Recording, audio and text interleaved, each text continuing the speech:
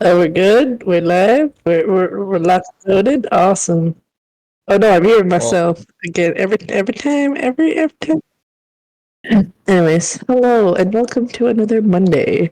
A Monday for the vampire shenanigans that will be happening in Secrets and Stakes, New Orleans, and oh god, that's so loud. Oh, brain. Why is that loud? Okay. Why was that at 200? Anyways. Hi, welcome to another Monday. We're basically throwing these people into into the night once more, but it's gonna be a completely new night. It's no longer Tuesday night. It is a dawn or the dusk of a new day night for these people in New Orleans. Let's just say a lot of things happen in a Tuesday night. Blood hunts, a little encounter with a very scary villains. But their troubles don't end here, and we shall continue into the night with, trying to recuperate on what happened previously. Not late. I can see the not late. Okay. Alright, for before we delve into Wednesday night, just to give a heads up to people, we're definitely gonna utilize a bit of flashbacks. I'll definitely help you guys with um, the timelines, the scenes. We'll have a couple of scenes here and there that um, we'll shift the focus away from the current timeline just to set up the scene on what will be asked of the group later on. But before we begin, I would like a couple of characters to paint a picture and give us a little bit of a recap of what transpired in the last session. So, real quick, I'm going to give the floor to a mortal among us, not only mortal among us. Eat Samus. Go on, give a give a little a little POV on what happened, what transpired after the blood hunt for Samus over here. Yep. I am mortal again, and I arrived back at the new hideout for the direwolves at the old prison inn. And as I was in the med ward, just getting myself checked out by Onasimo, as he left the room, I got a text back from Becca saying that she needed help. I don't know how she got my number, considering she refused the last time, and I didn't give it to her personally. So I double checked, and it was her, considering she knows which card that was left in my possession out of the 3 that were given to us. So I sent a message on where to meet her and proceeded to escape from the inn through the window. Unfortunately, I forgot to check what's outside the window, and there was Francis, drinking and catching me in my escape. A bit of back and forth between me and him, the promise of getting him some more beer for a week, as hoping that he'd try and hide it, but knowing him and his inebriated state, he's going to tell anyway. But yeah, I escaped for a while until hoping for the return message of Becca. Then I went to a park and summoned Mother from the Circle of the Crones. Discussed some things with her, and her realizing that I am mortal again pretty much straight away made things a little bit difficult. But after some back and forth about how the people from Invictus have joined hands with the Sabbat, or at least the False Sabbat, as far as Samus can really tell, or the true Sabbat. And Samus also inquired a bit more information on the true Sabbat, as well as asking for Mother to help out the movement and trying to get any other individuals onto their side before getting the information from Becca on where to go and heading that way. After arriving at the place, he's still not used to being mortal again, and wasn't as stealthy as he'd like to have been, and his perception not as great, considering that what he is hearing most of the time is his heartbeat more prominent than ever. So he wasn't used to that after some time, and he got caught by Becca. Got the rundown of things on what's going on potential kidnappings. Well, not potential, but they were the kidnapped people, and basically having their blood taken from them. And we set out on releasing them from their cages and saving them all before the entire place gets demolished and the tracks hidden. We got some unexpected help from one of the members of this other group, Rin, who was of great help in being able to use some of their powers to persuade most of the people into coming with us. Samus was not so good at persuading people, considering they probably had people try this before and getting caught and killed. So they were very skeptical. He had to go and tell stories of being like Hercules and everything like that. And they were able to get everyone out and escape with Rin's help, but Rin stayed behind to hopefully hold them all back for as long as possible. And we don't know what may have come of him. That was through the session. Do you want the stuff that was through text RP as well? Oh yeah, I mean that's definitely part of the POV to at least paint the scene, because you actually had activities afterwards, so just a little, I guess, quick rundown of what transpired after the events, just to fill in the gaps. Yes. So, with the two trucks, made it all the way to a parking lot.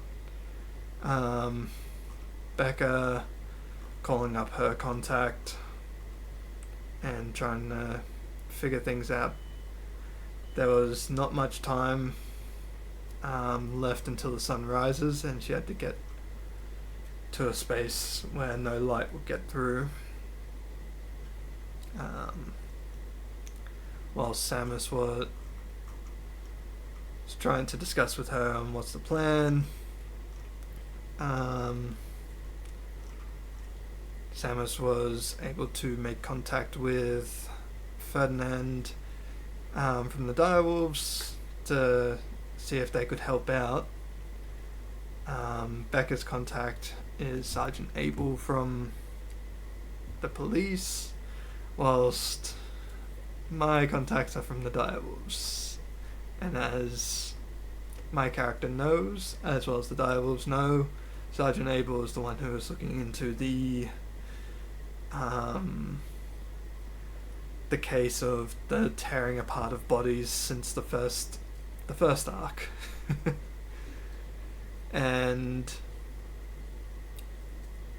Ferdinand is coming out to speak with Sergeant Abel directly, which kind of puts a worried feeling into Samus, hoping no fight happens between them. There was a bit of heated arguments between him and Becca while Sergeant Abel was there as well, before the Direwolves arrived, and Samus and Becca promptly leaving the area so Becca could get to a place in time. I forgot to mention that Sergeant Abel was able to tell that Samus was mortal and pretty much broke his entire hidden thing they had that he was trying to hide for the time being, which did not help the case, where Becca was even more angry at him. I mean, mortal sees mortal is like so. But yes. how you do. But yes, definitely a lot of things happen in Samus's end, but we can definitely explore it into Wednesday night. For that, we'll fade the scene there for Samus's shit, for lack of a better word. We're gonna go transition over to the POV of a certain recently gifted individual, a salubri, who is now a fully fledged salubri. Can you paint us a picture on what happened uh, for Oleander's latter part of Tuesday night after the blood hunt? Oh man, what's fair to say? A lot of death happened. There were some, oh no, please don't let it be real, and then, ta-da! It all got reverted like nothing happened, but everyone remembers what happened. Yeah. And so then deals were made. First it was Griffin, and then Ollie was like, wait a minute, I'm the better demon host. Just choose me instead, not him. Ah. Two demons for the price of one. Two for the price of one. It's beautiful. Because, yes, actually, there was also a thing that happened in that um, alternate reality. Oleander witnessed something. I actually wanted to go through Oleander's thoughts as he witnessed something. What did he witness, and how did he feel about that? Well, he witnessed Yelly run straight first into a void and then suddenly just get fucking Thanos, leaving her skeleton behind. He was like, ah shit, fuck, I have to get her body somehow. It wouldn't be right if I didn't. Yeah, like both you and Griffin were covered with the ash. That was beautiful. I mean, oh no, that was sad. Oh, oh no! Oh no, that she died. Anyways, and with that out of the way, what actually, like, I guess, just to give a little, for people who didn't get to see what happened that last time, can you give a little, brief on Ollie's new aspect of himself? What's his demon like? What's the personality? What's its driving forces? Well, the demon of Oleander is more or less. Imagine Loki, but a lot more unhinged. I see. He's got the matching green horns with it as well. And then, yes. And for the time being, since in the session the demon didn't give its name, we will not name it yet. It Yes, is he shall simply not be named yet. All that they need to know is he's mainly in the. Imagine, I guess the best example to a character would be Ryuk. oh shit, we got death gods. He's not a death god, but I mean, just like how he would act towards Oleander. It's more like how Ryuk acts towards Light. He's not like bound to help him or anything unless it truly entertains him. Very neutral evil. Love it. Love it, firm. All right. So now, as we end the recap real quick, what is Oleander feeling right now with his newfound demon demon abilities, and generally how the night ended? Abilities, well, he does not. He doesn't know jack shit about what the abilities actually do. But all he does know is it's kind of a pain in the ass to have to keep in mind his new additional horns when trying to keep his balance. And yeah, that's about it. All right. He's got Nothing. this like resigned sort of acceptance with like, ah shit, guess he can't get away from it anyhow. It is the inevitable of most salubri. And yes, but we'll definitely explore more of the repercussions of this decision later on into the night, we shift to the last POV, the last perspective for the recap for Grant. What happened to Grant? What happened to Grant last session? And feel free to give a little brief on like what was discussed in the thread you did with Jake. Just paint a picture with your recap. Okay. Alright. So, you must be wondering why I'm at the back of this van. Well, first and foremost, started out of the alleyway, going to Gentilly, although we got lost. You know how it goes. Jake and I had a bit of a talk. It was nice. Something about, being a vampire eater, how I lived the life as a gangster. And, telling this stuff about it's not easy. Living as a normal person that's not part of a gang when you're still human. I got to know a little bit about Jake as well. It was nice. And then this bitch, Frankie, shows up, starts snitching. I don't want to hear shit from you. Oh, no. It's okay. I still love you, Frankie. I forgive you. But snitches get stitches. That's how it goes.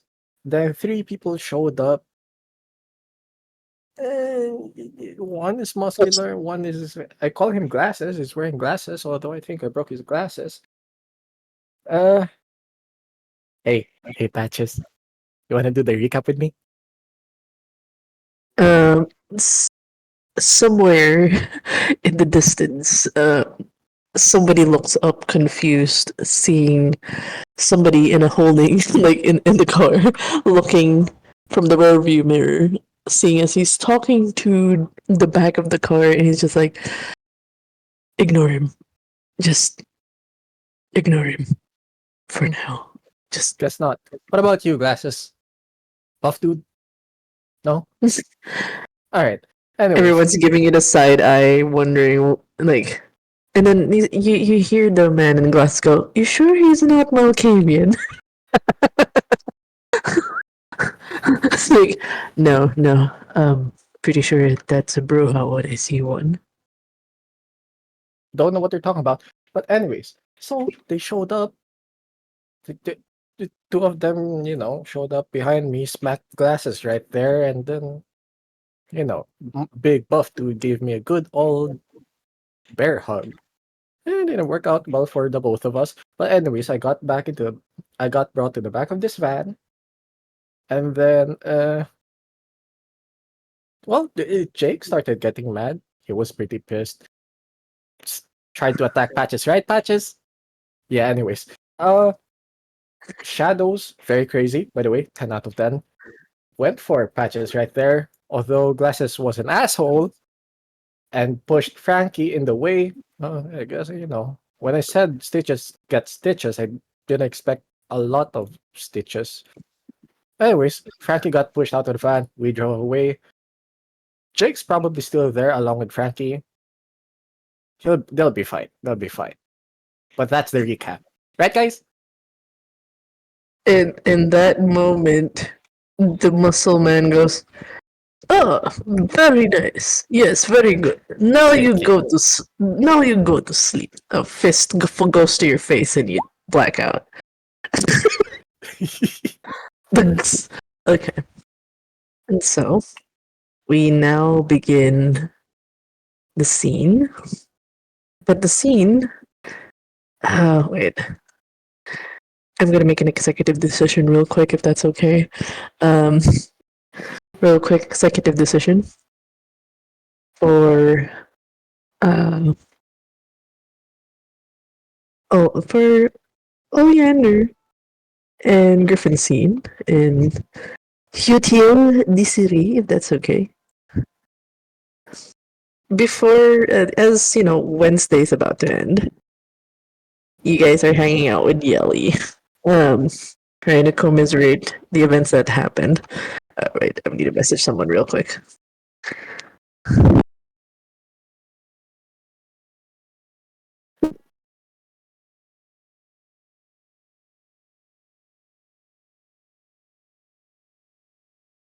Okay. Alright. So, let me move you guys over. Wrong hotel. That's not the hotel. We're done with that hotel. There you go.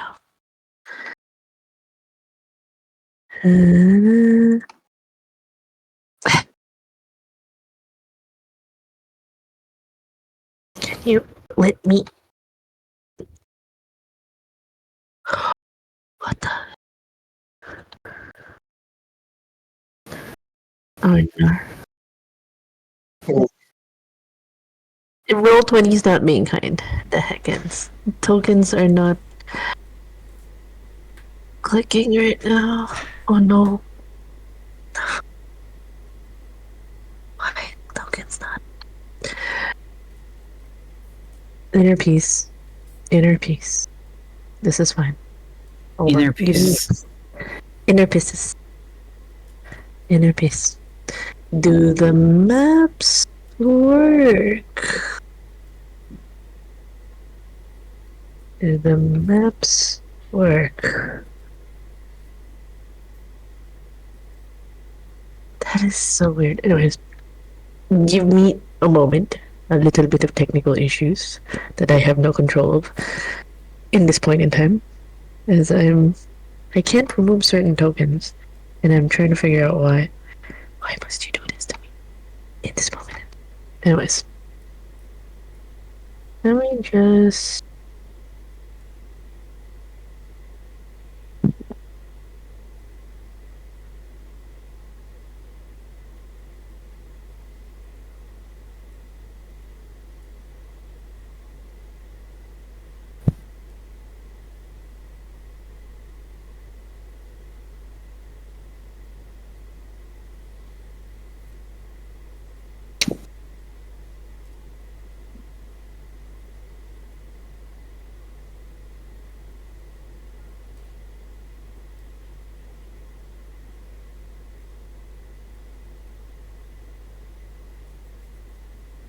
Oh my god, it broke. Roll 20, Something bro. broke. I'm totally panicking, but we're gonna be fine. The way to fix this, it just broke now, and I don't know if it's my internet or if it's. Just refresh the page. See if that works. Hold on. Because it was working fine earlier. Tell it what.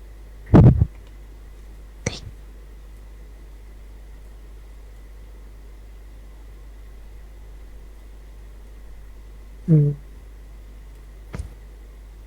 Nishi. Maybe because I'm trying a different browser. Hold on.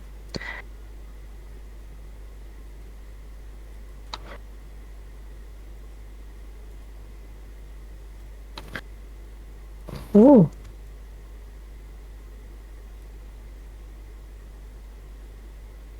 Finally! Fuck you. Fuck you, Roll20. Fuck you politely for giving me pain at this point in time.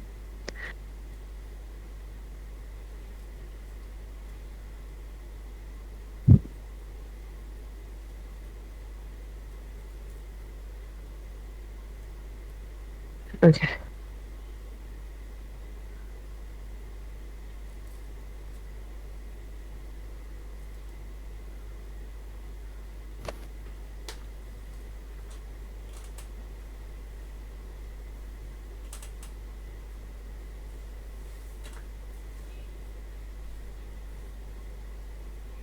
Okay. Because everything just froze. I'm sorry, guys. Hold on. It's okay. Okay. Did it fix itself? Did it stop? Now I can't select.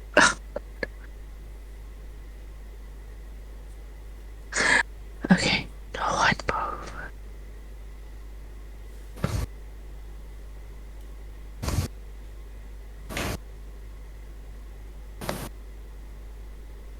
Okay. Can ignore the small Samus in the corner. I cannot remove that for some reason. Okay. It is a black screen for me. Oh. See, I don't understand that. Okay. Then,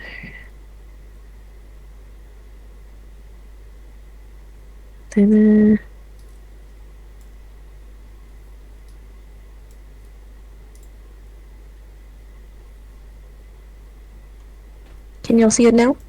Yep. Okay, thank you. Thank fuck.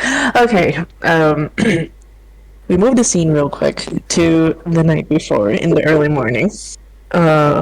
Where in the midst of people still coming to terms of a reality of death that felt too real, both individuals, I mean, actually, all three of the people in this particular scene have experienced death in the most.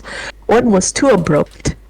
The other two were like a slow, lingering death of feeling your flesh turning into ash. It's not a great feeling, up until Oleander casted the ability for a painless death.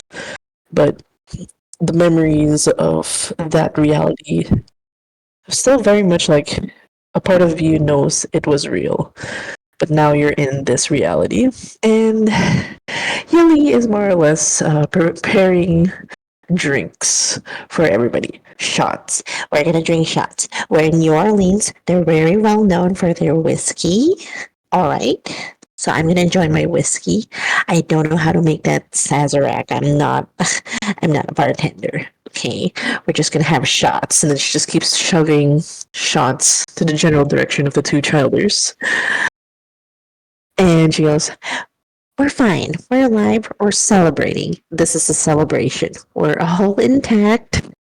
Somewhat. She looks at the horns over at Oleander and goes, "We'll deal with that. I know a way to hide the horns and whatnot.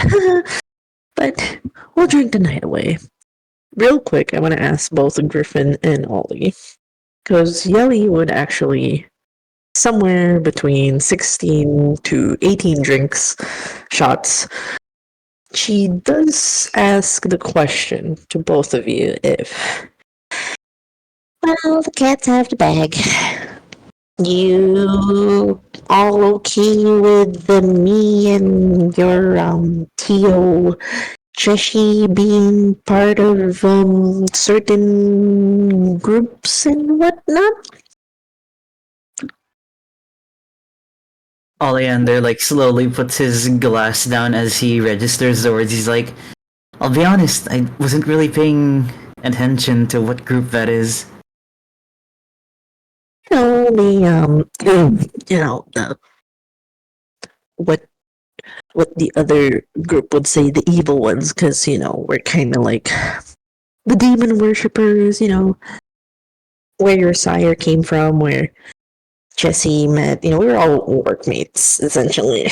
Even the mage bitch Seal used to be Jesse's ex. I'm just saying. What? They have history, yeah. But it was like a one-time hookup. No. You can't just brush that off as a one-time hookup thing. I want details. Oh, you actually want to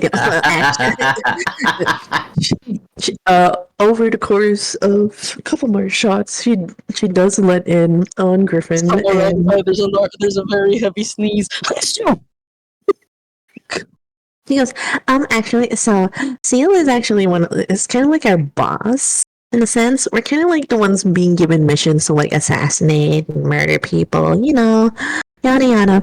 And anyways, so there was this one mission where actually I don't know what happened, but they were actually from the same venue, and then apparently like he actually didn't tell me about it. I just knew that they did something because I could smell it off his skin that they actually didn't do.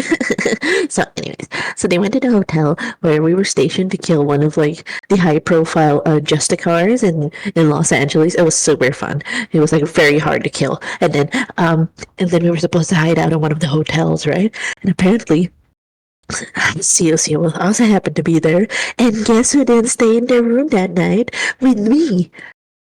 No. I'm just, yeah. And I'm just saying, and there was like a lot, and I mean a lot of marks when he came back the next night. But yes, it was a one-time thing. Things got awkward. They were like they were talking afterwards, and then the missions got a lot harder, almost as if our boss wanted to kill Jesse. Is that Or you so. out for him? I think I don't know. Maybe like I have a theory. Maybe she wasn't like. It's surprising that she's not satisfied from a gang girl. I'm just saying. We're kind of beast in the sheets. I just think it's like I think there's like a personal bad blood between them. Something happened, and the thing is, Jesse doesn't talk, but I know something happened between them. Okay, and he hasn't denied it, and he just said, yeah, they kind of had a thing. They had a one night, so she's basically this really scary evil ex. It seems a bit excessive for a one-night stand. I know, but if you can get him to, tell you what actually happened, that'll be actually cool. But that's all I know. I think it's like a really bad, it's just a really bad breakup, and she's just out to destroy everything that's connected to him, typical ex behavior. Only this one has a god complex.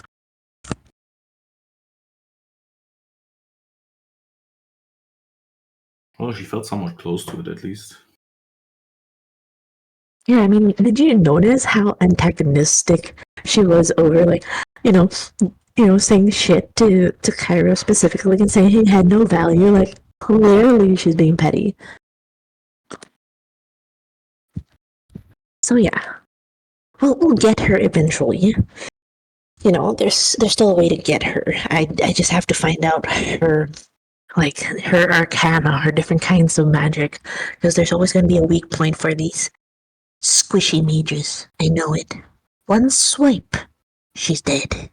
But for now, we recuperate and deal with all the demon juju. And then she looks over at the doll. You're gonna be fine. Some Salubiers go crazy, but your sire actually lived long enough, and lived peacefully. One of the nicest guys I know. Really stuck up, though. It would have been so easier if he was alive. Tell you how to work things, But we're here. We'll help you out. So in that instance, I need both Griffin and Ollie to roll for stamina and resolve to see how shit-faced you guys are. Or if you guys handle your liquor quite well. Oh, please. I've never had a character get shit-faced before. Oleander could be the first one. I believe. What was it again? Stamina resolve? Yep. Oh yeah, Griffin is. Oh. Griffin is hammered. Yeah. Oh. Oh my god. Oh my god. I'm actually gonna roll. Oh my god. I'm actually gonna roll for Tia Yelly as well.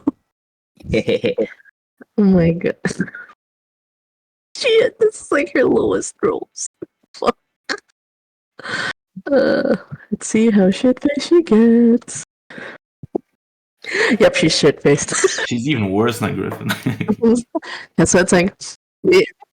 So she's just like, I'm like, we're gonna have so much fun with dealing with the demons and murdering Seal and all that, and then it goes.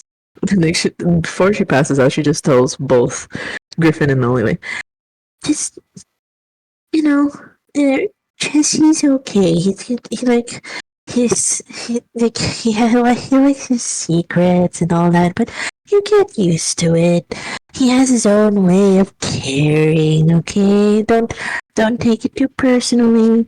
If he doesn't, tell you certain things, it's fine. Like, we've been friends for years, and oh boy, he's a definite nut to crack.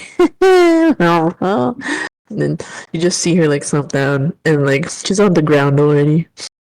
And she's just mumbling to herself, giggling. She is out for the night.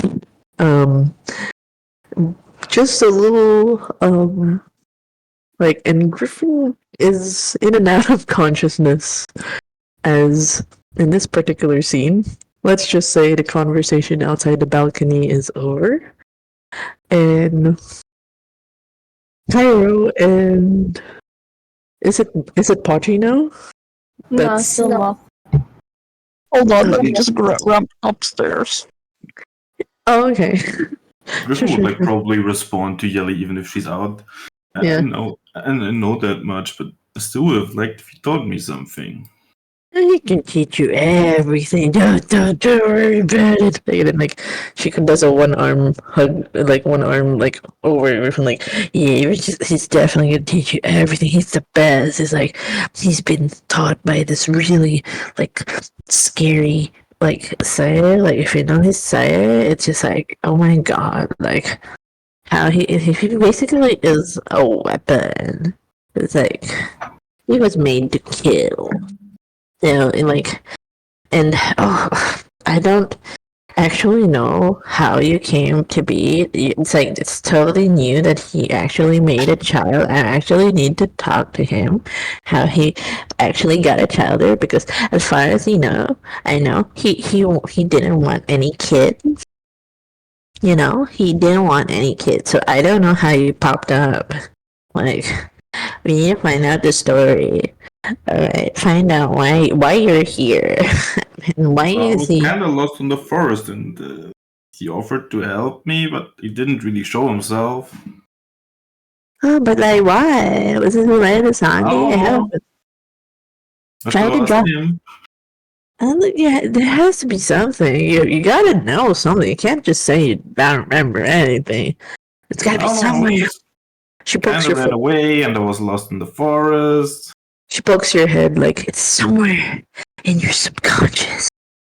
Somewhere in that head of yours.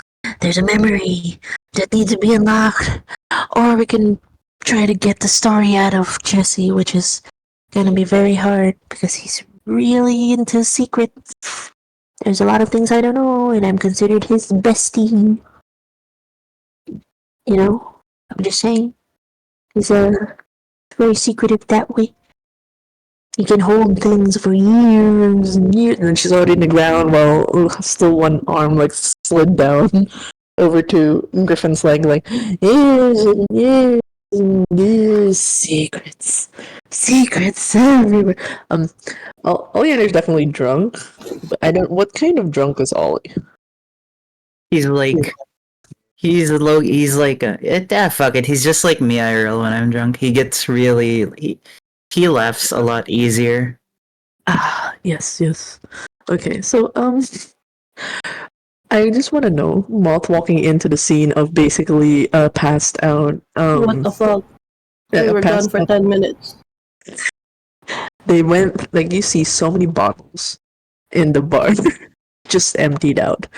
So many shot glasses, just At like some point, Griffin spilled probably out. started drinking straight from the bottle as well. Yes. It's like We were gone for 10 minutes. Yelly's out. Oleander's drunk, but conscious. Griffin's in and out of consciousness with a bottle in his hand. The second Muff says that, Ollie would legitimately just like, we're like gone for 17 bottles. And Yeah. somewhere in the unconscious state of Yelly, she just goes, really? One more shot at murder. Well, they definitely found a way to cope.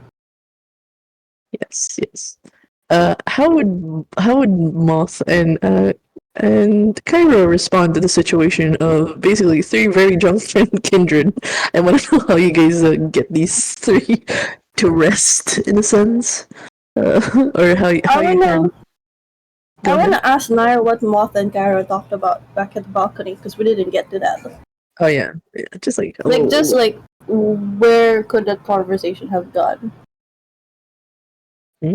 yes, little insight.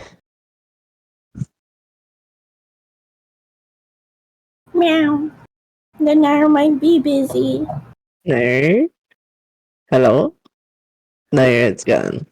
Yeah, Nair might be busy. Okay, for Moth, I think Moth is just gonna try and pick up the subconscious, unconscious bodies and try to put them on a couch. Yes, I mean you guys are in a Uber mom mode. All they Yes. would like be, I'm not drunk. Yes, you're not. And just like agree to everything they say and just like try to put them away. Hello? I was Hey. fine on the floor. Is it working now? Yes, it's Yes, working. we're gonna. Nice. So Yes. Cairo is Come on. pulling the curtain Mm. and ensuring they will not get burnt by the sunlight. What they talked about probably is along the lines of history of the really old mages that were in Egypt, and then there was the thing. What's it called? I forgot what it's called. Pat. It's okay. What Lord needed? What the Lord needed me to do? Lord.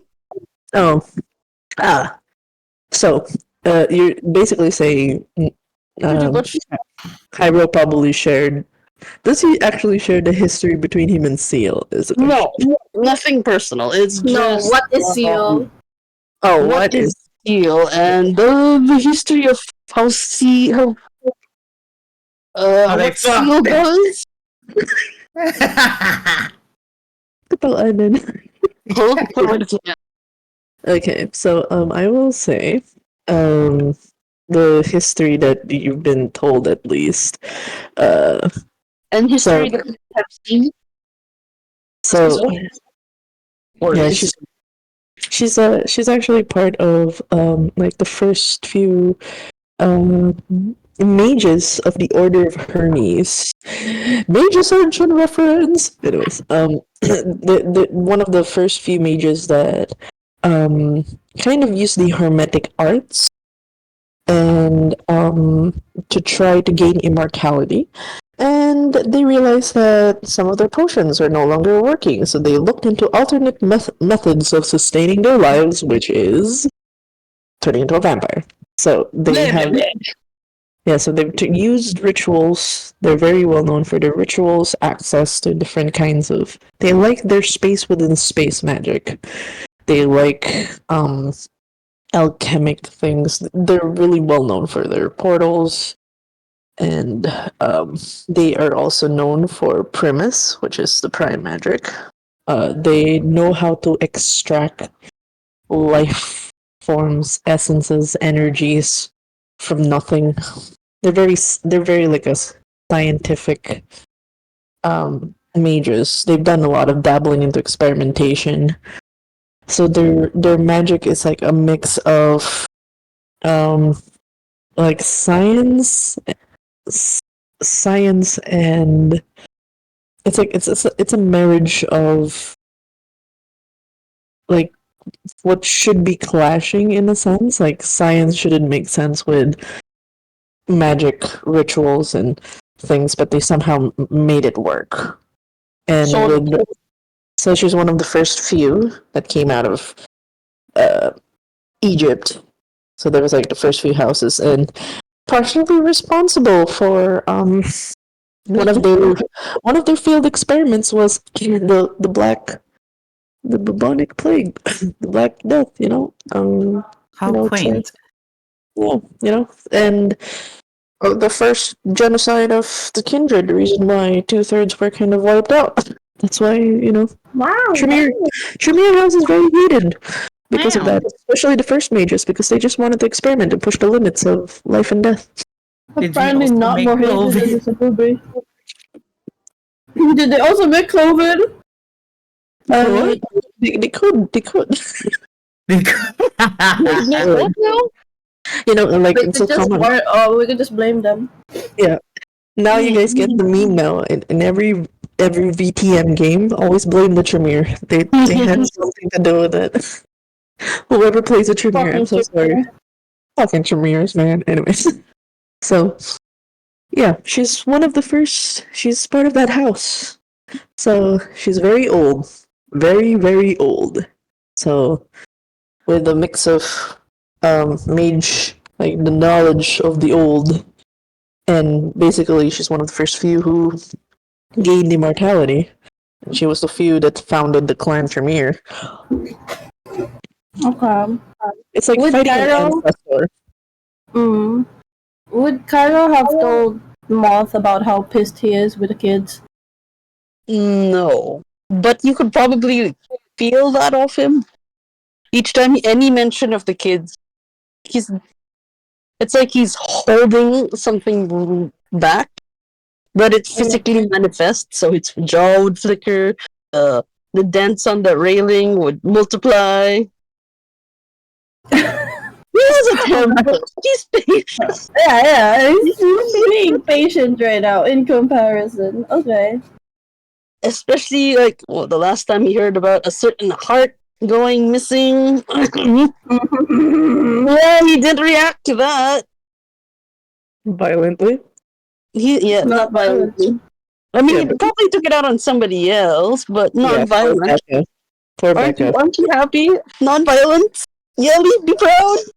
No, Becca took the brunt of it. Yeah, she ate like a good So portion of it. Yep, slit throat and everything. Anyways, so how much did you tell Moth other than seal history and repression? Yeah, you held back. That's the word for it. Repressed feelings towards the childers. Repression. Oh, what else questions would Moth have asked? Anything? I think mostly just like, yeah, what was Seal? Like, what the fuck? What the fuck kind of situation did the group just put themselves into? What is the sire? Who is that? Why is he important to Seal? Oh. Is that something I know about? Yeah. I know his blood is. No, I mean, knowing your boss, knowing her background as Tremere, she has an obsession with really high generation kindred. Your sires are prime, basically prime, and the Very skin. old person, yes. Oh, I heard that. I heard that. What? Sorry. The A word. Oh, The A word. Yes. Prime things. Prime. yeah, he was quite something in his prime. Yes, you mean right now? Oh no! Yeah, and he's asleep. Don't want him to wake up. Yep, don't want him to wake up. No, he would. It would be like the end of the world. Okay.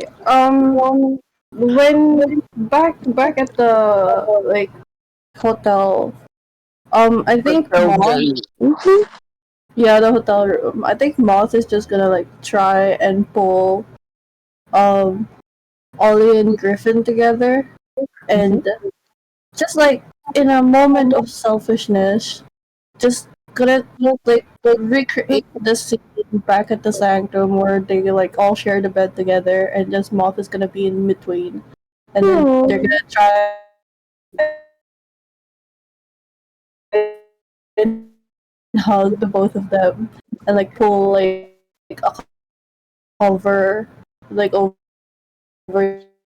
them, and then when they wake up, One more thing that Griffin would actually He's do, right. though. Huh? If Sorry. Griffin is fading in and out, he would like ask Moth, I'm so scared to be alone. Can I have something of you. And Oh, you're gone. Yee. Sorry, Like, what I the think heck? I He's think gonna I'm reach losing for the internet at the glasses. moment. oh no! Don't do it. Don't do it. But yeah, I think Griffin will reach Griffin, for is the Griffin glasses. gonna wear Moth's glasses? I think so. He's gonna what? Where the salamin, Oh. the glass. Griffin with glasses. Okay. I'm very normal about this. Yes, yes. Okay, I think it's How's all the better. net? Yeah. I Is think it's all better now. I removed. Isn't that as good? Should be good for now. okay, Hopefully. okay, okay. Thanks for the heads up. But yeah, he will definitely wear them if Moth lets him take them. Yeah, Moth is gonna let Griffin take the glasses. We need new art. We need new art with glasses. I demand it. I will try to find some Good. I'm very normal about or this. commission some. Yeah. Yes, very good. So Cairo will pick out after watching all that and finding it. See, he feels like he did the right thing by leaving Griffin, because now Griffin gets to enjoy this new pack he's made.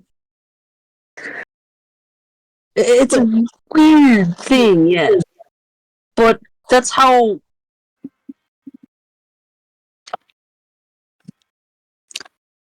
I mean, he got. Please tell me you're telling Yelly this. No, Yeah. Yell is Verbally. monologue. He's unconscious. Oh, Good. no, Now you monologue. remember. You ain't getting Come this. on. Let No, the drama happen. Let the drama happen. Drama. Actually, Oleander's the last one to pass out of everyone. What does Oleander do? Because, like, Griffin's out cold, wearing glasses. Yellie's, she's out. She's on the floor getting picked up. Yep. Fireman carry. Yeah, and she's not even responding anymore. She's just like snoring, and it's like it's not a cute snore. It's a fucking like it's Walden snore. Yeah, Snorlax. it's a Snorlax snore. Like it's like it's a deep guttural. How can this tiny woman snore like this? I know it. Beautiful.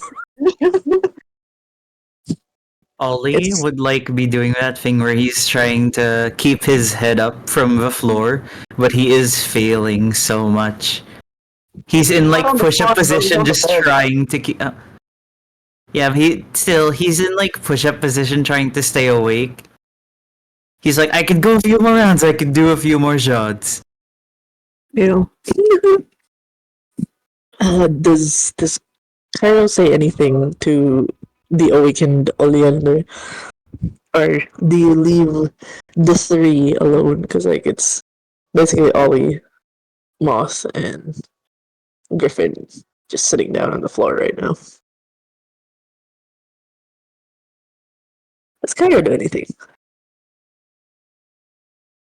Does he do something? Yes. He so knows does better than to open his mouth when he's angry. Fair. Actually, I need, since Ollie is the only one awake. I mean, other than Moth. Oleander, can you roll real quick an intelligence and insight? Oh, good. Mm-hmm.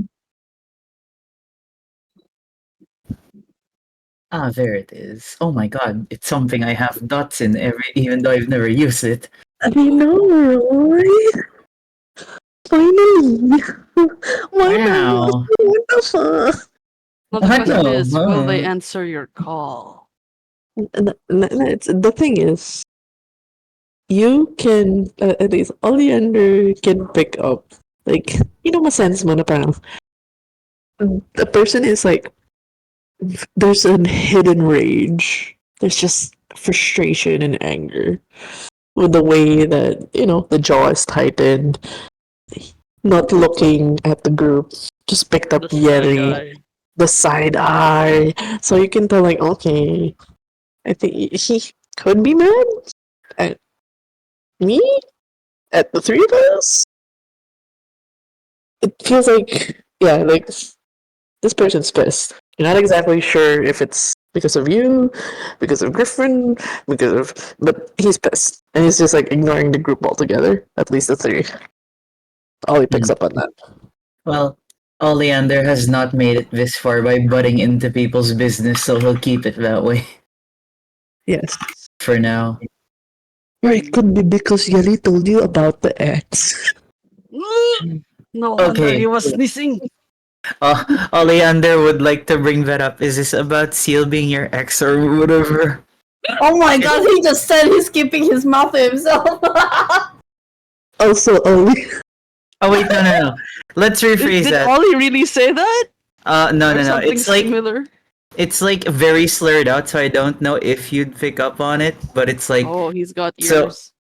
so Seal's your ex or whatever. What is Oh, she? Yeli's gonna feel like because he's holding her over her shoulder, Yeah, and so his hand is kind of on her like how can I Ass? say her ass? I mean, does she, wait, hold on, Dema. Does she have ass? She does not have ass. Yeah, see the Oh, last no. therefore of ass. And then you kind of, I don't know if Ollie would notice, but it kind of like there's a grip, and his hand is kind of massive, kind of maybe. Yep. Am I rolling brawl?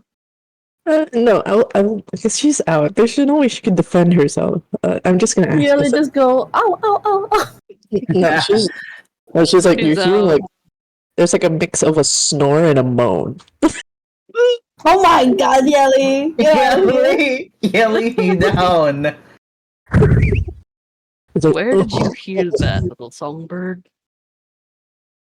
He like shakily points towards the woman he's carrying right now. Hmm. Oh yeah, he's so fucking. Oh yeah, no, he's throwing her under the bus.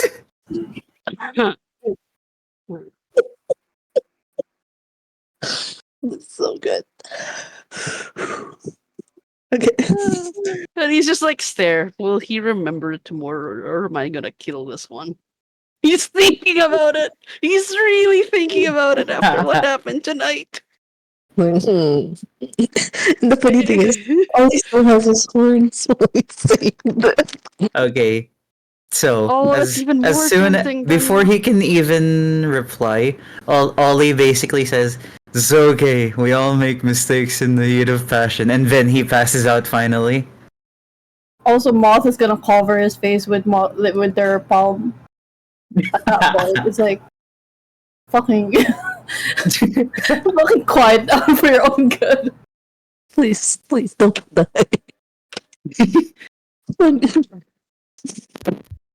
Oh, Those he's will hungry. be the final words of Oleandara. Denma, he's hungry. I'm making note of this. Oh yeah, did we have something to eat here? You Because had a Griffin lot would have of, been you very had a hungry as lot well. of alcohol.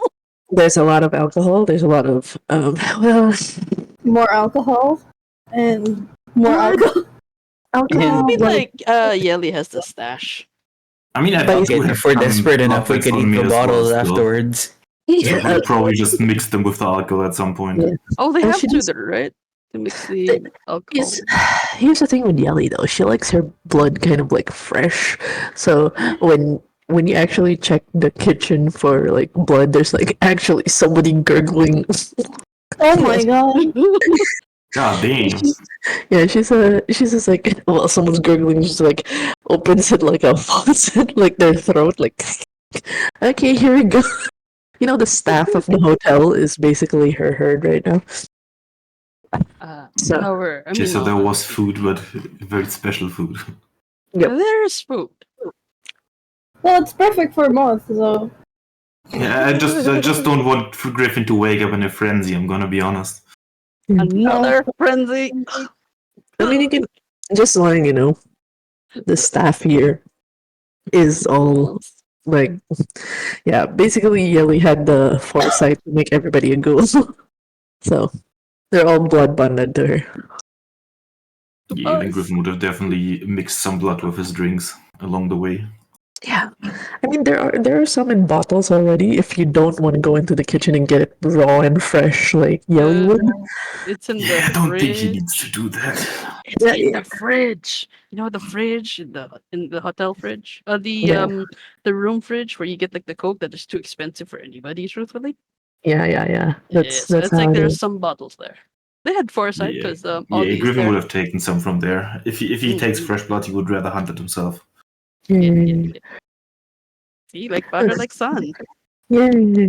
I love this shit face moment. Okay, so we're actually gonna transition from this scene in the middle of the like as it turns to evening. I just need to change.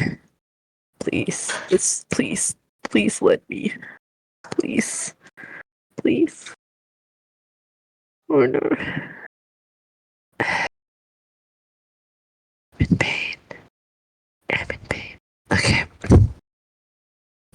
In this moment, uh as Griffin will suffer the effects of alcohol lingering in his system. The thing with alcohol with the kindred is by this time when you wake up, you will expel everything unless you have the blush of life. That's the ruling in V5, unfortunately.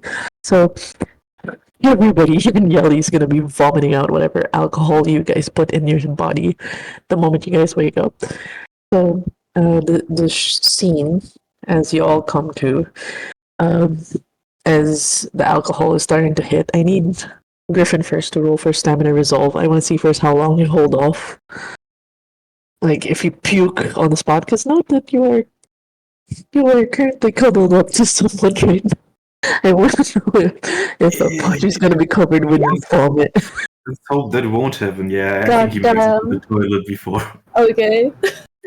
Here's a Um, 4 success. okay, good. So you feel sick. You feel very violently nauseous.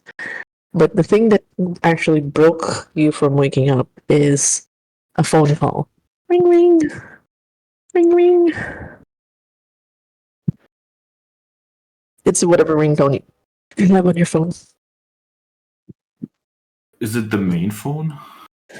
It's your phone. Okay. I actually hadn't thought about what ringtone he has. Gonna think about that later. Yeah, it's your ringtone. Specific ringtone. You actually, if you between the blurred vision, the contact is Phantomine, which I'm annoyed at Roll20 for not showing her image, please. I'm in pain. Would you feel the urge to puke first or take the phone You're- call? Like, how strong is the urge to puke? You are violently nauseous. You feel like puking, but you're able to hold it off. Like, to notice your phone ringing and notice that you're lying down beside. Um, at least it feels like deja vu. It's almost like you were back in the car, back in the sanctum again. In the same like position, except you're on the floor. If you feel like under the nauseous feeling and the phone ring, you probably wouldn't notice that it's Podgy, but just grab Yeah. his phone and head on the way to the toilet while he picks up the call. Yes. As you make your way towards the bathroom, he goes, so, I don't know if you're with my brother right now, but can you leave a message? Can you contact I'm me not real with quick? him, but I was probably gonna meet up with him soon. Yeah, Like 2 please days do. later. Like, if you can contact him right away, just I promised him that I would tell him if I was doing something. So I'm just let him know that I found something big, especially with what happened with the concert. The blah blahs wreaking havoc, that whatever was, the white hair, tits and tats, whatever. Something big. I might disappear for a few days.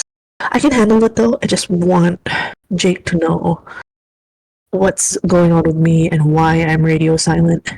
Can you Alright, please so send I'm him just a gonna message? tell him that you found something big out and you're going after it. Yeah, basically, I don't know why, but it feels like a weird conspiracy thing. There's a bunch of humans that apparently are really not like they're very they're kind of like hardcore like anti-Kindred, if that makes sense. They're very aggressive, like very crazy Republicans, if you get my drift. Yeah, I think I've heard of a group like that before. Yeah, anyways, I'll do some research. I'll try to.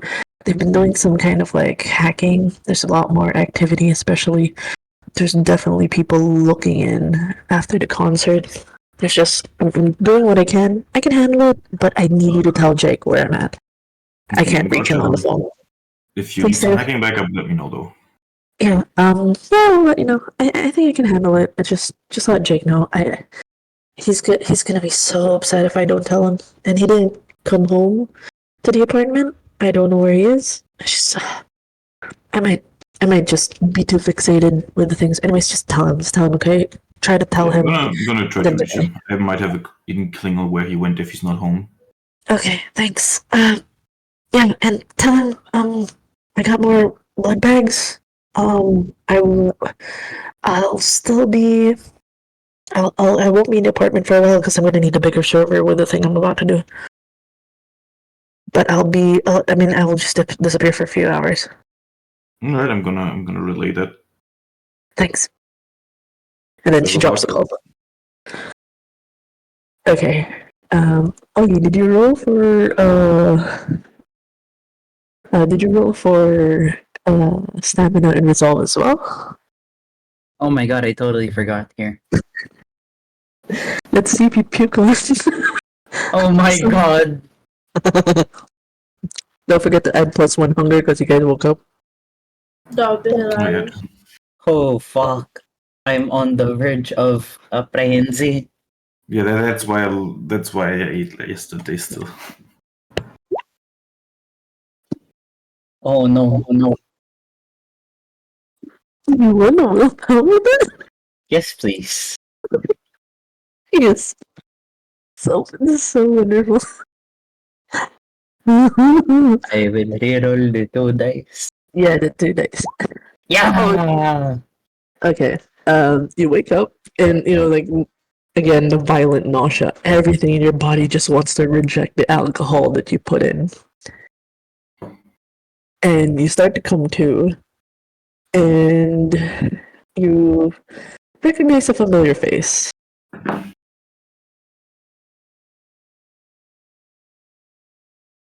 It is Pochi again. Well, that's always nice, but first we have bile to get out of my system. Yeah, by the way, your body, the way it's rejecting, it's like both Griffin and Ollie are just like sweating profusely, like violent sweating, paler than usual. Like, Oh yeah, no. everything just wants Ollie out. would try to be scrambling out of the bed so that he doesn't just fucking throw up on Pochi. Mm-hmm. Oh my god. Yeah. So, Pochi comes to and sees Griffin is gone from the side, and Ollie has made his way towards the bathroom. Both of you guys are respectively puking. I will ask. I don't ask Nairo. We can have a separate thread on Yelly and Yelly waking up to her drunken stupor, in a sense, and the conversation for a Oh my thread. god. Out of all 3 of us, please have Yelly be the one who just froze up on the one she was next to. Actually, I want to roll that. Let's see. We get to see it live. We can do that. We can do that. No, she's fine. She's fine. Her beast, That's a lot. gangrel. She's a gangrel. She's been through this before. She's like, you hear a, and then she swallows it. Such Make a her roll again for having to Very swallow. snake thing to do. Yep, very like regurgitate, puts it back, and she's but anyways, depending on whatever conversation we would have with uh, Cairo, and all the expulsion has happened, you do get at least everyone with a phone gets a message from Gossi. She has our number? Whoever was allowed, like whoever, I mean, I think not Cairo, but anyone that was part of the blood hunt. Yeah, the blood hunt. Phone number. Yeah, true. Would that But yeah, include Samus? Yeah. She forgot to remove him as a contact. Yeah, so yeah, it's still group text. She's just like Sanctum now. Urgent. Ollie just sends a thumbs up emoji. And then she like Gossi remembers that Samus is still in the. No need for you, Samus. It's fine. Ouch! Oh my god. Special shout out. Yep. Mention. Does she accidentally when- send that to everyone, or just Samus in particular? Group Sends chat. it to Probably it's a just group. put it in the group chat as well. Oleander would send that one gif of the cat going ooh. Putang ina. Somebody's in trouble. Okay, just letting you know, like the tech knowledge, the techiness of Gossi is that of a yakuza from the 70s and 80s. So he does not know how to do private messages unless it's started that way. There it is. I sent it here in the VC. What he sent. Ayun. Putang ina. Gossi would be like, Yeah. how the fuck you get that on there, or something like that. Oh, is it moving? And she's like, what is, she's like, please keep messages here strictly for Work only. for sanctum related discussions, thank you. I don't know, she's very strict. But yeah. Scene zone by Santis. When Yeah. when Ollie comes back into the room, like Pochi is kind of like looking at the phone and like kind of giggling to herself. And then when Ollie comes back in the room, Pochi jumps out of the bed and like hugs Ollie and goes, "Mi flor, te extraño mucho."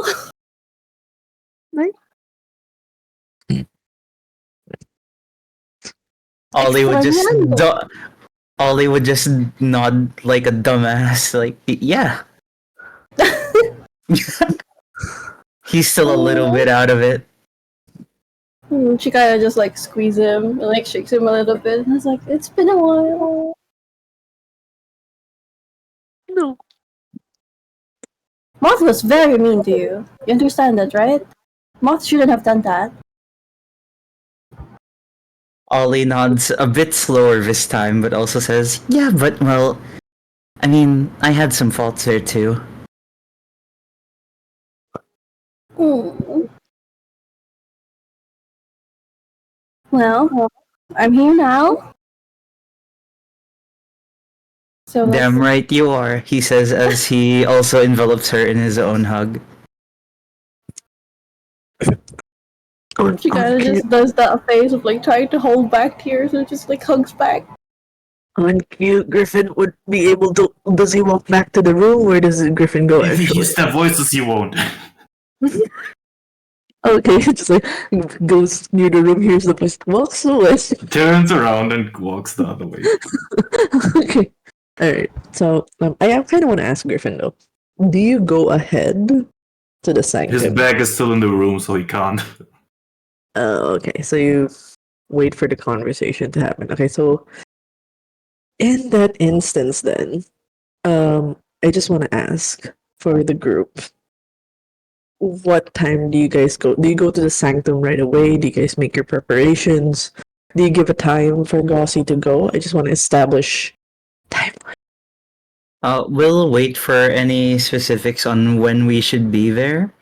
Ollie Let's is just- also just like Heike waiting for Yelly to tell him about the hiding the horns thing. Yeah. In this particular instance, because like it seemed like for Gossi, it's very urgent. And she basically was asking for status reports. Where the heck is everybody? Got like she basically called for a meeting, emergency meeting. And wants everybody in the sanctum now. Because in this moment in time, the only one that is in the sanctum is Jake. Gee, someone's in a hurry. Probably should go there soon. I think Griffin would like wait till the conversation inside ends. Okay. Yeah. And then probably head straight over once he Yeah. grabs his bag. Does yeah, Griffin join the two in the room when the conversation dies down? I guess you would like try to sneak in, kinda. Okay. Sneak in, grab his bag, sneak out. Okay, you can do. That's gonna be funny. Dexterity and stealth. Let's see how you maneuver this situation. How can I roll against this? This is. Oh yeah, we both have to roll against it, right? Yeah. For this would be a quick wits and. God, there was a wits and awareness. See if you are aware of. Moment. Oh no, not this one again. Not Wait, this sorry. time. What's the roll? It's a wits awareness. Okay. Okay. Are we joining into that, Tita Yali? Yeah, sure. Actually, you guys are in the middle of. I will just say you guys are in the middle of we're a in the middle. bigger. Oh. And you wouldn't have known about the group chat. Anyways. Nag-aaway kayo na then. Oh, so they hear a heavy bang on the door, or like a heavy shaking of one of the walls. Someone must have punched it, or Yeah, Griffin would hear that like a somewhere in the higher levels. and a Oh. growl. Yep. Maybe a There's- kiss. Griffin's the only one who would probably pick that up. Oh yeah, damn! Never mind. no one noticed Griffin going in. You guys are having a moment. You haven't seen each other in a long time. Ollie would get a message though. Yo, I'm going ahead. You guys have your moment.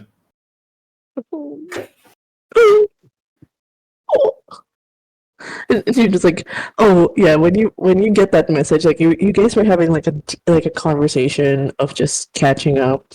How the conversation goes is between you and actually, what does Pochi do? Like, does she do catch up? Like, what? I mean, knowing that she was still present. She knows what's been happening. Does she like? What kind of conversations do you guys have? Pochi kind of just like hold his face and then like squeezes his cheek a little. I was like, Jesus Christ! It's so weird. That, like technically, I haven't been away, but I'm just glad I'm here. I mean, like if Moth is so frustrating sometimes. Ollie would like smile down on her as he grabs her hand. He's like, yes, I've missed you a lot too. And then there's also like there is this like question in the back of his mind. It's like, but what did Moth mean when she said you would be better suited for demons or whatever? Did he ask that or no? Yeah, he asks that to her. Oh, they're just being dramatic. It's not like we have experiences with demons. But probably because Moth cares about you two too much. That if this whole thing goes to shit again, they're gonna fucking go crazy. And I've already gone crazy, so there's not much trouble with that. Ah, gotcha. Anyways, Griffin said he'd be heading first. Should we go after, or? Yeah, you know, I think Pochi would get a message as well. yeah. Because they use the same phone as Moth. Yeah, and by Yeah. the way, Ollie is the first one to pick up on the fact that the bag was gone. So it's like, wait, what? The Isn't message there a to bag? Moth, or to Moth's phone is just gonna be, "I'm sorry, this kind of hurts."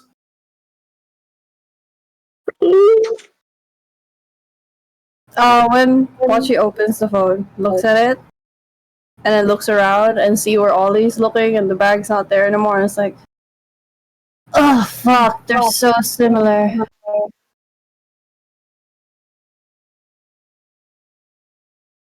Ollie would look kinda laugh at it. He's like, I can see it, yeah. Yeah, can you imagine two people that are not great about talking about their feelings get into a relationship together? Surprise, surprise, it becomes a problem. Damn. The trash talking. They're right there. Vince, trash talking yourself. Why do we think And this they're sounding right wrong? there. You can hear this. Pochi actually goes like, "You hearing this, Mom?" Yes, I know. Anyways, don't worry, Ollie. You're Ollie with would me now. legitimate- We don't talk. Ollie legitimately finds it funny and says, "Well, yeah, but aside from the self-deprecate, is it self-deprecate? I guess so. Yeah, huh? It's so wobbly. okay, we'll call it self-deprecating for now. Should we go ahead after him to the sanctum now? We should. And then Pochi looks at the wall. Should we check in on them? Yeah. You know what? Yeah, let's check on him. Who knows? Maybe Tiayeli threw up on Cairo or whatever. Okay. Yeah. They get Yeah. 2 steps close to the door, and then there's another. The door kind of shakes, as if some wall from across the room was once more punched. Oh, it's like, Oleander immediately covers his mouth. It's like, yeah, and then you hear like a very small voice. Yeah, that's right. And break everything. Punch all the walls. That's what you're gonna do instead of actually. Oh, he's going to attempt to grab her by the throat. Ollie. Wait, do Ollie and Pochi hear that? Yep. But basically, it's a Homer Simpson. Why you little? Okay. Oh no, he Ollie grabs would her. be like silently laughing. He's like miming his laugh as he tries to keep it in. Would he do the same if there was like let's see. Kara would have grabbed her by the throat and kind of rushed her against the wall? Yep. Go ahead. Just like because It's not your it's not any of your business to tell. and you hear a vomit. Pure projectile. Ishi, look at VC. That's basically what Ollie's do. Bro. It's like, Pochi just looks at Ollie and just mouths like, "Are they okay?" I mean, Ollie gives this like shaky nod. And he mouths out that it's like, pretty sure they're like this often. Oh, okay. yeah, I But mean, then Oleander was witness to the violence that the friendship has. Yes, how they deal with her. Yeah, it's the full. I will say projectile vomit right on in this moment. She was able to hold it in up until this moment. I would like if we must I would like Cairo to attempt to block it with one of his gigantic hands. It's fucking vomit. How do you? Yeah, no, You directly- It's just like back to her face. pretty much. Shoves it back in her throat. You know how when water hits like a surface and it kind of floats backward? Yeah. See, they've been through this before, and he's learned a thing or two. Wait. So she has actually projectile vomited on you. Okay, good to know. That's Wait. fine. But it's on his hand. Okay, I will roll. What are I we will roll, rolling? and you. So for deflecting, I would say dexterity. Oh, This okay. is so stupid. Dexterity, athletics to redirect, and I will roll for like a full-on vomit attack. Sure. Where are we doing? We are here now. We are rolling for vomit. This is us now. What are we rolling? This is- Dexterity. Sorry, athletics. Hold on. Yep. Yep. Are you Yep. making it public? I'm making mine. I roll my all my dice in public. What are you talking about? Oh, that's true. I will read Yeah, yeah. it in public. Yeah. That's Dexterity. 1, 2, 3, 4, 5. So that's 5 dice. 3 hunger. So the 8, 3, 4. So that's 5 suck. Oh fuck. 5 on 5. 5 on 5. Oh no. 130 roll. Okay, here's what happens. I just imagine that Here's part what of we it find gets out. through the fingers and part of it reflects back at her. That sounds like a Yes. fair choice. Okay. Yep, we shake hands on that. So that's it sounds disgusting in there. There's someone vomiting. It sounds like it's slapping against something, and there's just vomit everywhere. And then you hear a fuck, and then you hear Yelly getting tossed, maybe. Wait, what? Because he has her against the wall, and he's like sort Yes. of half choking her. And so she pukes. After she pukes, he kind of just throws her behind him. And then you hear bang, bang, bang, bang, and she goes, yeah, sure. And then she goes, I can do this all night. I can do this all. And then she goes, wait, someone's at the door. I think that's Ole. She goes, Ole, is that you? Ole. Like you see the switch from like very angry feral voice to this like suddenly cute Tia yelling like, hello, Ole, are you there? With the background reverb of growling. Yes. And Oh, maybe wait. heavy footsteps going away. Ollie went to get water. Oh no! It's okay. So, so funny. So, okay. So I'm just gonna, while that's happening, I'm gonna transition the scene real quick to. Ochi's just like, this is domestic violence, right? Yeah. Yeah. Okay, girls, what you gonna do? Yeah, gang girls just and besties getting mad at each other, going all out. But I will just transition real quick to Griffin heading to the sanctum. Like I don't know, transitioning from Griffin heading to the sanctum. You're making your way there. Do you run? Do you turn into a bird? How do you get this? He's gonna fly. Okay. So if you turn into an owl, fly across from because the hotel is actually in the boundary of Gentilus. It's actually in Tremere, sorry, and it's makes its way straight to the sanctum. So it's actually close by. As you get there, I actually want to shift real quick to Jake. You chose just a little bit of a backtrack of Jake's actions. You declared that you actually went to the sanctum Yes. after what happened. With Frankie with Franco being hugged by Shadow, like being gripped by Shadow. So as I'm transferring him, Okay. Holy shit. So you get into the sanctum with wait, hold on. Okay. So I'm finding out that Upper GX is fucky wucky with roll 20. things right now, which is giving me pain. It's giving me so much pain. Please work. I need you to work. Can you? Your connection to the server has been. Why are you doing this right now? I'm running a game. Am I still here? Hello. Yes. Yes. I'm still standing. Okay. Yeah. Okay, sanctum, real quick. Okay, while I'm trying to fix the sanctum, I want to know Jake's like as he went into the sanctum with Franco. Um, of course, the first person he encounters, unfortunately for this person, is Noah. he he looks up and sees like there's a cigarette in his mouth. He looks up and just sees you carrying.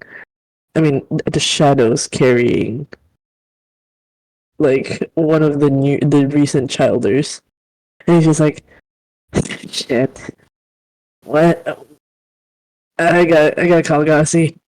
Hold on. I got Kalgasi. He's just like he kind of starts to move. Like, What do you call this? Jake. There's like what do you call this? What do you call this? He has a makeshift tourniquet wrapped on his arm. You know, yeah. hiding the tattoo. Okay, cool, good. Wait, hold on. Yep, Blitz is just coughing up blood beside you. Like, he's, like, with the shadow. Okay, hold on. I am... Alright. Do you see this? I hope it's not black. Thou seest. Oh, there we go. I see it. Yeah. Okay, good. In the night before, Gossi just sees all of this and goes, what happened, as she kind of grabs and then like looks at the shadows, looks at Jake. You can let go of him now, or at least find a way to bring him to the ward. We need to treat him immediately. All right. And then he walks inside the sanctum, and you see the shadows just following him inside as he goes towards the ward. Yeah, as you guys get into the wards, like as the ward and like one of the tables, you see her immediately like put on gloves and like she has a serious face, and while she's stitching up essentially a bloodied up Franco, she looks up to Jake. What happened? Full story. Where's Grant? On the moment where Grant is, honestly, I don't really know. Franco might know where Grant was taken, considering when Franco got there with his friends that took Grant. Looks down at Franco, and you see like she had a syringe for anesthetic. She puts it away for a moment and starts to manually stitch Franco. Oh, And he goes, "Who are they?" And like when she says those questions towards Franco, I'm gonna borrow Mitch real quick. Hello, you are in the scene. Eek. Wait, is he back? Is he back? Is he back from the water trip? we'll Is see. is father back from the trip? Dun, dun, dun, dun, dun, No. dun, No, it's not. Dad said he went to get water. Dad said he went to get water. He never came no. back. It Okay, in this happened instance, again. I will just say in this moment, like Franco's in just so much pain, and he does divulge like first he gets eaten, second like and now he's just getting roughed up. Like what is wrong with you people? He's just like in so much pain. And then Jay continues. He's like, well, Franco knows where he is as to what happened with Franco. I may sort of tried to save Grant and in the end stabbed Franco with multiple shadows. You need to control that. I hope you learn how to control that. Oh, no, one of Franco's friends pushed him in front of the shadows. I was aiming for a guy with glasses. That's as much as I know about it. Glasses. Mm-hmm. Who else were there? Could you give a description? There's a guy with glasses. There's a guy with an eye patch. There's a big You see burly her man. freeze. You see she freezes at the description of the eye patch. There's a big burly man, and then there's Franco. For some reason, Franco told them that, you know, what do you call this? What was his name again? Oh, right, Grant. Grant was a vampire eater. Yeah, but he goes, shit. The man with the eye patch. Did you see any tattoos on him? Anywhere on his neck? Did he have a beard? I would remember the beard, but I wouldn't remember the tattoo. Poking out of his neck. He was wearing like a hama. Ah, okay. Yes, and yes. Did he try to take you too? They said they weren't there for me. They said they were only there for Grant. I guess they didn't know who I was, since Franco only knew Grant and not me.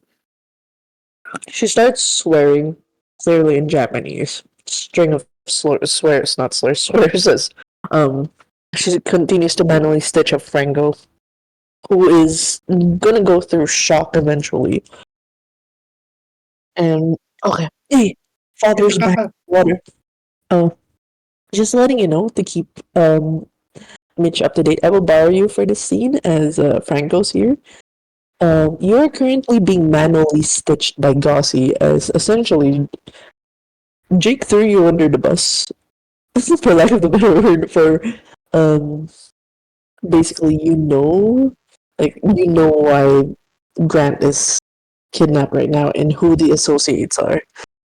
She demands Snitches get stitches, baby. demands names. Literally. She was supposed to give you lidocaine, a painkiller for the surgery, and then you see her actually put away the syringe and start manually stitching it. She tugs at the sutures, tightening it. Like, she does the job, but without any comfort for Franco. Just I, shit. I want to ask Franco, in all of this, does he actually tell when she asks her, who have you been talking to? Who Oh yeah, are he'll tell. It's whatever. He doesn't owe allegiances right now. So, He'll snitch again. He don't care. oh god. He already getting his stitches. Alright. In this moment, I just want to at least, how much is he saying? Is he what messaging with me? Come on, Discord, don't be weird right now. He says as much as he needs to until they give him like the painkiller. So he tells about Austin? Yeah, he like I said, Franco doesn't owe allegiances, he just survives. That's his main shtick. Okay, it's like, it's Austin. Like, I can imagine, I can hear Franco like, Austin. Austin with the good food. She took care of me for a while. And all that information. From, like, and you just see Gossie just like, her bane as a Bruja is being tested right now. I actually need to have her roll because this is something that would trigger the Bruja rage. Let's see. How calm are you, woman? Let's see. This is her low stats. Fuck. Franco, please don't die. Please do not die. Wait, is the music still playing? I hope it is. Yeah. Okay, cool. Oh. Oh no! Oh no. Well.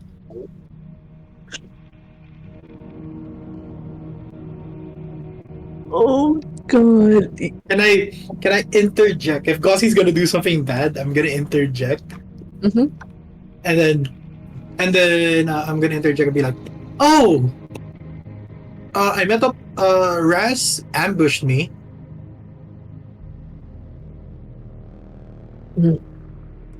Right. Right. Did you just see, like, she's not focusing right now, and, like, you just see her eyes, like, her yellow eyes dilate to more black at the amount of rage she has. You see her grab, like, her gloves are still bloody from all the stitching. She stops midway through the stitching,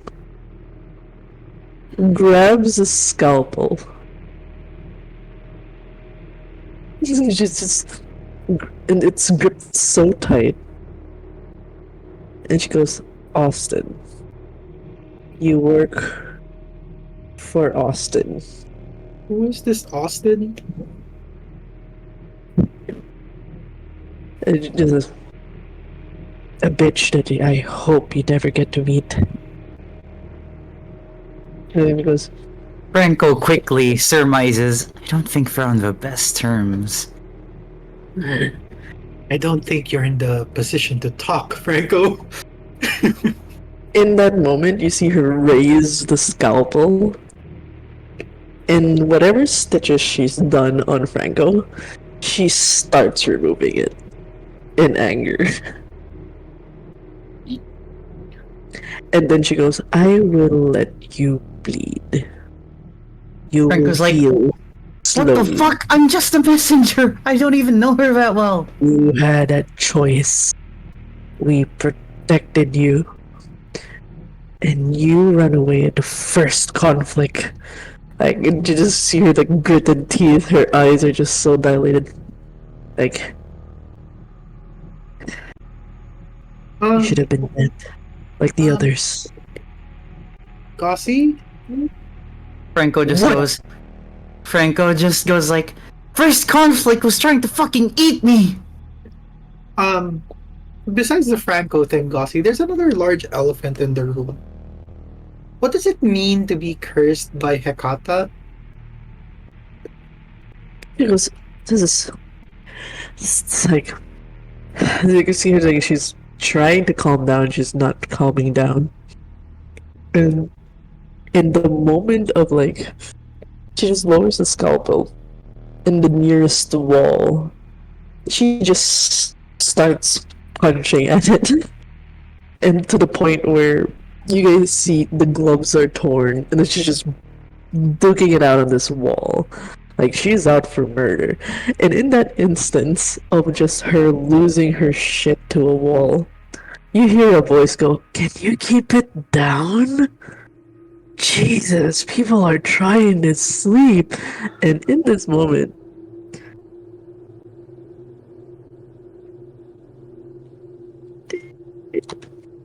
Who are you? What are you? someone from out of the ward. There seems to be a couple Oh my god! Oh, he's back. Yeah. Remy would remember who I am.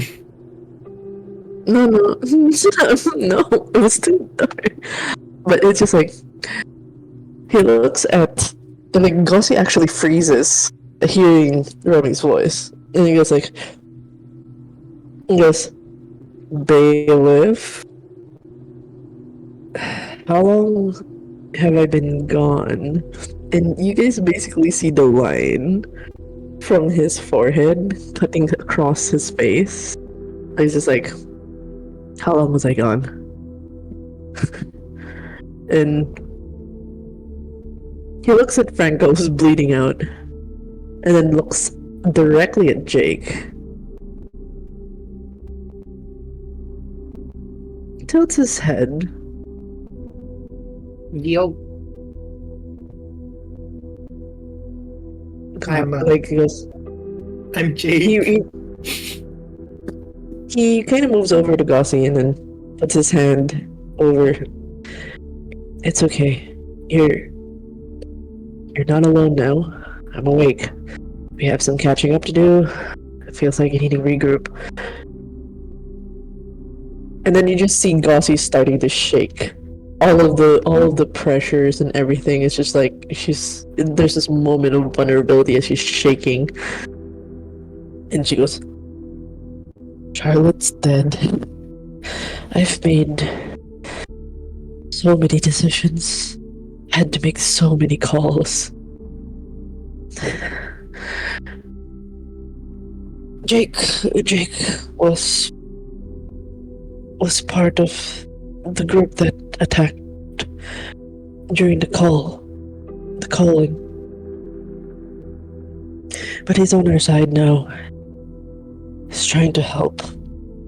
There's just too much. There's just too much. And you just, like, he's shaking, and you just see Remy just shrugging on the shoulder, like, it's okay.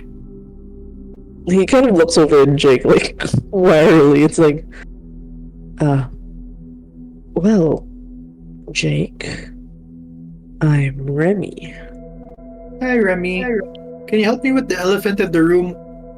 What does it mean to be cursed by a Hekata? You know, we can have that conversation after I have a bit of a talk with Gossi. Is that alright? No, because my hand won't stop shaking. And then he removes the wraps. And you just like, and you just see Gossi she's just like deflated of just, there's just so much. Where did you get that? When we killed Morrison?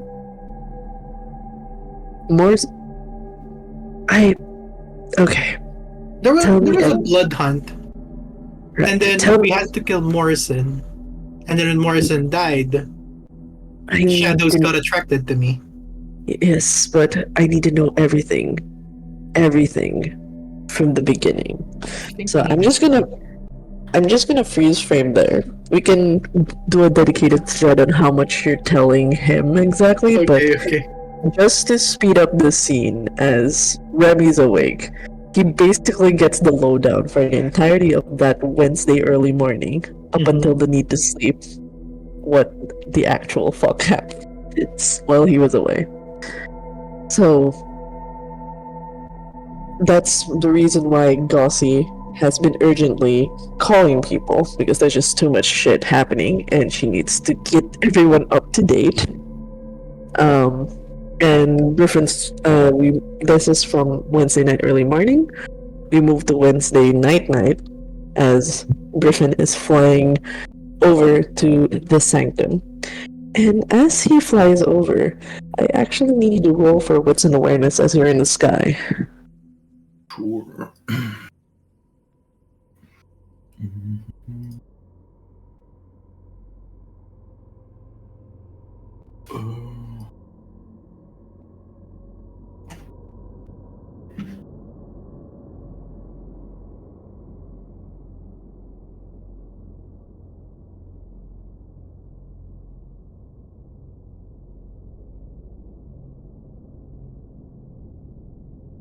The roll go through? The roll go through. I don't know. I had to look at something. Oh, it's okay. It's 5. Okay. You see a familiar face making their way to the sanctum. Almost like there's a bit of a rush in their steps as they get to the back entrance. Blonde hair, red glasses, and their eyes, blood red. Something clearly is wrong. Why is Carmine at the sanctum?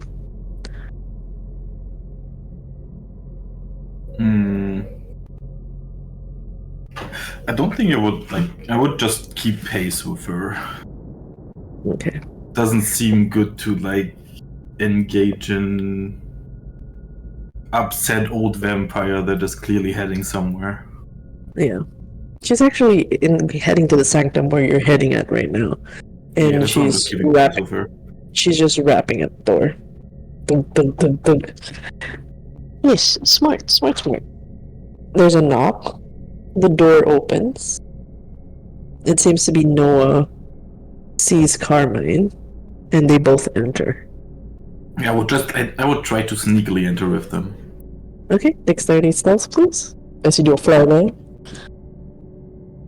Please let the door slam on the owl's face. What the fuck? Why though? Why?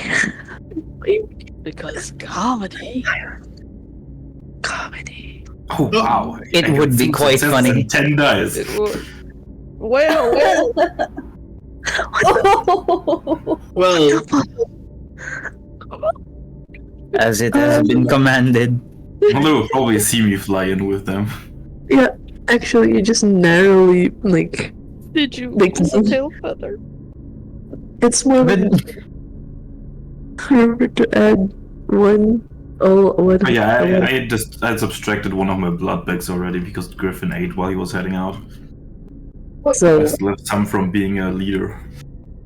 yeah, so from that moment, as you're flying in, some part of your wing gets snagged and you just rapidly flap, and Noah and Carmine look up to see you, and I'll just detach itself from the door and start flying in the, like, the Yeah, I roof. think when that happens, I would actually just return to humanoid Griffin.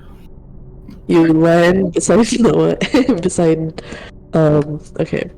You land beside Carmine and Noah, and it's a very confusing sight to see her here, and she just goes, "What's? Oh, She kind of like wipes away her tears and goes, "You're one of the people that asked a request from Gossi the other night, right?" Yeah, we met like 2 or 3 nights ago. Because you asked me to come here as well. No, I came here on my. I need help. I need help.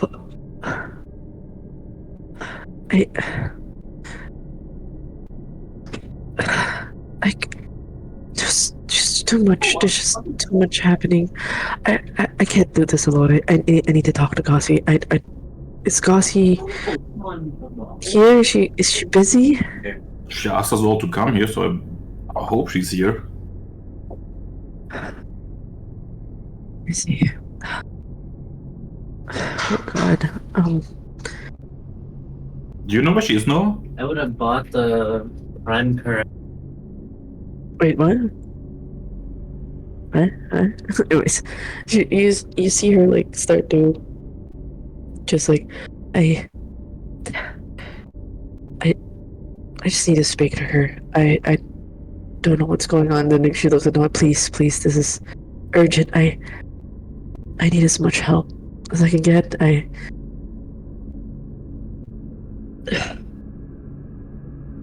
She does an exhale. Real quick though, I just want to check.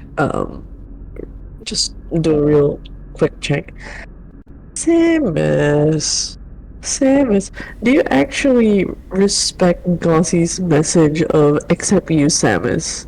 Or do you actually still go to the sanctum, regardless? I need to establish. No, because he has some fucking information. Yeah. But the other thing is, it does depend on how fucked up does he get from dealing with Becca in the morning, or the bit of the night. That is true. Okay, we'll establish that later on. So, in this moment in time, as Griffin is,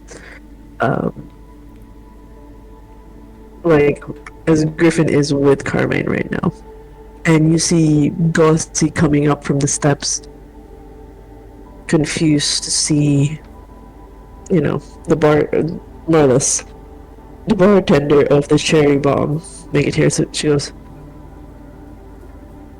"Carmine, I'm sorry, but we're in the middle of the." And she goes, I know. It's just I need your help.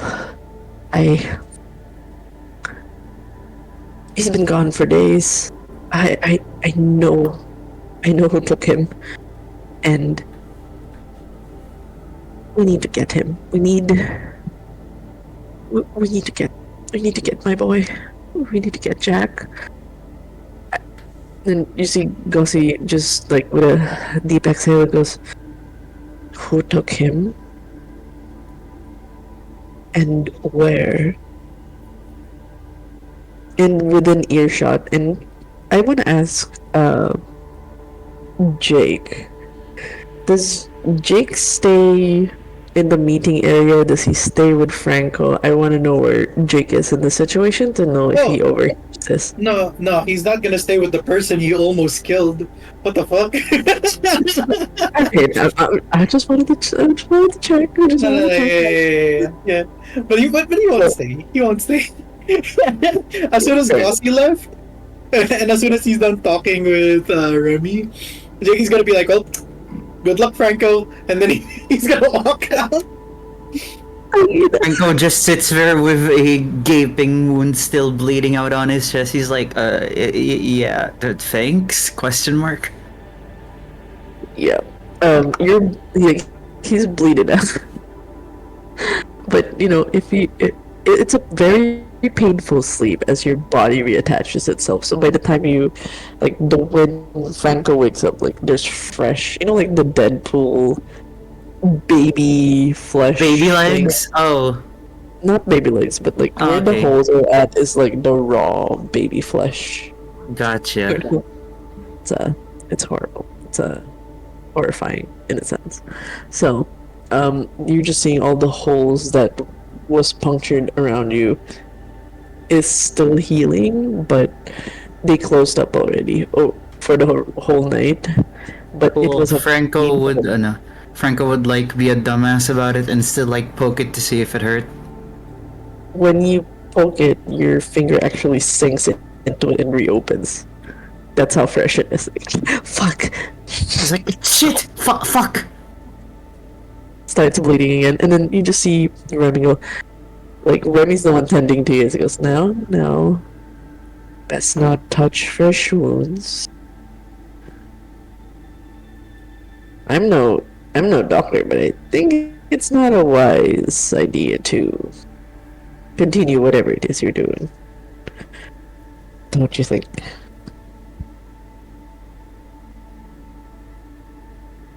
And in that moment, so that means Jake is where exactly? Does he go up? Does he go down? He goes up. He goes up. We go up. Helicopter. Okay. So as you're going up, you're hearing the echoes of Carmine pleading to Goss. It's just, and you hear the who and where. She goes, I know it's Leto. I know it's her. I know she took him. As an insult to injury for me not agreeing to join her side, I tried to be neutral to the war. She took Jack. I just need to get Jack back, and I know where she is. I just can't. I tried to ask people for help, but you're the only one. You're the next one I could ask. I know there's a lot going on. I know you're in the middle of a war, but your main enemy has taken what is mine, and I want to get him back. I want him safe. And she kind of looks where. Have you heard from? She kind of stutters. Have you heard from Rin? And you hear Gossi go, as far as I know, Rin and his associates have taken one of our own as well. As far as I know, Rin is no longer one of us. Then you see Carmine just... That doesn't make sense. He told me what the court was planning. He couldn't be part... There must be some way. Like, he was. And Gossi just. There's this poker face with Gossi right now. Yeah, go ahead, Jake. Go ahead. Oh, no, Griffin and Jake are there. You guys can intervene. So Jake comes out from like the back area. And it's like, I'll help get Jack. And then you see I have one Carmen important turn question. Has the Bloodstone turned black by now? Yeah. Yeah, so yeah. Yeah, then That's all. Carmen would know what happened to Rin.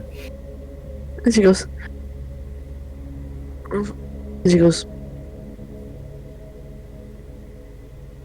As at the mention of, like, Rin could be one of them, she goes, I would know Rin would not be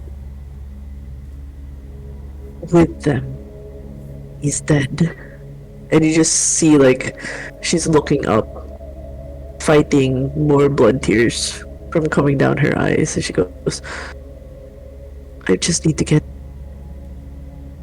Jack, my Jack back. I know she's doing this out of spite. I've shown power and she knows my weakness. I didn't want him involved. Every turn she's there. There's only so much I can do. Please, Gossi, I can't do this alone. I would be down to help. I could use some distraction right now. Yeah, I'll help. They owe me my life, so I'll most definitely help.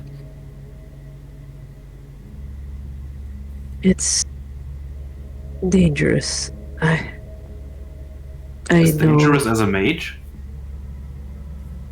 A what? And then Gossi goes, like, she raises her hand, we do not talk about that. You want us, like, at least we need to deal with this particular threat to get it over with. Like, Jake, she kind of turns to Jake, you can brief Griffin on the way. I think there should be more trying to help with Carmine's situation, but how many do you need, Carmine? We're quite limited, and there's something else we need to look into. She goes, they can go with me. They've more or less stationed themselves in one of the areas in Gentilly, one of the mansions, one of the old historical houses. You can get there. Funny, I was just on my way to Gentilly. Yes, you can join me. I just can't fight. I can distract and try to redirect some of Leto's abilities, especially if she tries to mentally and emotionally manipulate you. That's all I can do, but she kind of goes quiet. We need to find where Jack is and get him out of there. Alright, it's a deal. And then he walks towards Griffin. Like, come on, Griff. Let's go. Yeah, let's take care of it. Alright. Griffin's just gonna turn to Gossi for a bit. I think Ollie and the other ones will arrive later. They just went ahead. Right, he kind of looks wary at the two. It's like, you could use another one, but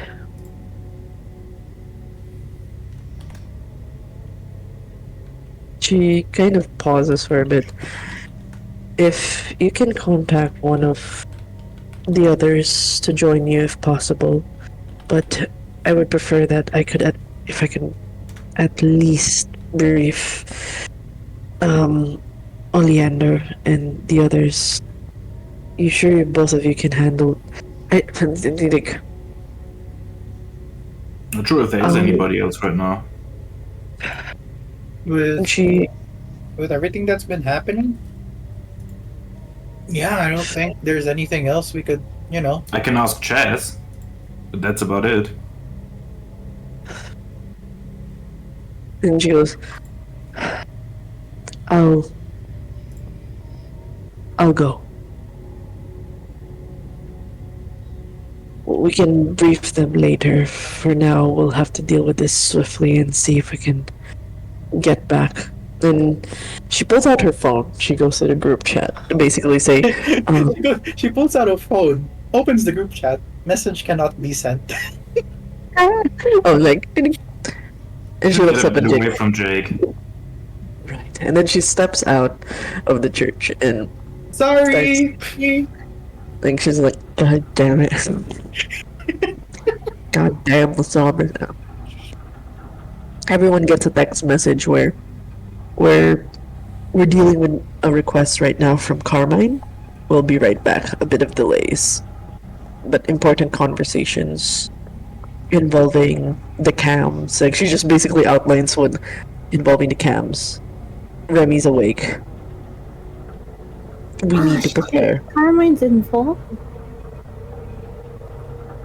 And then that's the Okay. group message.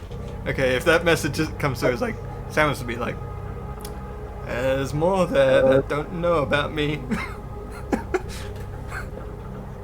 Like, so yeah, it says, and she forgets to say, except Samus, but she's like, everybody just go to the meeting after we deal with this situation.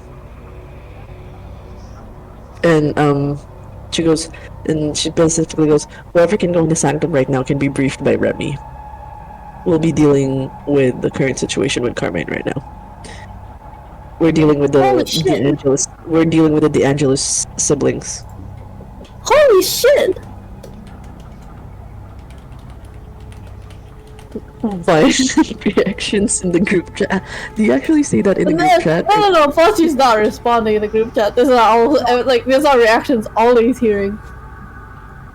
Hmm. Holy shit! No, So Shall everyone's we keep giving going it then? the eyes. Nag-aaway pa rin yun, dalawa sa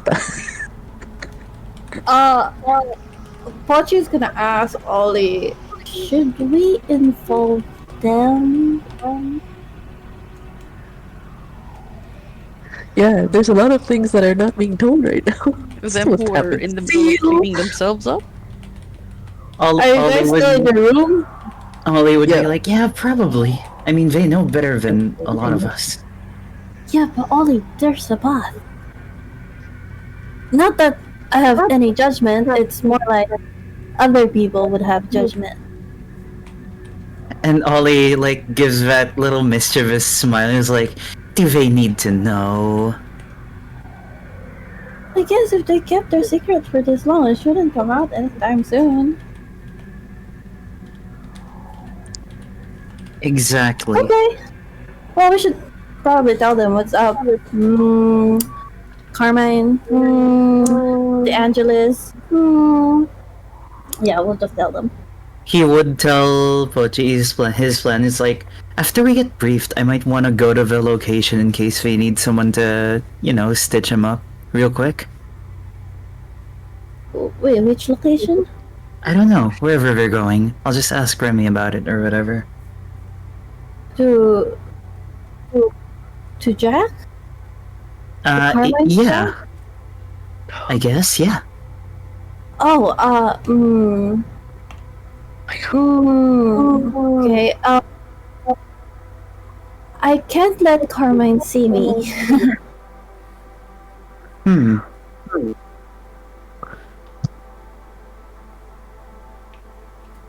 Oh, How about this? okay then. Yeah. Gods, I just came back. I don't want to separate from you already.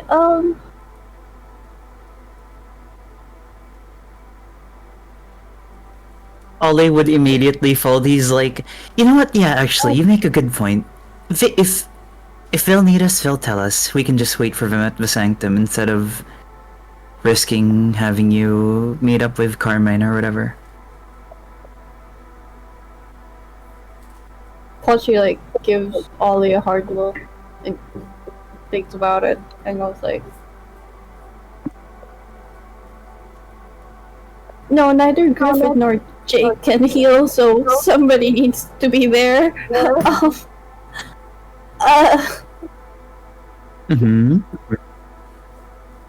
We'll get brief.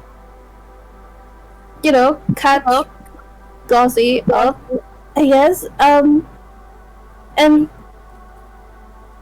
whatever Gauzy needs help with, I'll help with, and you go help with the others. Yeah, okay. Guys, I don't know if you can hear me, but my net is dying. Oh no, internet! Oh no. Just I know my net's dying. I can't hear anyone. Everything's been quiet. Oh no. No, there she goes. No. There she goes. There she Comes back. goes. It's just all different songs.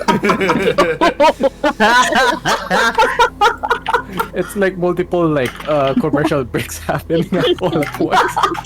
So we are currently having a break right now, everybody that's watching. So, The DM is currently having connection issues.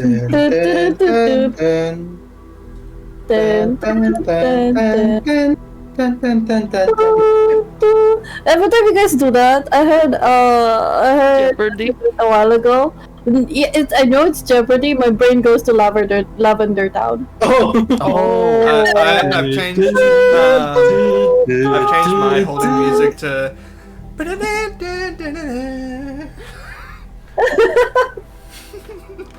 Well, imagine if you forget to change it. And we're all just like serious, but it's like. Oh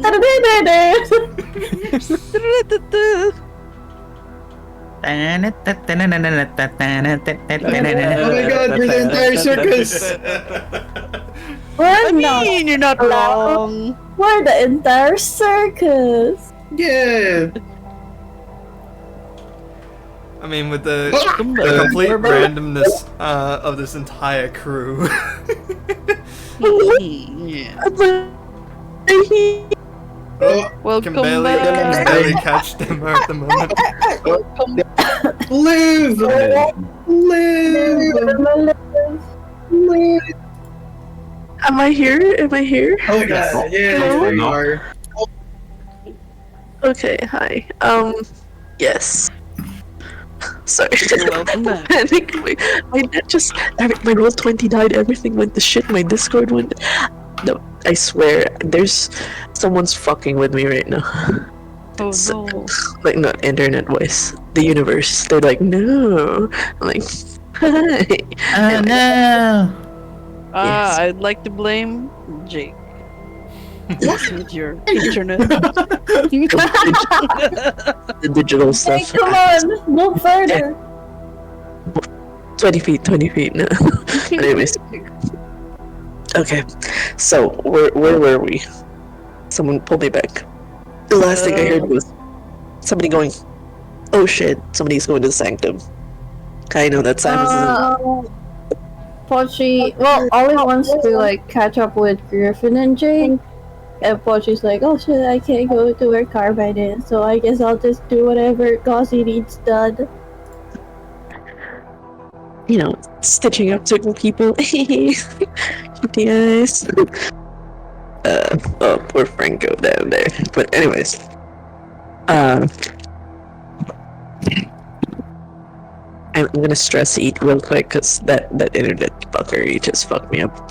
Okay, in this instance, when Samus texts us that, she goes, "There's just a lot of shit going on.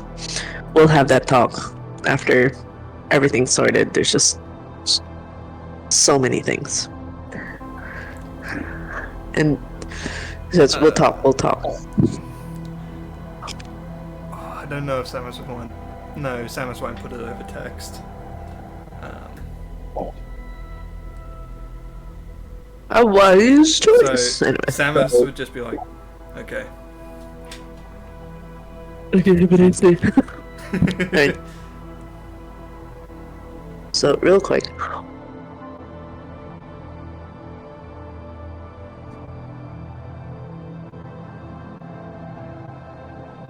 Alright. So, you guys head over to the Gentilly Terrace. It has, by far, one of the largest collections of this, like a style of English cottages. This, like, almost like the craftsmen's and bungalows of like it's very well known for its architecture. If anything, this used to be like a swampy land, and they created a lot of houses around it of terrace-like structure, so it almost feels like almost Mediterranean Spanish. Definitely, if a certain someone was here, they would know this is a certain work of art of a certain Damask. But in this particular area, there is a specific house in this particular Gentilly Terrace. A well-known mansion, one of the earlier chateaus that were built here, that stood the test of time. The houses here are prime locations beyond the French Quarter, because even if the houses were built in the 1900s, it doesn't need that much repair. It went through so much weathering, it doesn't crumble. Like, it's a very well built home, with of course the flair of the past, like it almost as if it stood the test of time. It aged beautifully, and it was maintained for the most part, but very high end. So it's a very quiet suburban, slightly abandoned because, okay, real talk, real estate has been really rough in New Orleans. That a lot of people have actually, I've looked up on the real estate in this particular area. French Quarter and Gentilly Terraces are few and far lived because of how insanely expensive the houses are. So of course, the twins would have their bougie ass in one of these expensive houses. No duh, in a sense. I'm just making sure I'm heard, that the Discord hasn't fucked me over. Good. We hear you. Okay. Loud and clear. Thank you, because I'm crying. Me too. Roll20. Okay. Let me just load Roll20 real quick again. I'm just gonna refresh. So with Jake, Carmine, Griffin heading into the location, does Griffin actually try to recruit Cairo into this? I need to know. They said like they would need like one more would be nice, right? Yeah. Because, And I think Griffin is gonna message Santi's phone and ask if Cairo wants to beat up the De Angelis twins. With Carmine. He probably mentions Carmine's name like briefly, so he knows who's there. First question: does Cairo keep an eye on his phone charge? Oh no. Yelly was smart enough to have it charged. Oh, darn it. Yeah, he hears the familiar, or however fancy classical whatnot this sad emo man has left it as, and he looks.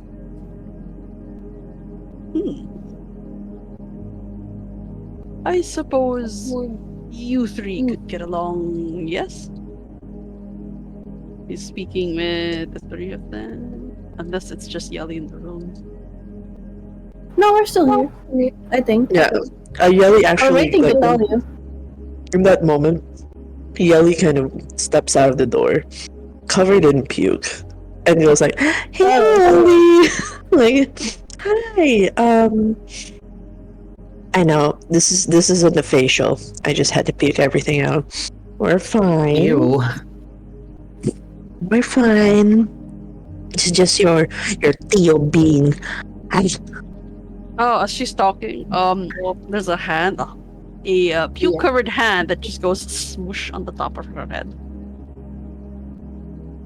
I'm gonna need a bath. A really long bath. Oh my god. You're not Ew. the only one. But Well, she's just staring at them. Just a new phase in this room, and Yep, there's violence everywhere. There's clearly blood, vomit, broken walls. no. Cairo probably will not react because Cairo knows Pochi, but Yelly's seeing Pochi for the first time. He goes, like, she's looking at Ollie and he goes, "Okay." And like, "Ollie? Who's this woman?" your replacement. This is Convincingly saying behind her. Yes. He's like, he's your replacement. He pauses for a bit, ruffles her hair, and then goes back in. Because it's like, oh, Excuse- somebody else is calling. "Excuse me, I'm irreplaceable. You can't have anyone else." I'm not a replacement. I'm Ollie's girlfriend. And she goes, "Oh my god, is this," like, she looks at, "Is this Pochi? Is this Pochi? Is this Pochi? Is this the one you, Pochi? Is it Pochi?" Looks at Ollie. Ollie nods at her rapid fire, saying of Pochi's name. It's like, yeah, Pochi, yeah, yep, got it right, yep, Pochi, yep. The actual. He's still nodding along. It's like, yep, musician, yep, singer, yep, that one, yep, Pochi, yep, that one, yep, yep, that one, yep. Oh my god, you know when you guys spent the time in the cemetery, the one who chased off the demon for you? Oh my god, this is so romantic. Yeah, he's literally just like, yep, as he puts his hand around Pochi. It's like, yep, yeah, actually, yeah. Oh my Oh, that was a long time ago. Yep. Oh my god, wait. I'm gonna take a really good long shower. We're gonna put nice clothes on you, Pochi. You don't have a choice. You will have nice clothes. You will look gorgeous before we need to go anywhere. Are we going somewhere? I don't think we need to go. We can take this off day, you know? We don't have to go anywhere. We can relax. Ollie would interject. It's like, but she's already gorgeous. I'm saying you have to know how to dress up your lady. My god, you know, we have to wear clothes too. We can even make her even more gorgeous, accentuate all the gorgeousness. But I need a bath, and we need to deal with those horns before you head out to wherever it is you need to go. Are you going on a date right now? Oh my god, am I intruding? Oh my god, that is so No. If whatever you're gonna dress her in, just make sure it's like practical as well, because she might need to do something for Gossi or whatever. I think. Oh my Yeah, god. we're on a mission. On a mission for what? Oh my god. Can't you guys have an off day to just have a date? Oh, girly, I wish. I like her already. Let me know when Cairo can come back from the shower. No, I mean, depending on how long he broods in the shower and stuff. He's in a hurry to get going. Oh, okay. And to rip things into pieces? Why not? Yeah, exactly. Do you actually, like, do you pass by them, or do you just do your Cairo thing and try to leave without them noticing? Yes. Through the window. Just for spite, he leaves the bathroom door unlocked and goes out to the bathroom window via cat. Which I should probably roll that, right? Yeah, dexterity stealth, please. Let me... Shapeshift?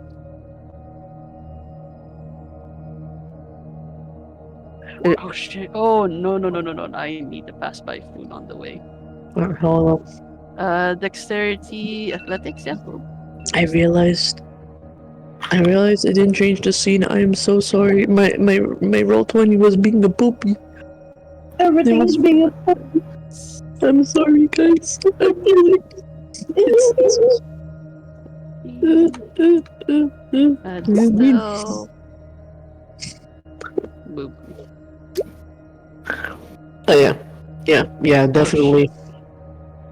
And in a way, Yellie's already distracted with the appearance of, he like her adopted child's girlfriend here already. She doesn't question why the girlfriend's here all of a sudden. She's like, oh my god, she's here. There's someone to dress up with. I've been dressing up Ollie and that stupid meat muscle cat who does not appreciate art.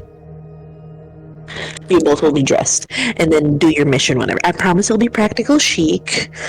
You're gonna be wearing things that will look gorgeous and professional. Girly, talk to me. And the person was just like, girly, and then they go. After the shower. I look like shit. I need to be presentable. And then she basically shimmies up. She doesn't notice the cat disappear.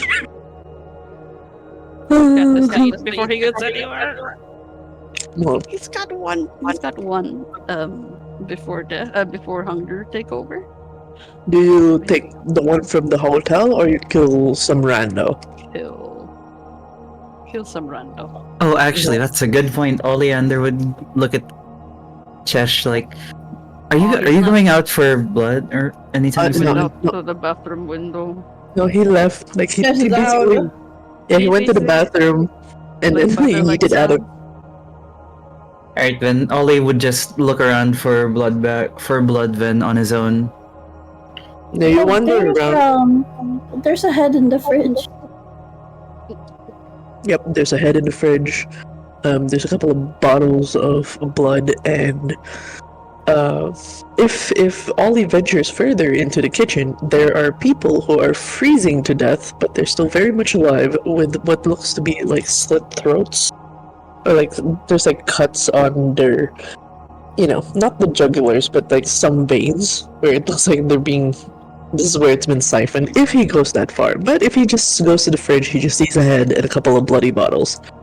Okay, yeah, he'll just go to the fridge then. Yeah. Awesome. Sweet. So, those bottles, they're really fresh blood. You can tell the freshness of it. Like, God, wow. It doesn't taste like...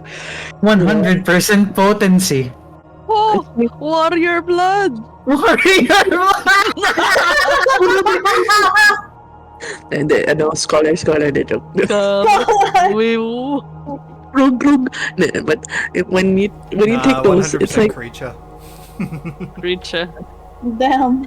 100% scholar full the cooldown. I know. In that instance of you can tell, like, compared to blood bags that clearly has been frozen for months at a time, like, yeah, this is fresh. This is Oh my good god. shit. This is after beating the sommelier. Well, There's so many. I would just say, it's still the same weight as a blood bag, but definitely tastes better. Pachi You can would drink this enough one. to to basically all the way down to 1 hunger. Yeah. Well, basically it's like in litros, like the glass bougie bottles. Oh yeah, gotcha. But, While Yelly is taking a bath and Pochi and Ollie are like drinking blood, Pochi kind of just like sits beside Ollie and then leans her head on his shoulder, and then like in the quiet she goes, "So, how are you feeling?" He feels around the top of his head for the horns. He's like, that so and so, You're not scared about all of this?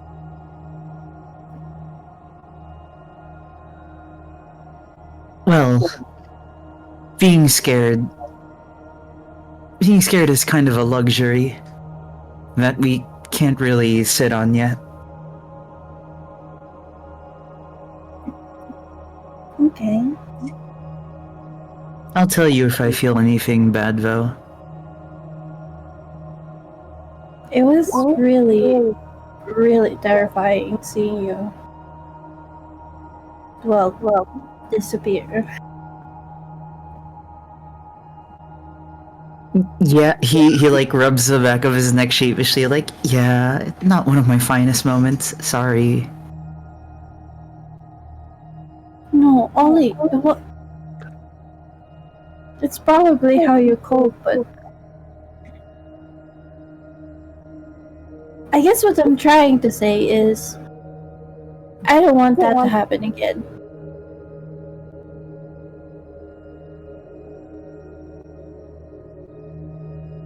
He nods somberly at that. He's like, yeah, I'll do my best to not do that again as well.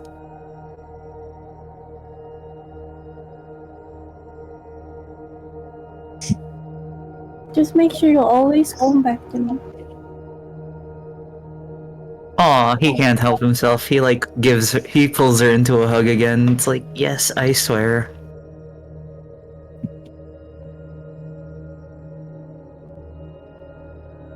Podgy gives him a kiss. He does like do that giggle there as well. As a perfect transition, moving over to Need to sorry, what? Can I hunt? Can I hunt before we go? Yeah, we'll just establish that you did.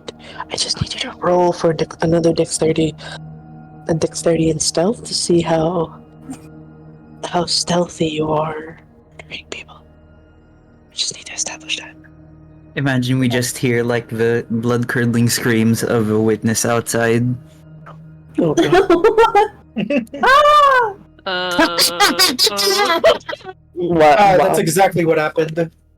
fucking jinx. I called yours and you called. Wow, that's even worse than one.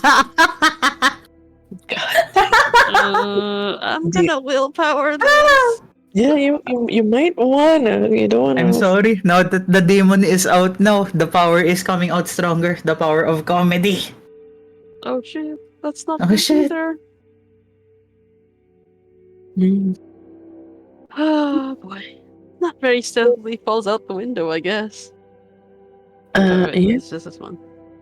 No, I mean, it's similar. It's like because of emotions just running through you, you're really sloppy in your last few kills. It's definitely sloppy, Nice.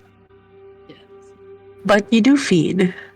You leave a bloody mess, a trail of more bodies. But yeah, you drop to 0 because I'm assuming you drained a human. Yes. I do want to hide the body somewhere, but You think, I will say, you believe you have hidden the bodies very well. You believe. You believe. Yes, I believe hard enough, and I've gone towards If I wherever. can't see it, it can't see me. It was hard enough up until he hears the scream of a civilian who sees the bodies. It couldn't be mine. It was so well hidden. He's like, oh, what? What are those doing there? Oh no. I mean, meow. Wait, hold on. I am fixing. Please, map work for me. Work for me. Come on, you can do this.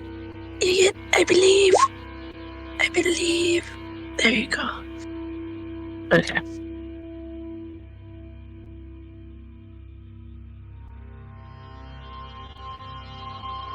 Hold. Where are you, Gussie? Show your face. Show your face, Gussie. Show yourself! Okay, there. Show yourself! First, yeah. I'm dying to meet you. Alright.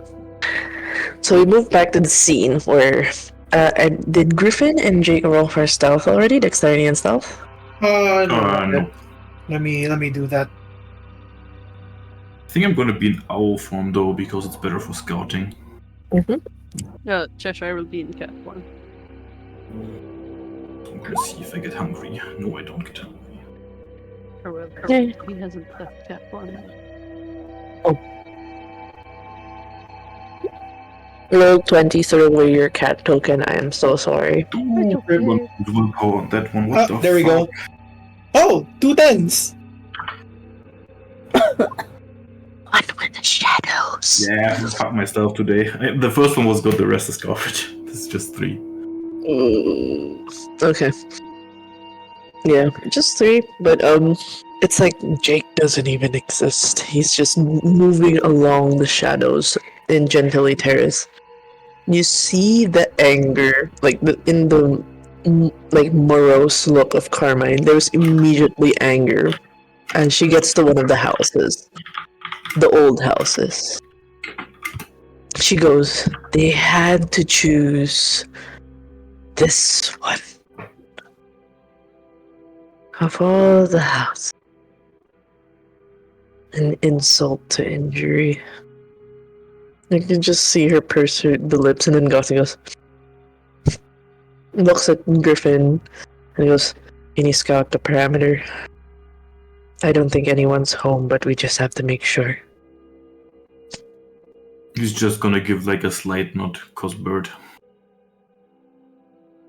Looks I at have a Jake. small detail.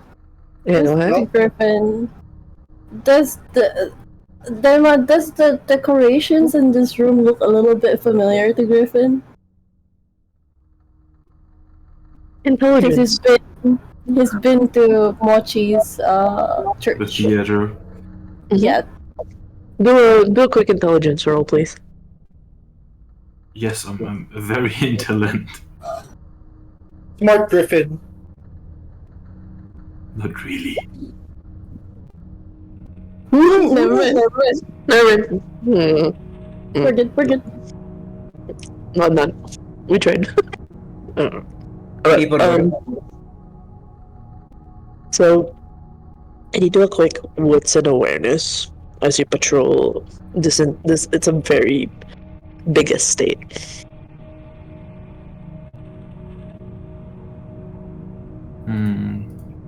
I guess I would like just fly around it, look if vampires probably don't have actually maybe they do have lights up.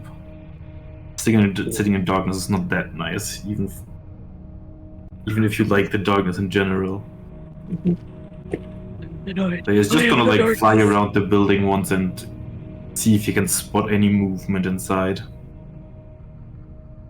And Jake, I need you to do a perception roll specific to shadows. See if you can pick up. Perception.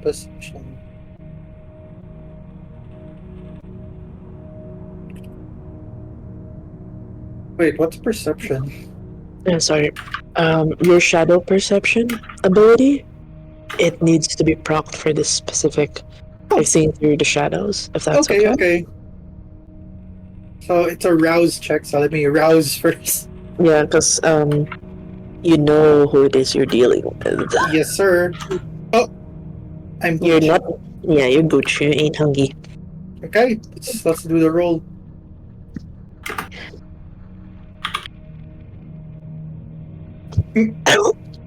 I'm gonna willpower that. Very good. Just to clarify to people, if you have a virtue, it resets to to max willpower.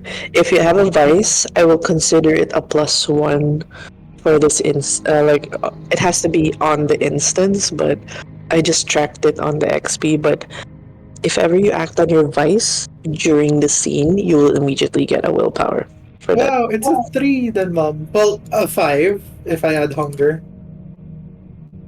It's a 5. What am You I can- seeing? Thankfully, none of you have entered the house. Wherever the shadows touch in the house, it is warded. Kind of treat it like an alarm spell. Mm-hmm. Somebody walks through those shadows, there will be things that will lash out and basically alert whoever set up these shadow tentacles in like whichever the shadows are in the area. I tell that to everyone. I'm like, kind of dangerous to walk in. Just, going in. Is there a way to dispel it? Surely there must be a way. Maybe I can play around with it, see what I can do. Ghostly nods. There's only so much my steel sword can do. It's better on the flesh. Alright. I'll see what I can do. Can I do shadow play to mess around with it? Yes. For the specific wits and awareness for... Wait, did you roll wits and awareness? No, I haven't rolled yet. Okay. Let's Please go roll. with awareness first. Let's go. How much do I see? What does the bird see? That's willpower, this.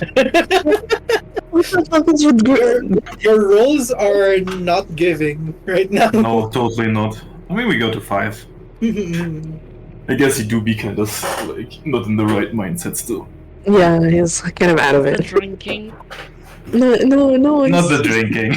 The sun. Don't go for the sun boy right now. Oh, by the way, I need Cairo to roll for a dexterity athletics +1 for the zoomies to see how fast you get to this area because you're not here yet. Could I also ask if I managed to proc patience and violence? Oh yeah, for this session, violence definitely with yelling. That's a given. I'll give you a +1 willpower for that. You definitely went full ham violence. So that's a +1. Yeah. Yeah, I guess I do get my hasty Just for running the one. away. Hasty, not because like the Not for description. grabbing the bag and leaving. No, because hasty is, it's specifically doing something. It says here, it's rushing in only if she acts before thinking. There was definitely some thought of like going there, getting and leaving, so it's not really hasty. Yeah, that So. makes sense. Athletics and which one was it again? Stealth, was it?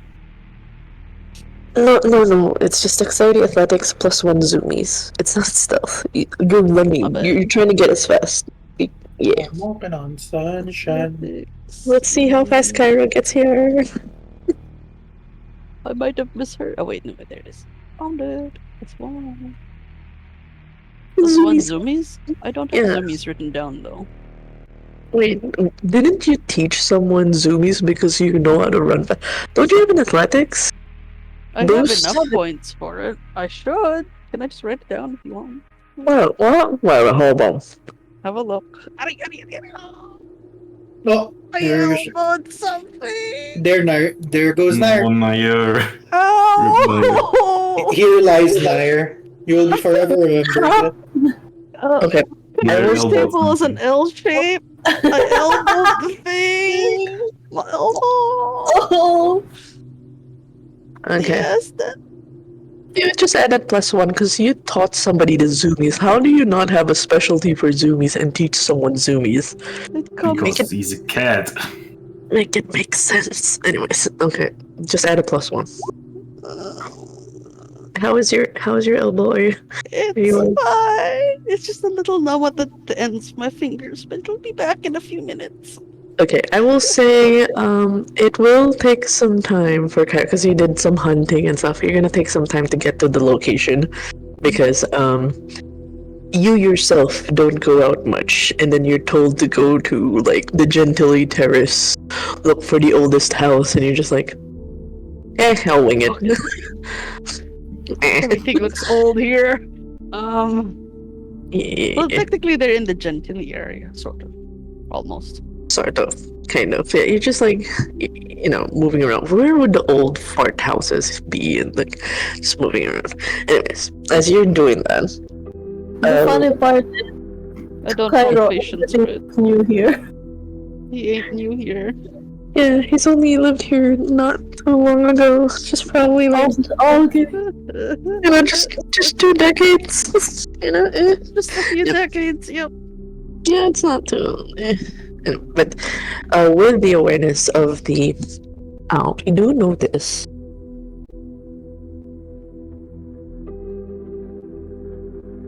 What do we notice? you notice the smell of human blood, but coagulated.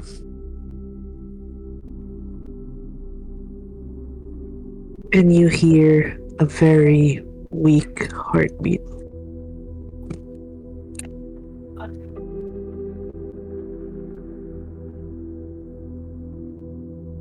Man, none of these people understand me. Yeah, I guess Griffin would land and turn back because none of these people can understand him in owl form, sadly. I mean, So he no, doesn't have a translator. wait, he doesn't. There's no gangrel, right? There's I mean, there's no gangrel or anybody that can have animal speech. Yeah. Which Moth apparently learned. Oh. Pain. But yes. So he's forced to turn back to tell them that there's still someone alive in there. Very weak though. Alive. Mortal. Like, and you just see the look on Carmen's face. No, they wouldn't. Like, she exhales.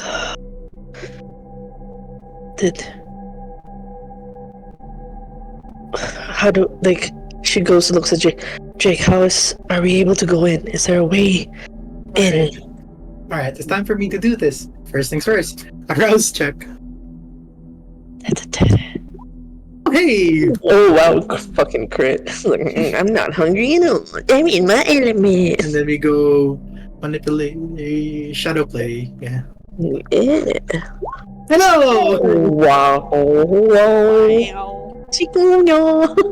So I'm disabling their traps. I will let you choose, not all of it, but enough to gain a point in entry. From the estate, there is the front door, windows, 2 windows.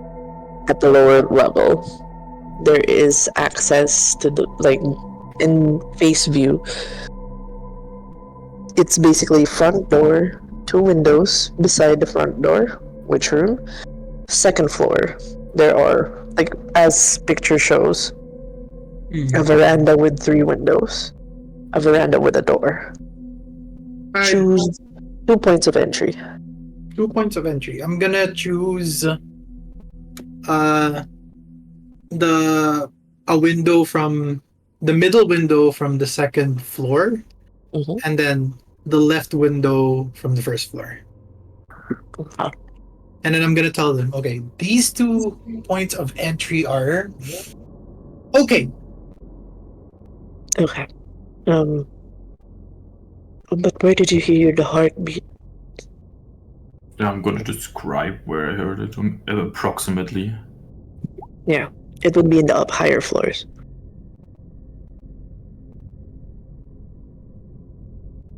Want me to try and get them? I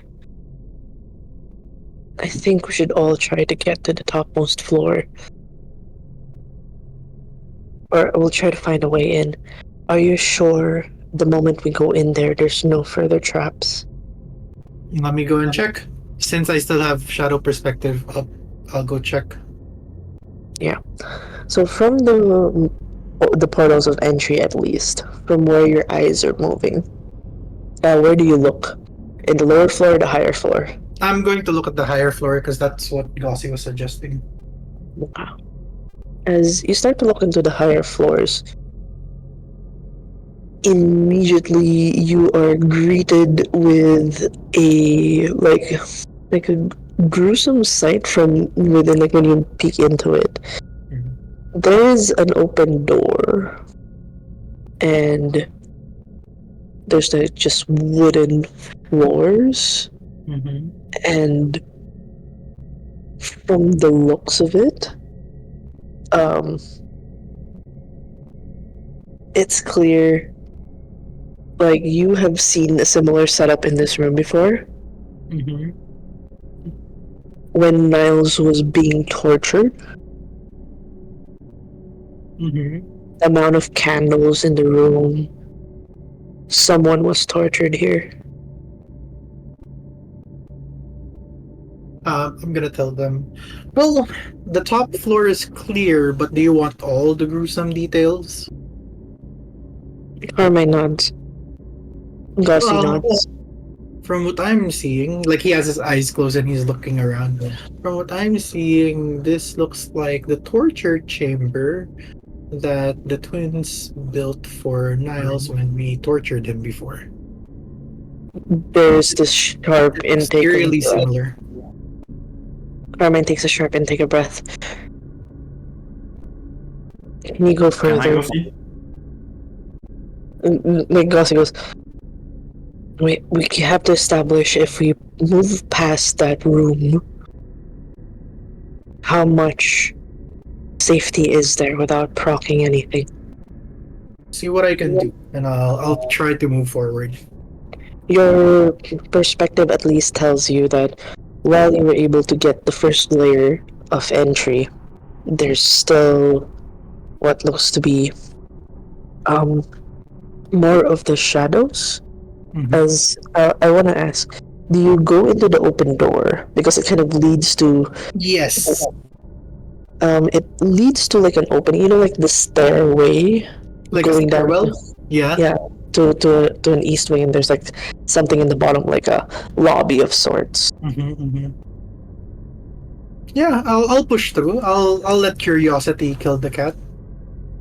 You notice that each of the pillars,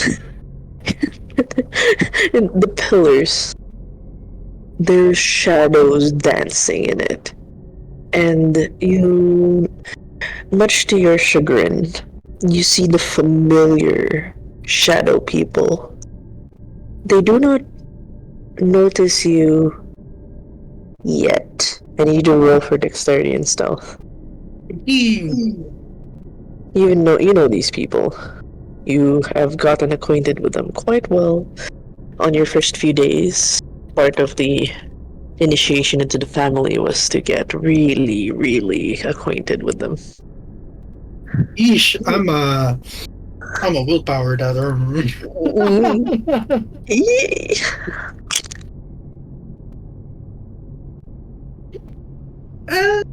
okay.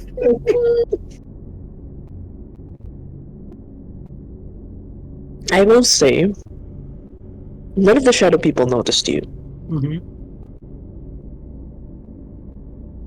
And do you move past the? Because like you're only seeing the stairs and the surrounding people around the Yeah. terrace and the stairs. Do you move forward to look down below? I will. I know. Before that, I'm like, I can dig in a little deeper. I'm talking like to them. I can dig in a little deeper. There's some shadow people I've met before, but if I go a little further, there's a chance that they can spot me, since shadows one the same. But we just need to confirm where Jack is. I'll do my best. But And- if they find out that I'm spying on them, they'll be up in arms, so it's your call. He goes, we need to find where the enemy is. Is there a way that you can track them? Is there a way I can track them? Well, I know where these are, and then like the shadow people, I know where they are currently, but other than that, I don't see any other enemies at the moment. I have to dig in deeper into the mansion, into this place, to be able to find out anything more. And then again, I'm warning you guys, if I dig in any deeper and they spot me, they'll be pretty much up in arms, and the element of surprise won't be as effective. Okay. But and Karma goes, it doesn't matter, we just need to find where Jack is. And then Gus goes, no, we need to find where Leto and Raz are. It's better to get an eyes on the enemy. And she goes, Jack is somewhere in there. He just mentioned a torture chamber. We need to find, and then just see Goss is like, "You're trying to help you, Carmine. We are trying to find the people that are responsible for this. The sooner we get them, the easier it is to find Jack." And in the middle of the squabble, Cairo, I need you to roll real quick a wits and awareness. Is Kiro there?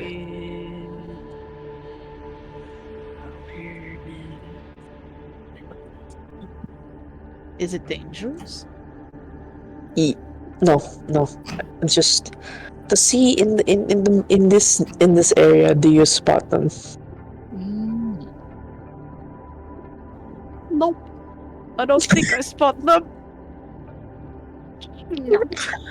Okay, you're coming from the back. You're coming from the back entrance of the house. I want to ask, Cairo. You don't see Griffin or anyone. It's just like, okay, this I looks like. believe this is the oldest house. Yes. Yes, it's the oldest house. Do you I still might use think? vanish. Do you? I Okay. might use vanish. Emma. Okay, sure. Because this is a very old-looking house. Let's see. Just to remind Cairo, I you do not have the knowledge that the other group has. Okay. Nope, not a clue. I just vanished though. Okay. I am vanished. Okay. Now the question is, do you go in the house? Probably not. I'd check the perimeter first. Oh, he goes around. Yes, I go around the house. Beautiful. Dexterity and stealth, please. Dexterity and stealth. This is beautiful. I'm being sneaky. I get my +1. Yay. Yes. Yep. Oh my god, Vetra!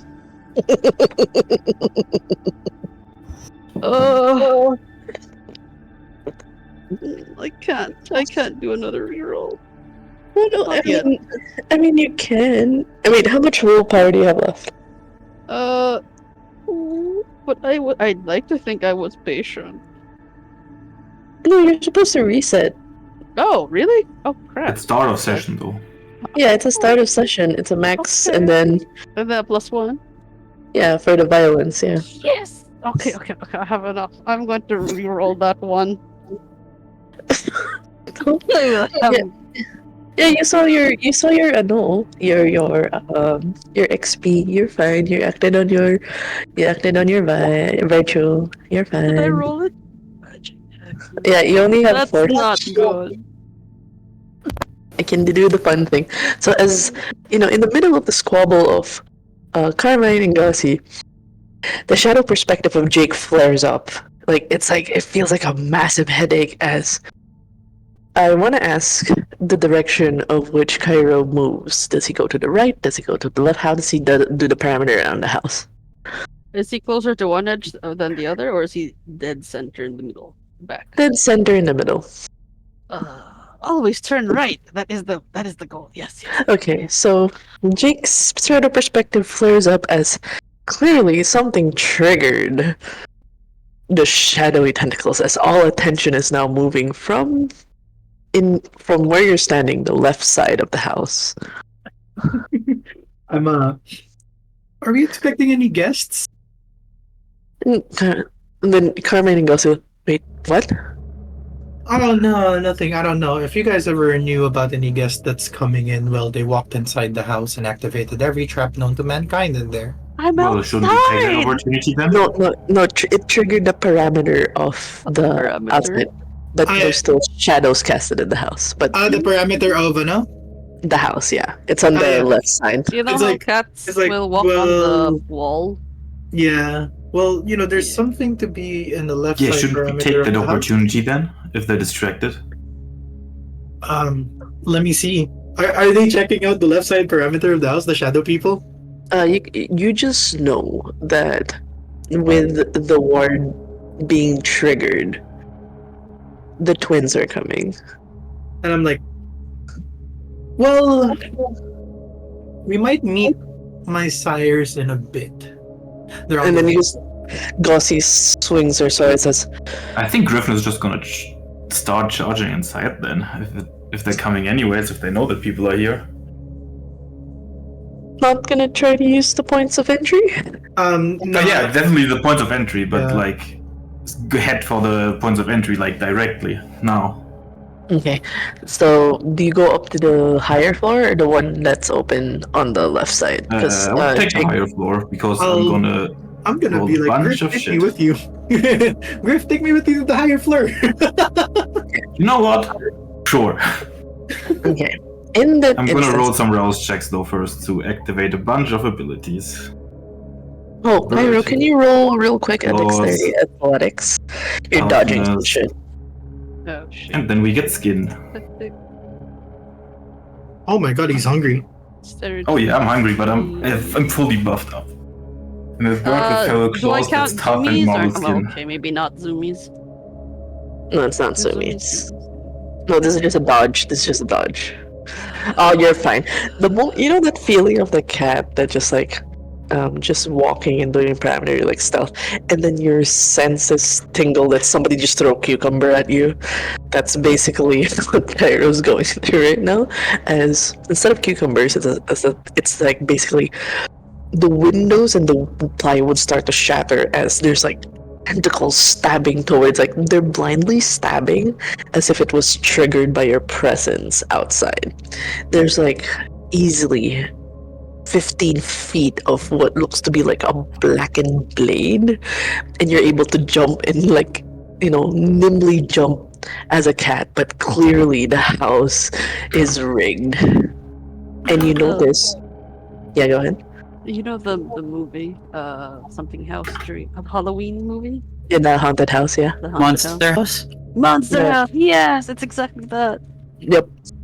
But it's shadow tentacles stabbing through the wood, and it starts to recede, and you notice it blocked from where that you stepped on certain aspects of the shadows casted over the house. So they don't see you specifically, but the house is definitely like booby trapped or something. It's But booby which trap. it will sense movement in the shadows, and it's dark right now. It's nighttime. And the fun thing is, I'm also black fur. Like with the fur, but they sense you though.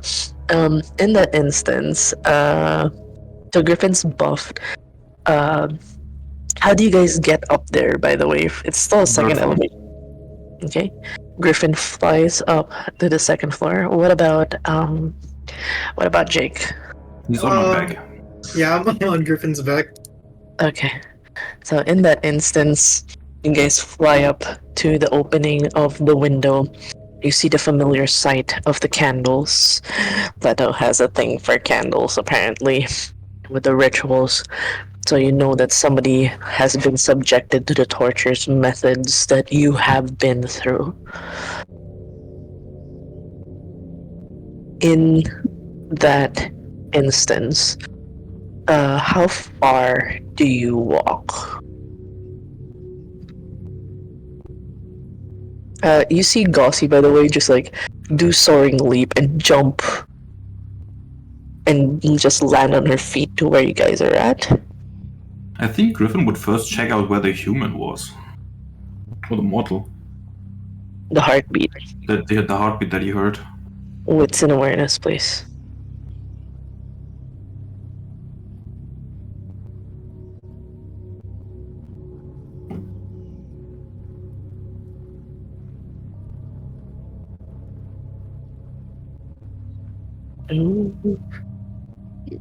Oh damn, that beast in here. It's like it's like a weird feeling of like something from within you hears it first.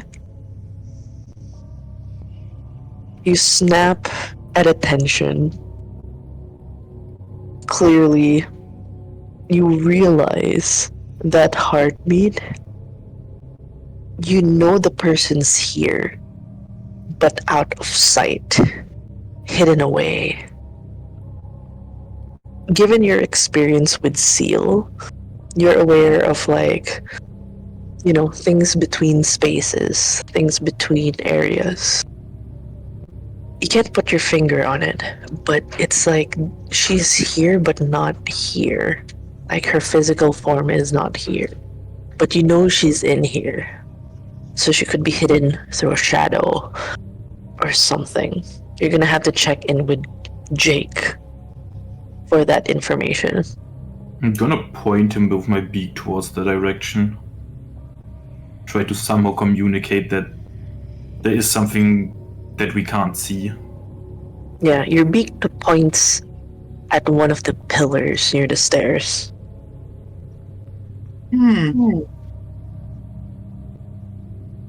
All right, we're gonna do charades here. You're gonna nod and you're gonna shake your head. Are they like us? He's gonna shake his head. So they're human Not. and they're not here, Not. but also here. Not.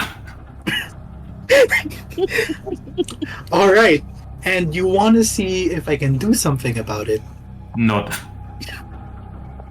I love this. Beauty! I love this so much. And Well, then I'm looking, there'll be a killer party in charades. and then I'm looking at the pillar, and I'm like, "Do you want me to play with the shadows? Not. Will you guard me while I'm doing so?" Another Shakes not. head. My nose. All right. I guess I'm gonna do another shadow play on the pillar. Okay. So I have I to will- roll a rouse check first. Yes, I will tell you right now though, when you make that roll, Mm-hmm. you need to beat 5 successes. It's a Okay. pretty hard roll.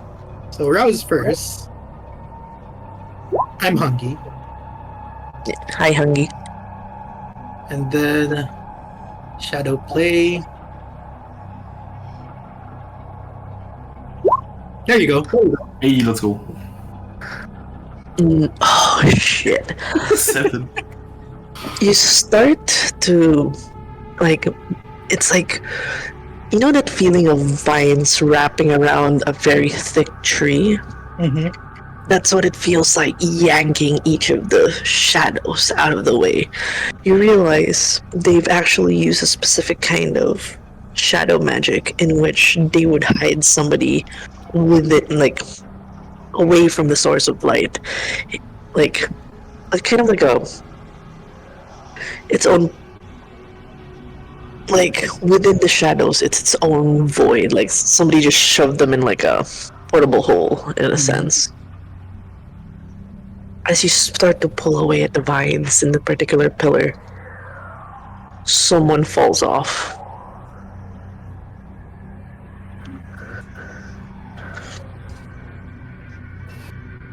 Who is it? Is there someone awake? Yeah, are they awake? The card didn't load, but it's all the best I got. Oh, I see it now. They fall down on the ground,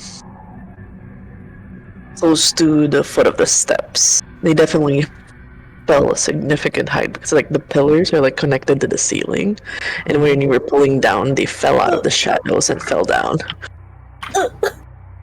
Yep, black on the ground. Griffin immediately picks up on the heartbeat. It's very weak. And Do I then- know if Carmen stayed outside for the moment, right? Because she can't get up here. No, she couldn't. So I think Griffin would just take this person and bring them down to Carmine. As you try to move towards there, can you make a dexterity and athletics for me, please? Sure. I got athletics even. Oh, I do it a little bit.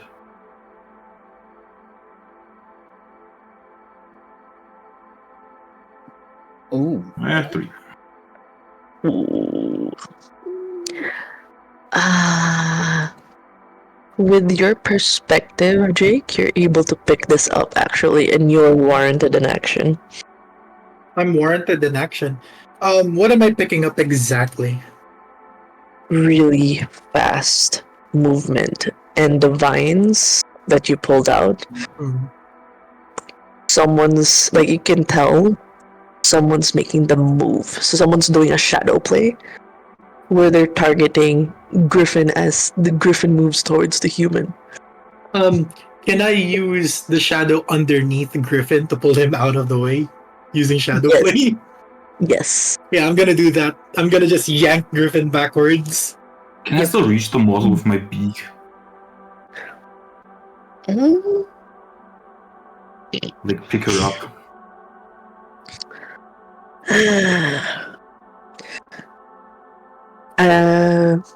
I would say yes, but at the risk of using your dexterity athletics against what I'm rolling. That whatever Jake's gonna do might, like, because someone's trying to get you out of the way. So if you're trying to get her, I'm gonna be using your dexterity athletics for this attack. The attack might go through. Yeah, that's fine. Okay. Do I roll for shadow play? I will just say, you do that. I will just say that you actually do pull the shadow, but because of Griffin's action of jumping out of like where he's stepping to get to the mortal, so you were able to just pull, but he acted against it, like he didn't get himself pulled. He still tried to get the mortal. So The moment that happens, I pull him and then he moves out of the way. I just shrug it. I'm like, he'll be fine. 1, 2, 3, 4. Okay, just enough for a nick. Does this count as a physical attack?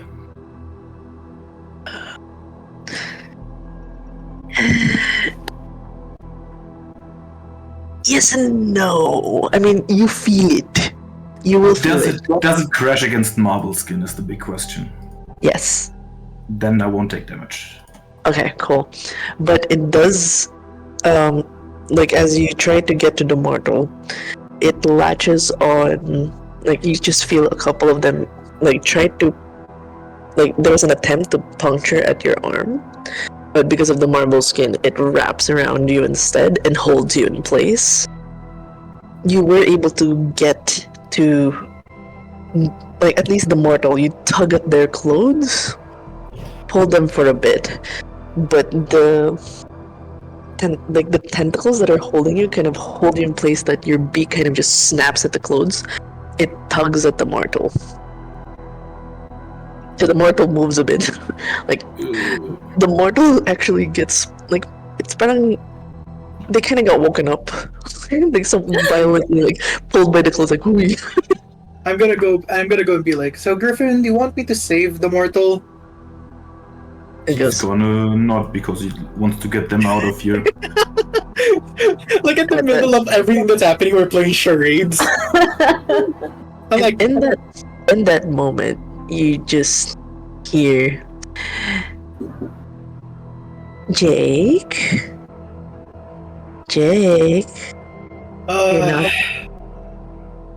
You're not supposed to touch things that aren't yours. Did you ask permission? no, I don't think I want to.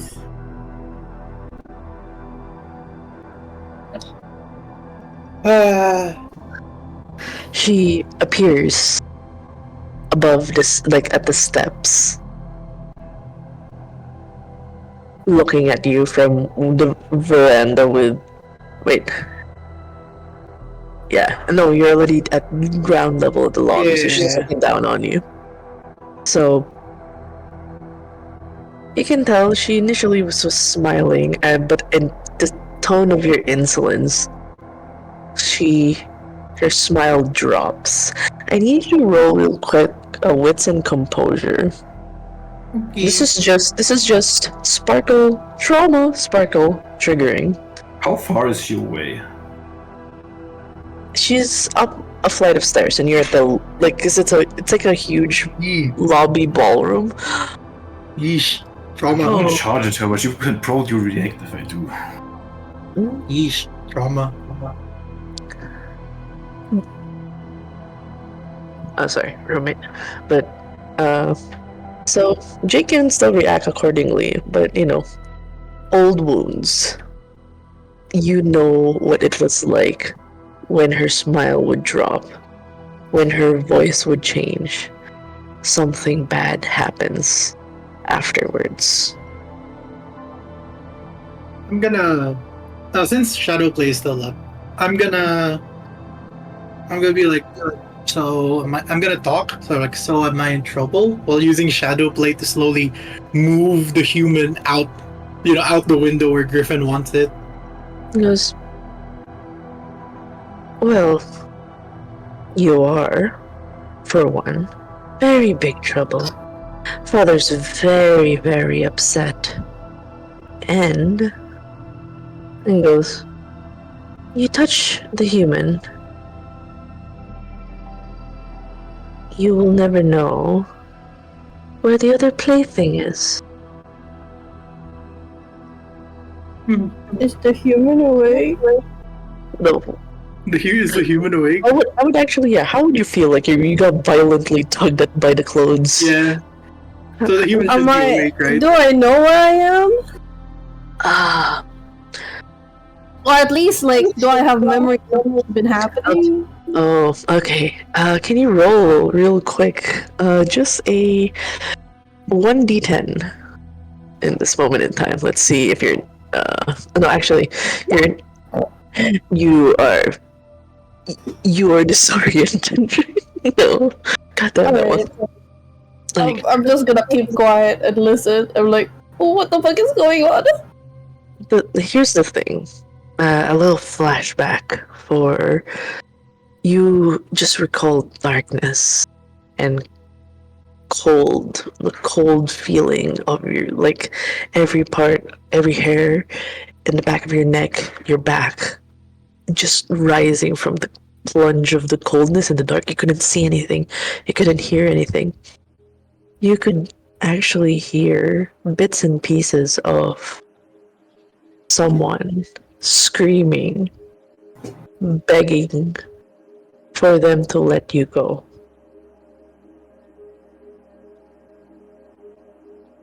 That's the only thing you could hear. And over the course of what seems like forever, you couldn't. Sorry! Borg. Bark. My heart. My heart. I had a heart Sorry, attack. keep going. The thing is with what Cole could remember is that it started out with screams and begging, followed by more screams. It wouldn't stop. And much to Cole's horror, you recognize that voice. And it's the strangest thing because you remembered how vastly different that night went. Which we do a quick flashback right now. We'll freeze frame for this particular scenario. We'll do a quick freeze frame. Hold on. I have prepared it. I have prepared it. I want to ask first, this Saturday night, where does the dinner date happen? I think Cole let Jack pick where the dinner would be, because last time that she tried to feed him, he threw it all out. Yeah. Me help. He texts back, can I use your stove? No. She replies with, going Wait, to do my you have a apartment stove? already, bold of you. I mean, okay, Just kidding, I have a stove. but can I use it? Yeah, come on. Wait, are you gonna cook? No, I'm gonna burn your house down. And there's that exchange of like them just joking. Alright. It is in this time check, it is Saturday night. To Jake as you are texting back and forth. Jack. Sorry, Jack. Also- as you- We got her! I'm not the son. I'm not the. Oh, wait, never mind. Yeah, go ahead. Just to let you know, between the back and forth, the words of Carmine linger in your head. You can have this night with her.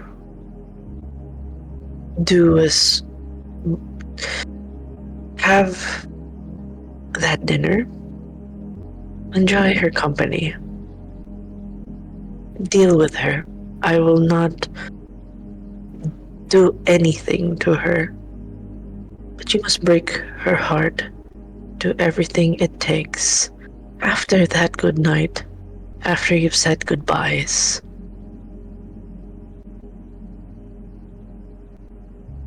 after that, we leave town.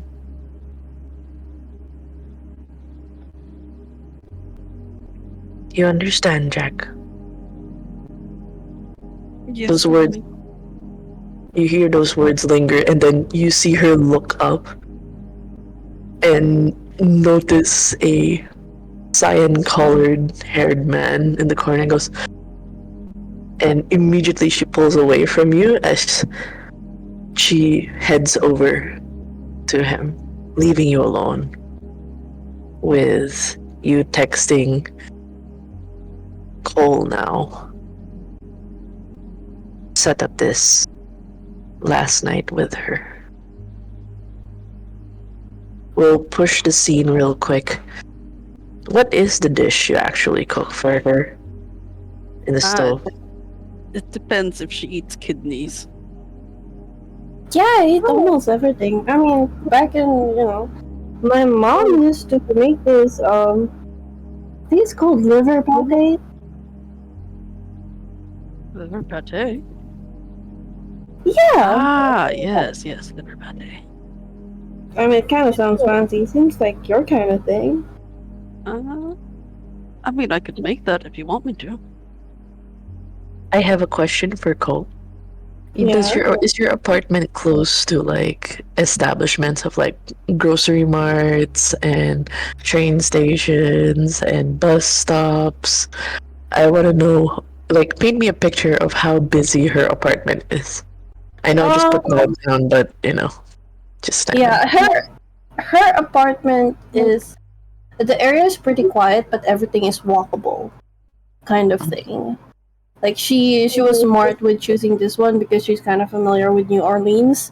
So she chose one that has a coffee shop at the ground floor that's open like very late, and two is like she doesn't really have to hail a cab to access everything. It's not at the main road, but like if she wants to go somewhere, she could walk. Oh, the irony. Oh, the irony. You said a cafe down below. Yeah. Oh, the irony of this. Oh, he's going to really hate that. Oh, the irony. I'm sorry. It's just funny because like one of the earlier maps I had a similar description. Somebody said there was a cafe down below. Here's a funny thing though. I'm just gonna put this. We'll just keep the map. The thing is, the cafe down below unexpectedly closed when you moved in. The cafe owner got killed. Apparently, with some sort of gang thing. Oh, I see. Tie-ins. Yes. Wait. That's gonna create a little bit of a weird wibbly wobbly because in Cole's and Rin's RP, they went to the cafe and grabbed coffee there. Yeah. So, Is recently closed? because here's the thing, it closed when the guy died. and then it came back up like nothing happened. That's the weird thing. Like, didn't somebody just die here? Didn't the owner just get shot? And now there's somebody. So, OC. Oh Just shit! And the somebody's. coffee shop is open late. I just realized something. Yeah, it's yep. See, you get it. You get it. Cat. Oh shit! Cole might have been like interacting with vampires before Ishinyu.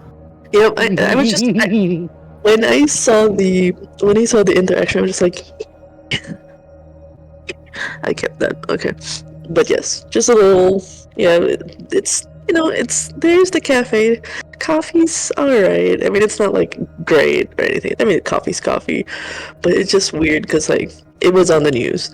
Cafe owner, there was like a encounter and apparently died. But for some reason, cafe is still open. Coffee's still being served.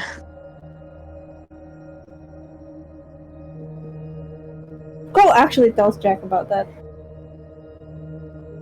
What was the cafe's name again?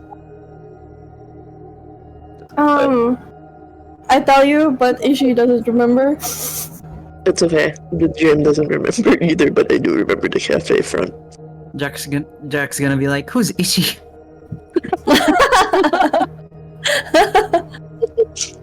I take it that they're walking down the street and she's talking about the cafe. Yeah. And she's talking about like the people in there, like, oh, like Eric, he's fine. Like, Natawa ako. I look like what are known cafe downtown in New Orleans, and you know what's the it's so blatant, the gang the gang The gang. I have to check because like I might have set the name of the cafe somewhere already. We'll use the name that was used by Cole. Starbucks. Ay, na naman. Starbs daw, pre. It's negative points if it's Starbucks, by the way. But yeah. Ganun. So it's like, do you mind we pass by? He looks around a bit. The grocery store. Yeah, I think it could still be open by now. Right now, well, like. Yeah, it's kind of weird, but it's good for me, right? Like, a lot of things around this area keeps open at night. I heard. What a coincidence! And he kind of fixes his collar. I think there's just a lot of people that works pretty late. Probably residential area and all that. We do like our nightlife here, don't we? Yeah, that's kind of new. It wasn't used to be that way when I was here before, but I like it. Well, that's good. It suits your taste and all that. Are you sure you don't want to go fly elsewhere? He says as he moves them towards the grocery store. I went here because I was escaping LA. It doesn't LA? really. Yeah, I told you this already. Did you remember? Yeah, I'm a travel journalist from LA, and I used to live here. And now I'm coming. I've gone back here, and now I'm looking for something to write about. Right. Anyways, so you ate kidneys too, I guess. I'm not very picky. Right. So there's like a ... not picky. Yeah. So after the scene at the groceries, you guys have, a little, like, it's a small local mart that's open. So it almost feels like an Asian grocery, so you can tell that, the innards and stuff are really good. They know how to get those parts, because usually in the States they don't really keep those things. But, Asian grocer, really good. So you got really prime livers, you got prime innards and parts. Can you describe Cole's apartment that's starting to smell like, cooked liver at this point in time with the spices and all that? Can you? Cole's apartment is basically a studio apartment, probably like around 30 to 40 square meters. There's, like, if you open the door, the door hits the door of the bathroom kind of scenario. And Sounds familiar. and there's like a living space. Like the first thing that you'll see is like the kitchen actually, and then the living space. Like the kitchen is like right nearby to open the. Then disappear. Oh no, that would disappear. Here we go again. Here we go. This break is brought to you by. I'm so sorry. Mechanics. I'm back. Welcome back. Welcome back. I'm here. The trauma this laptop's giving me. But yes, go. But yeah, small apartment, studio apartment. There's like a couch, like a little coffee table, and then there's a divider to the bedroom. The bedroom you can actually see at the bedroom unless like she draws the curtains towards it. Huh, neat. Very homey. So it's the kitchenette, I suppose? Yeah. I mean, I hope it's not too bad in comparison to like the place that you work in. No, it has everything we'd ever need, really. The stove, the pot. While Jack is cooking, like Cole kind of like tries to make the living area more comfortable. She looks like she wants to ask something, and then like at some point like it kind of gets to her because she can't hold herself, and just goes like, "So how are you and your boss?" It's a bit shaky, but we'll manage. Okay. As long as that's okay. Yeah, it will be, I guess. I left a little book on the table. It's not very little. He had brought a book with him. He had brought a book with him. It's sort of wrapped in a... It's like he put it in a plastic bag because he was in a hurry. So it's just sitting on the dining room table, or, well, dining area table. And it's like, yeah, so I brought you a book.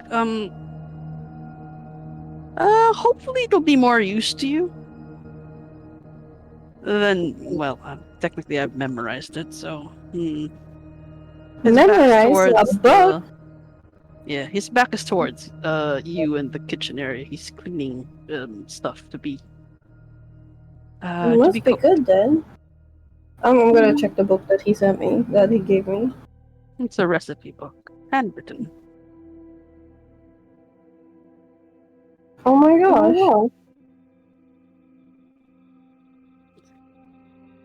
Yeah. Wait. Wow. When did you have time to make this? Quite some time. But yeah, take care of it, okay? You're kind of freaking me out. Let me put it this way. I think this will be the last time we'd see each other again. Why? Are you traveling? Are you gonna be traveling? Seems like it. I really suggest you travel, though. At least for maybe a year or two.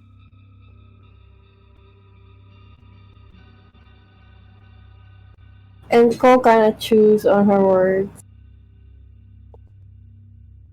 And looks at her laptop that is currently like on her bed. And looks back at Jack and...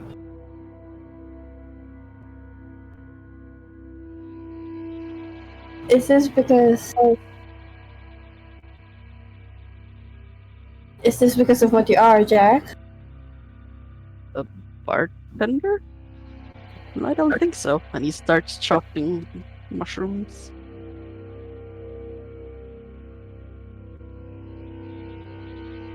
Is this because you're a vampire?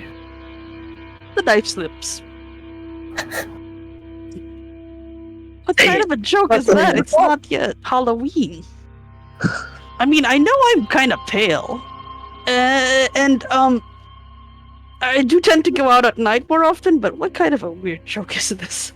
You're funny.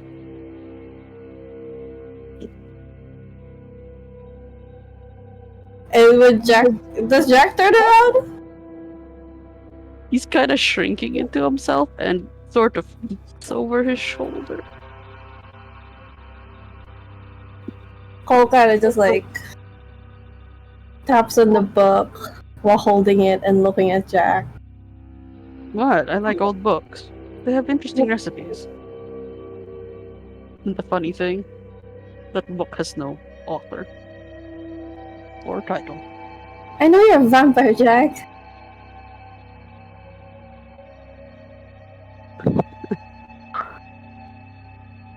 And he's like, where's this coming from? He sets down the knife and turns around to look at her.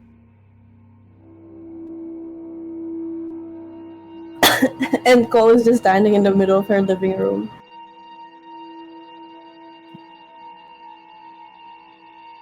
Well, you said that your bar has dangerous people, which is weird. There's a disappearing door at your alley, which is weird. What door? A disappearing door. I don't know what door you're talking about. There's never The been door that you walked out of and Rin walked out of. We came through the front, went to the back. I'm not sure where you're Jack! looking at. You're a great liar. But it can't work when somebody already knows the truth.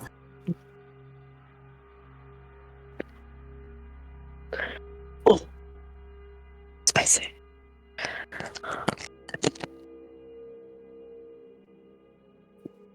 He's just staring at her for a little bit. He's like,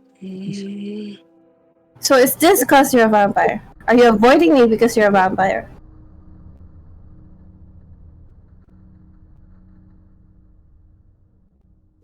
in a way.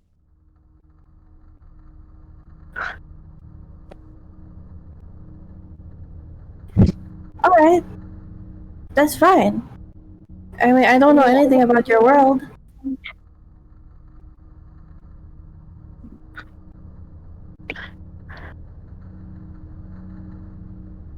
I don't know if my presence would put you in danger, your boss in danger. I mean, you seem like you have really intense enemies. There's just a lot of things going around, and he's already looking at his at the table that's kind of in between them, or well, in front of him and further down from me.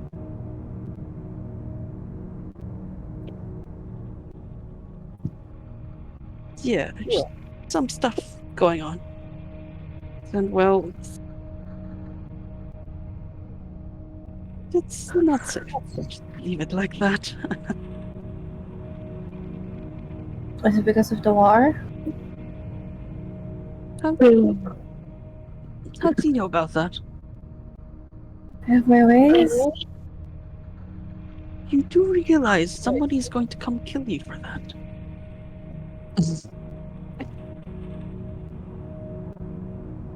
I haven't thought about that part.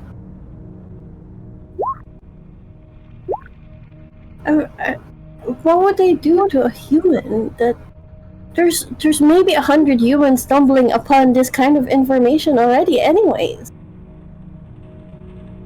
That woman at the concert, she was all over the internet. By now somebody must have fixed that. Yeah, but I'm not a hacker, but I found it. You'd be... Oh man. And the bodies that have floated down the river?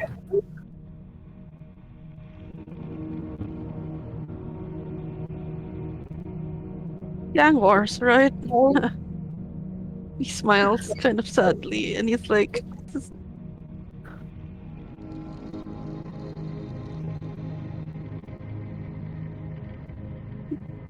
I mean, I know it's poking my nose into something bigger than me, but is there any way I can help? You can leave. Before it's too late, I mean. I don't want to leave you and Rin here. Neither of us probably won't be here for too long. You know, there's a lot going on. Mm.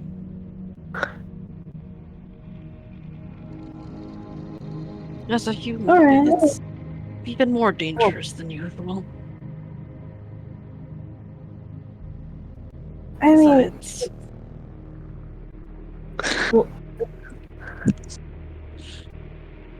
apparently I've come across vampires in the past and was able to avoid them. But if it's really this dangerous, then give me 2 days and I could fly away. I have a friend. She could help me get something somewhere immediately. 2 days. Mm. Yeah.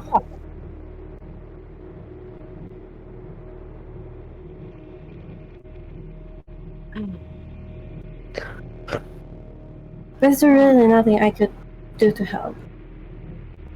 I mean, I don't know. Everything is so... I don't even know where to start, but if you need information, I could help and look for it. I mean, Cool. I might have a little bit of information on Leto. Cool, we're leaving already. That's why we can't see you. I can't see you again. Oh,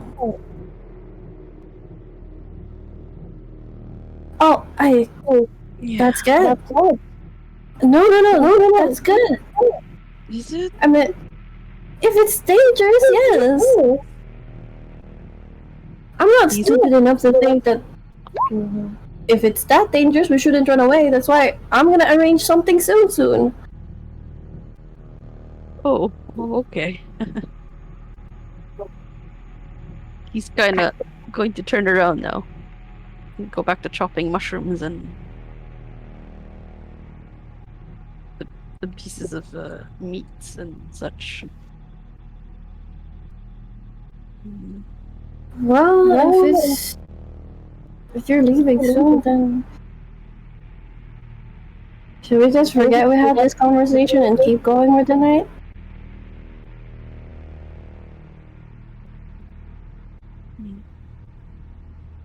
That would be quite nice.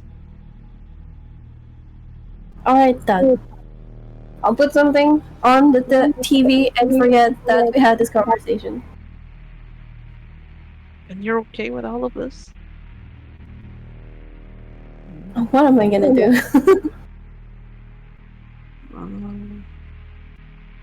I don't know. I always thought when humans find out, they run screaming, maybe. I mean, if we're in immediate danger, maybe. But you're not gonna eat me, are you? No. Then we're fine. I wouldn't dream of it. Then we're fine.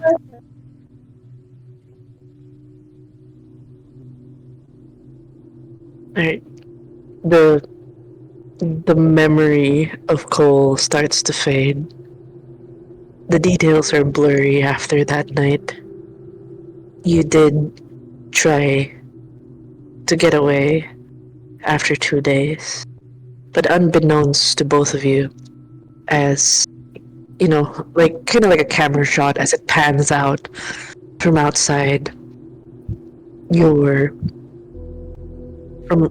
window, watching you, Cole, get to the television and Jack continuing to chop. There was a shadowy figure watching. A smile crossing their face as their eyes linger to Jack. 2 days after was a blur. You were supposed to leave. You were supposed to. But then that darkness, as you were stepping out, The screams. Jack's screams.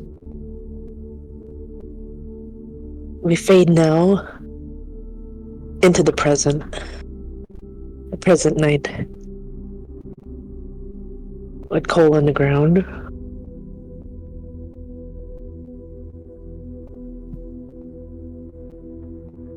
As Leto looking directly at Jake and goes, "Well, if you continue to intervene, I wouldn't show you the other plaything. You know how much Mother likes her playthings. Oh, How much yeah. she likes permissions. Oh, you have two. Have you gotten bored of me? Well, if an insolent child will run away, you've made Mummy very disappointed. I think I should throw you away. In a way, you're replaceable. I can always make more, if not better." There's a sinister smile on her face. Funny. Dad said the same thing. What happened to him now? Where is he? Can you make a dexterity athletics, please?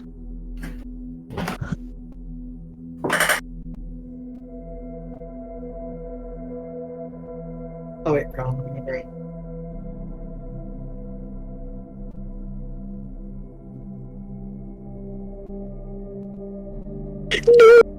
No! No!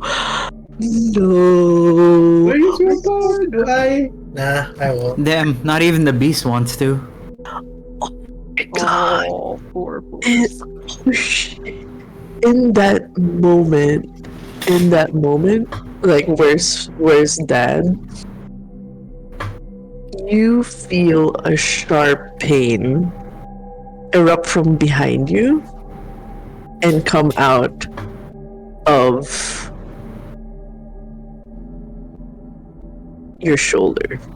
And I'm like, there's Dad.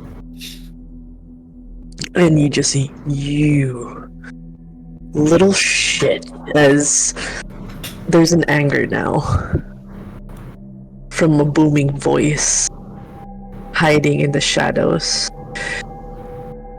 You know he won't reveal his face. His voice echoes around, but you can feel his pink eyes lingering, staring, boring into your soul, the rage of having disfigured his face. Can I tear him right now? I wanna rip him apart. I wanna destroy him. And Lola goes, no, not yet. I want him to see what a real good boy is. Somewhere in that, I want to know where the cat is. Where's the cat? Where's the cat? Where are you at? Where are you at? You've been patrolling. You're definitely hearing motions Do in the we house. see a particularly familiar blonde-haired woman with red glasses? Yep. When you get to the front, yeah. And Yeah.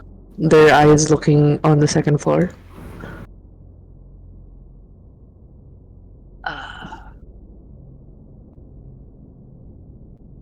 He puts like if he can sneak up on her, he puts a paw on her foot or her shoe. Hmm. Wow. She goes up, and then you just like, she jumps and goes. She can't see anything, and I just.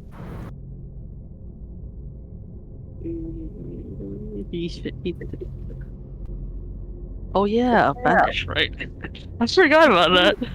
You had vanish on some fucking forgot cat that. meowed. She goes. And it's like, it's enough resolve for her to like be like, oh, fuck it, and she goes in the front door, and then He goes with her. she grabs the door and opens it, marches in, and I will have you both roll for dexterity athletics as Just this go through the storm door. She is, she's being, she's just, Being hasty. yeah. In this moment in time. Dexterity. Okay, she's doing pretty alright. She's doing pretty alright. Not really, no. Okay. Oh my god. Oh my Does that god. warrant being able to move her if needed? Do you? Or do I- Oh yeah, you can. Because actually, when she walks in, she tries to set up her specs to try to see stuff, and then like the moment she does, she sees tentacles coming at her, and she just freezes. And then you just jump, like something invisible just jumps out right from her. And where do you pull her in? Where do you tackle her basically? I tackle her forward into the house. Okay, And so you guys. kinda, if she falls forward, I think that I don't actually get hit by the tentacles. It's just a thought, if it's possible. You want to get hit by tentacles? Huh? No. She falls inwards, but away. But in a way, in time to dodge the tentacles. Or would you say it's better back to make it work? No. I mean, it's okay if you move forward to tackle her. Like she basically tries to she's stab in her front. forward. Yeah, you get her on her belly and she gets down on the ground from. Poor Carmine, she's being shoved by an invisible cat into the house.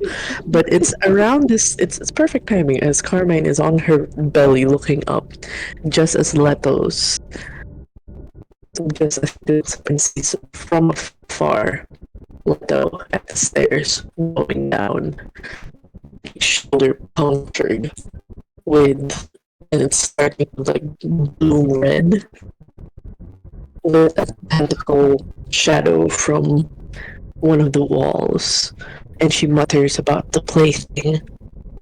Carmen is confused. When a portal opens from the darkness where the tentacle came from, someone falls on all fours.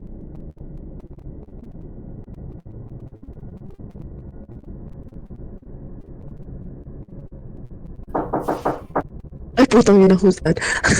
Ooh.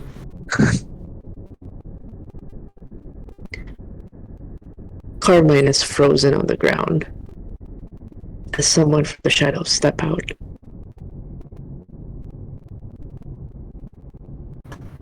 I mean, not step out, but they're in all fours. Collapsed.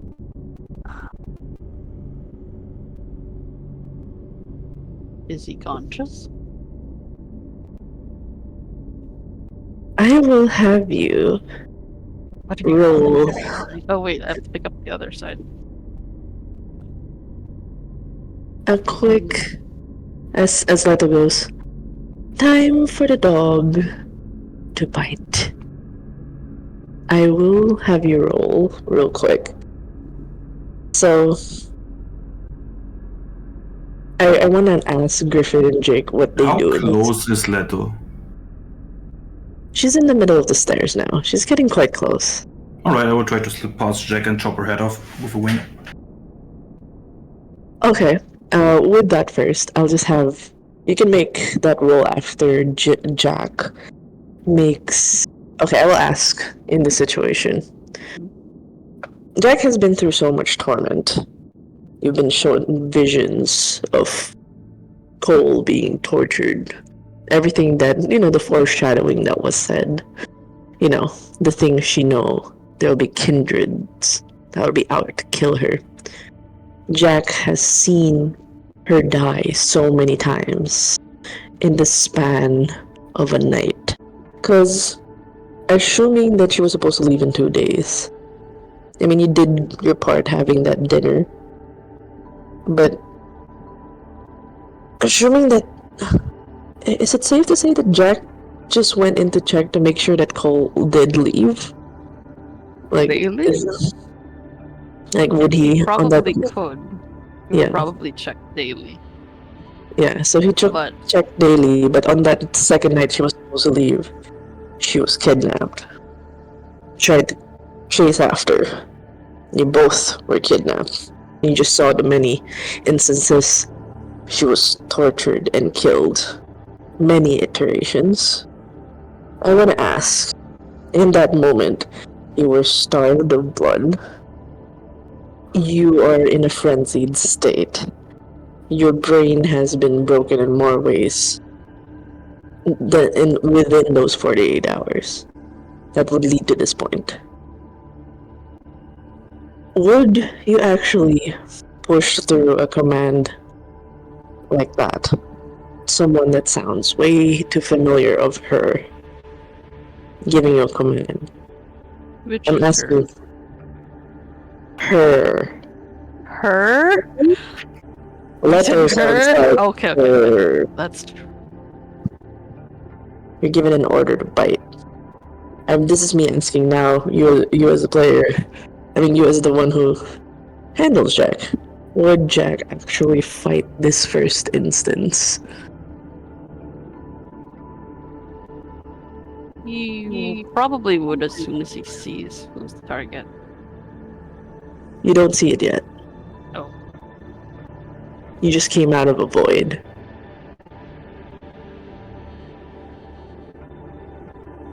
Oh, so he's conscious. He is. Yeah, you're in a frenzied state.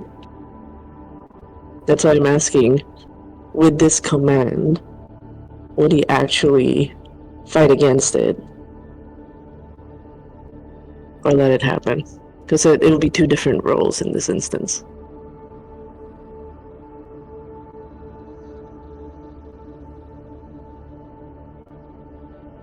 He actually would.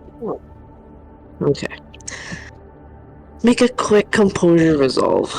Oh no. Oh, Is we're doing Cole that tied again. down right now? No, Cole is on the floor. Cole's on the floor. Hold on the Yeah, floor. but is she on restraints or no? No, she's not Mm. restrained.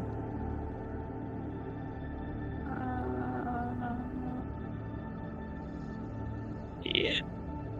I told you. You did. Oh wait, hold on. Am I using the right? Am I using the right account? Oh yeah, I did. Okay. Yep. I have the other one open too. Oh, okay. What does Cole do in this instance?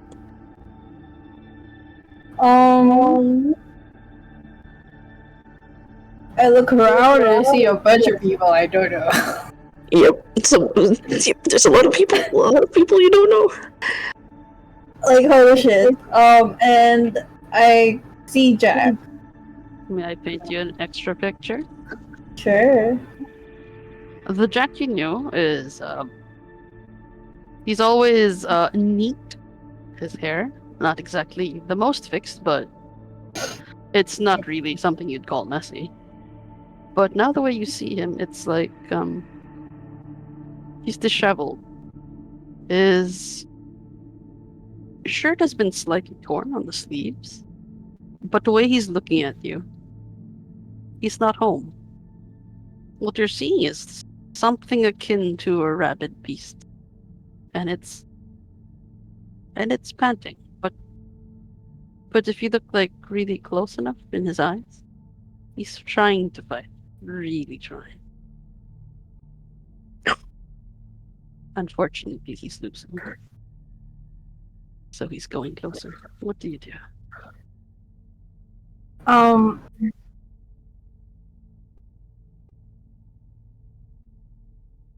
Is there anything around Cole that you can grab?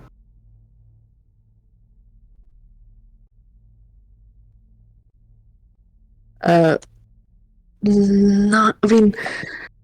You still have what he gave on your person. Wait, he gave me something? A book? Yeah. Oh, sure, I'm doing a book. If it's a newspaper. I'm gonna whack him on the head with it. I don't know, man.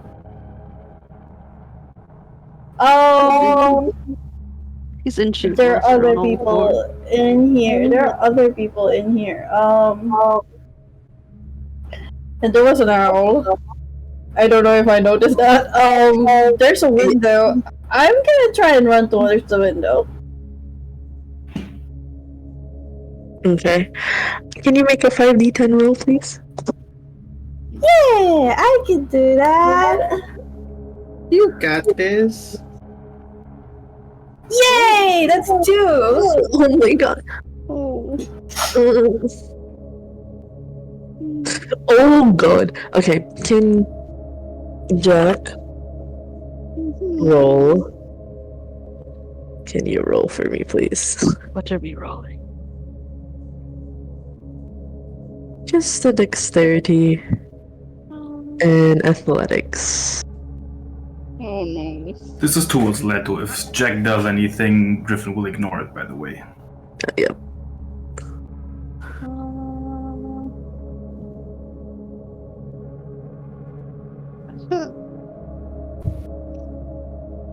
That's 3. You do catch up to her.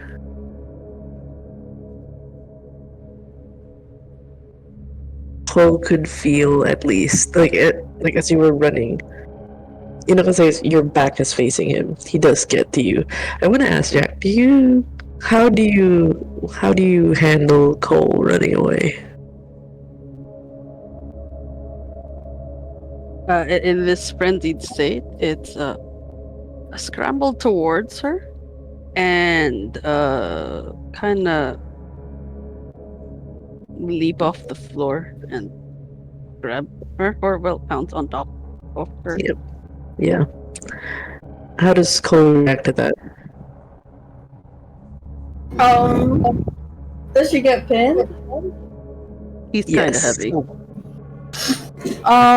She tries to turn around, like, to face Jack, and, like, just put the book in between them. Put it in his mouth.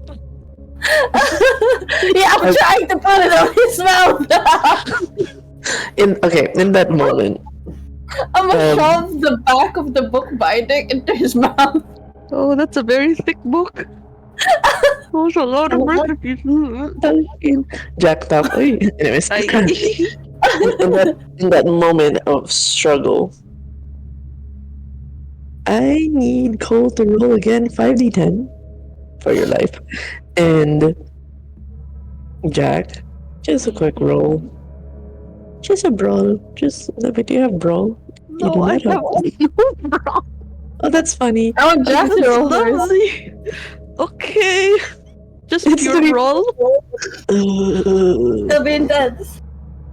Yeah, It'll be everybody amazing. rolls. Just That's strength. There's strength to it. oh no.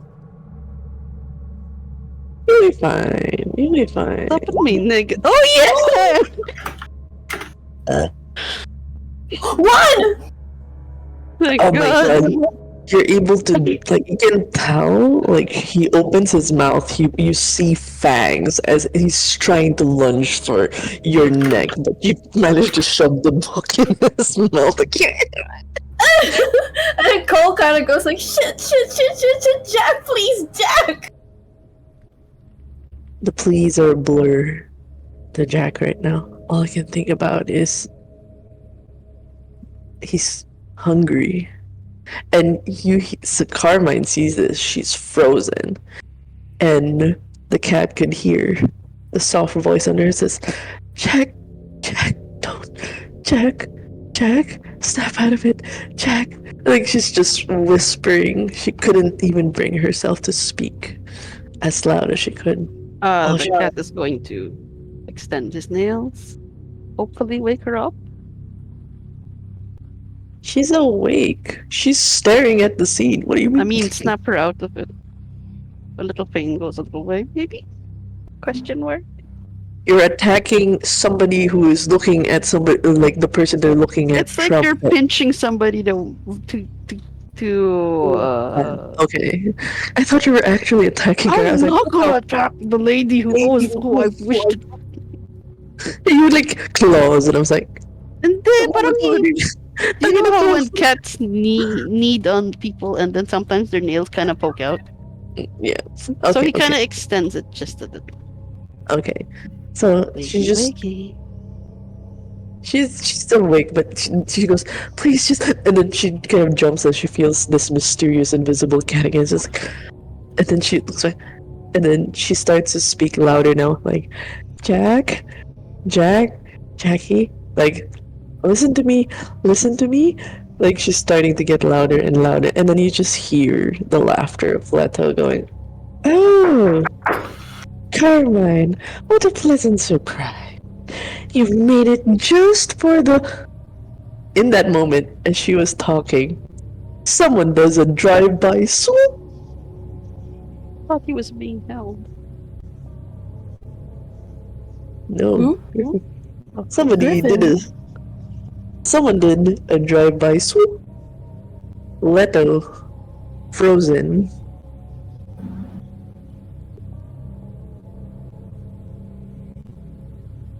And Jake sees it. It's frozen at first. And there is this red line that starts to form on her neck.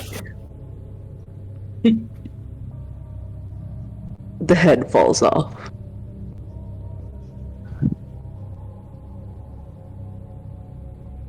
How does.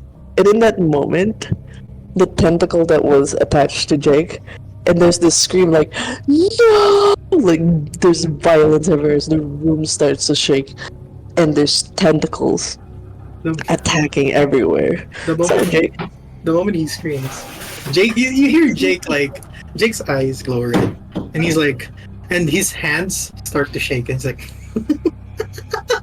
"Hey, Dad, it's your turn." And then I'll use Arms of the Abyss and Black Metamorphosis and let my arm take over at the same time. oh shit. Like he's like,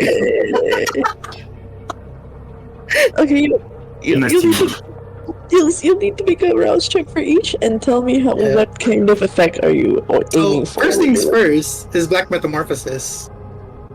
Let's do a rouse check for it. Okay, I'm not hungry. So Yes. what Black Metamorphosis does is the shadows around Jake, even the tentacles that are hitting him, slowly delve into his body, covering him until like the only thing you can see from him is his eyes that used to be blue, that's now glowing a deep dark red. And as from his arms, I'll do Arms of the Abyss. I'm not hungry. Well, okay, yeah, you're on a roll. You're done. From the Arms of the Abyss, you see the arm that had the tattoo over it, covered in shadows. From each finger, tentacles sprout out from it. Not to mention that the tentacles growing from Jake's back from Black Metamorphosis. He also has tentacles growing from his arms. Now I'm gonna roll for how many tentacles are growing. Manipulation and occult, plus the shadow thing, that's +3. I know, right? Iron Jesus. I'm gonna use my willpower for that. Yes. Yes, please. So that's 3d10. There you go. And then I'm gonna roll how many tentacles I get from Black Metamorphosis. Does that still give a +3 since I'm giving it to the hand? Yes. Yes. Okay. There. What the fuck? So you see him like you don't recognize Jake anymore as the laugh is evil, is demonic. It's like Mom's dead! No one's gonna save you! It's like, she's not dead! She's not! She's not! Like, she's And then you like, see flashing. part of Jake's hand spring forward Leto and stabs her while she's on the ground. Oh, I think Griffin, caught up in the moment, is like gonna reach his claw for the head and crushes with it with like the claw. okay, And- you can make that roll, please. Yeah. What do I roll for crushing Leto's head with the claw? That will be a strength, bro. Okay. That'll be a strength, bro. Yeah.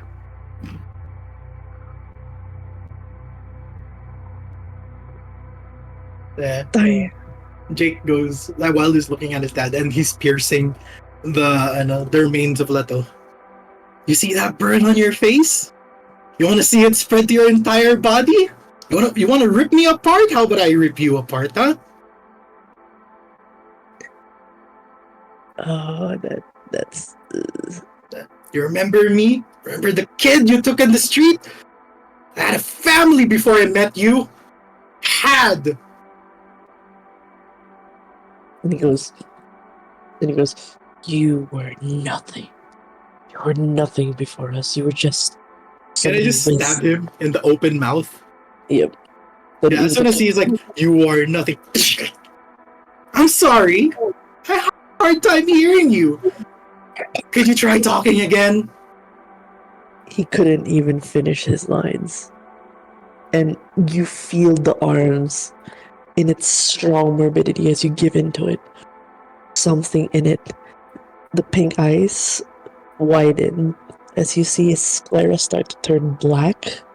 Something from the mouth is spreading like venom, branches erupting him from within. He starts to roll his eyes as the darkness, a different one, consumes him completely, overwhelming him. To the point that the burn you're doing, that you did to his face, is now happening from within. There's a smell of burning flesh. By the way, because Jake promised the hand that they can do whatever they want to the body until they're pleased. So as soon as Jake sees Leto and Raz like black out, he blacks out. Like you see, like his eyes from red turns black, and it's not Jake controlling the shadows anymore. Does Cairo and Griffin do anything about that? As long as it's next to the angels, not really, no. There's no such thing as popcorn for vampires, unfortunately. No, but he does take a seat on beside Carmine's face. So he's just sitting there. Okay. In that moment. Ooh.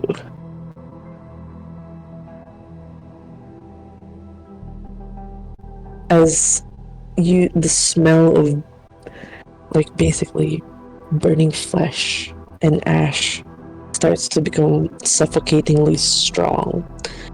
Jake, can you do a quick dexterity athletics for me? Alright.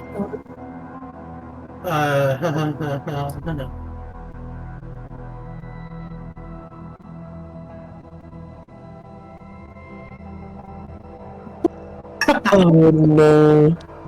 Here comes Gussie. Yep. She does the 7-finger poke, like, and with the, like, you suddenly, in that moment, like, even through the shadowy form, she pierces through the shadows, like, she blinks in front of you. And then she goes, that's enough. She kind of hits not cut your arm in a sense. She uses her arm to basically disconnect the hand from the disintegrating body of Raz. She pokes multiple points in your neck, your chest, then your solar plexus, ending the last 7th point in your forehead, like really fast. You're stunned. You can't move. And your entire body just shuts down. Even the arm, as it's trying to as it was removed from its desire for the macabre and the morbidity, is ripped off. It doesn't even move anymore. You get paralyzed. And the hand continues, and she goes, control. You all need to learn that. You don't let the beasts consume you, or the demons. You've had your revenge. This stops now. She looks at Jake. Jake would somehow. Do you still continue to let the hand take control, or would No. Gossie's action? Jake has humanity still. So the moment he says that, and the moment he sees what happened to Raz and Leto, he like grabs his arm. He's like, "All right, that's enough." Like in his head, he's like, "That's enough. All right, stop." Oh, in this moment, with what happened with Leto, Raz, and what happened prior, can we do a quick remorse check? I would say, with all of these instances, you would warrant a stain. 2. So you just have 1 dice. Okay. You can roll for remorse. It'll be a public roll. And do you want it to be public or can I do it private? Yeah, you can do it private if you want. Okay, I'll do it private. Let's see what happens.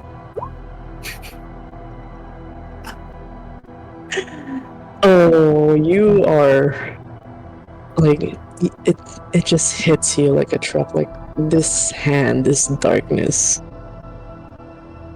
As you mentioned to Raz about the family you once had, this darkness, if you let it consume you, you'd be no different from them.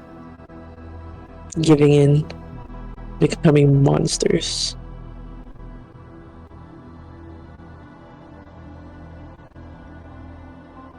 The desire for death. You don't know if you can spare your sister if you let it. And you realize, in your blindness to give in to the darkness, Franco got hurt. There's something in the remorse, the terror that comes with this newfound darkness. Gossi speaks of control. What if you can't control it? It eats away at you now. So you would actually lose 1 humanity because of this. Okay. It's okay, but we remove all the stains. So you don't have stains anymore. But this would be a lingering remorse. Yeah. And then what do you call this? Like you see the darkness slowly creeping out of Jake. Like the shadows that he accumulated slowly started creeping out of him. He's still stunned. He's still like looking out like in a daze. And then you see his eyes turn back. The bright blue eyes that you guys know. And he's like, what happened? He goes, she goes, I believe Remy has spoken to you about the curse. You shouldn't give in so easily. We have warned you of this. How it calls for death. The more you give in, the more you will lose yourself. It is latched onto you like a demon. The evils of this magic. We have to find some way to get rid of that. And fast. And I don't want to have to resort to taking out your arm if it needs to be. You need that arm. Sorry, it's just Raz, Leto. I got angry, got mad. I saw the opportunity was there. Did anyone else get hurt? I hate to break this up, but help, please. In that moment, I need Cole, as in the moment of all that struggle. Carmen's already rushing to where you're at, and when she says that, I think Griffin would try to pluck the dog from the ground and lift him up in the air.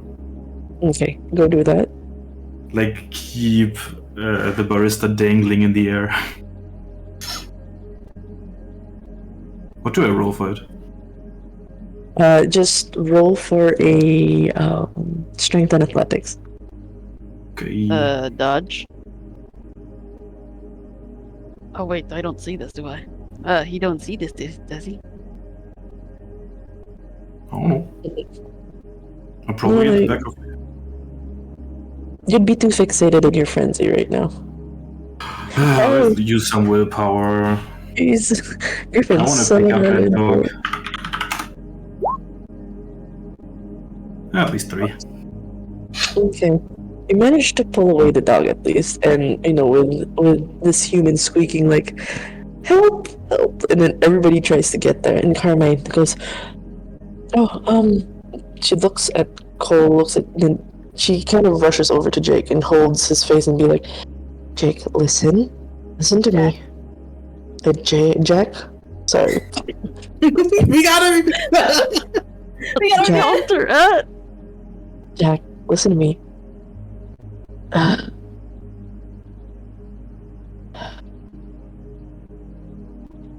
Like, it's okay. It's over now. We're here. And you see there's like blood-stained tears falling down around Carmen. We're okay. We're gonna get out of here. We're gonna be alright.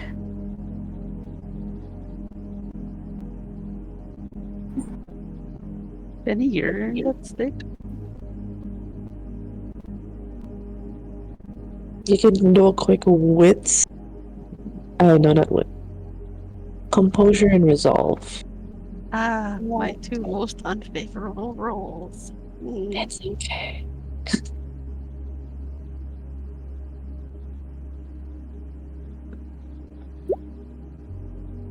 Oh, well.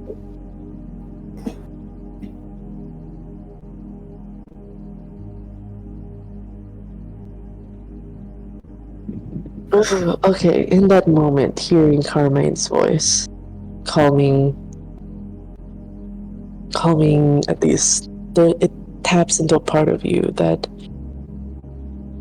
a docile part of like, knowing that he is safe.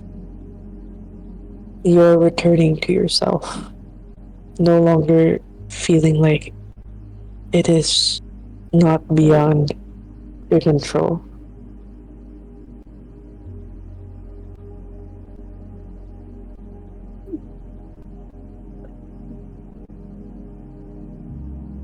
And His just body slowly starts to shake,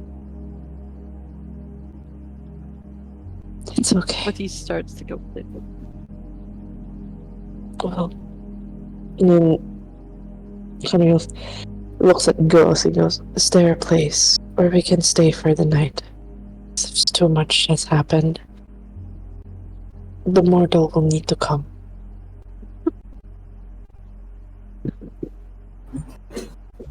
Gossie takes I'm a deep. sorry. What? Carmen looks at her. "For Jack's sake, you will come with us. Fine. And for your safety as well."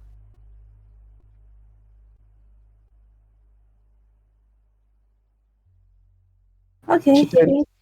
She turns to look at the others, and still holding Jack in her arms.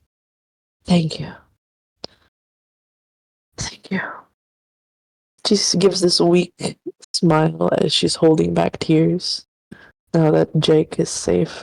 Jack! Fuck! It's very late, Dama. It's And they're in the same room too. Anyways. And in that moment, we will freeze frame here. Move to a really short scene real quick. I can't make dog whimper noises, unfortunate. But she's quiet. And she refuses to let go of the book because he's scared that he might bite her. So adorable. He leaves. They all leave. For now. I mean,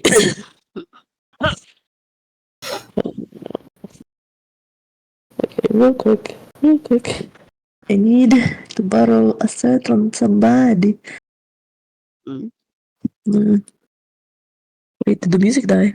Yes. It was dramatically.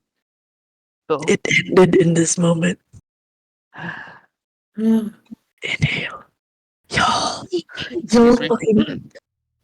fucking murdered the twins. What the fuck? They dead. They dead now. They dead. They dead now.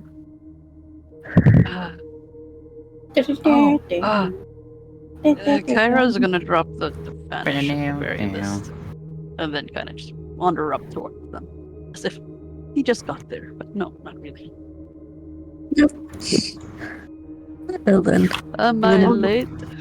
In catch. Let me just move the scene real quick. Where are... This is not... Wrong map, wrong map. I'm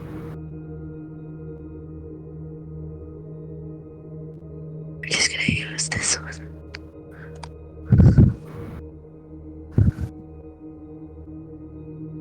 It is not an alleyway, because I didn't prepare a map for this.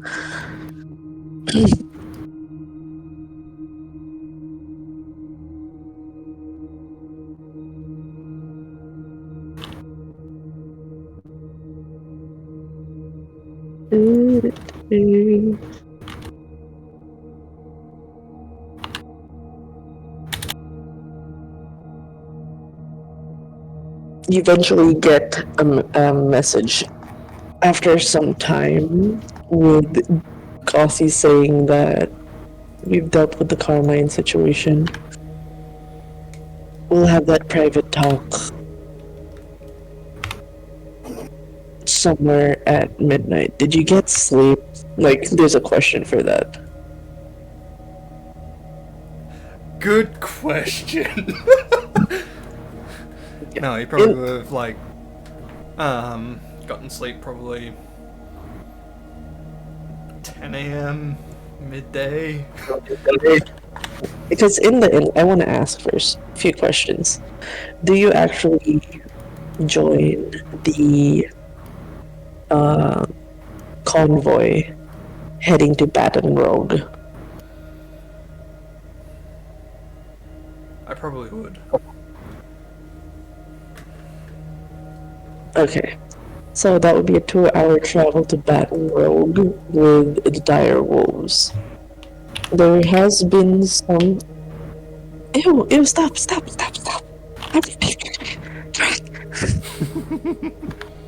So, in this instance, I mean, your worry for... Your worry for Ferdinand being in a fight with a cop, he's an old dog. You know he wouldn't just outright fight a cop. He's all for negotiations. He's smart that way. Yeah.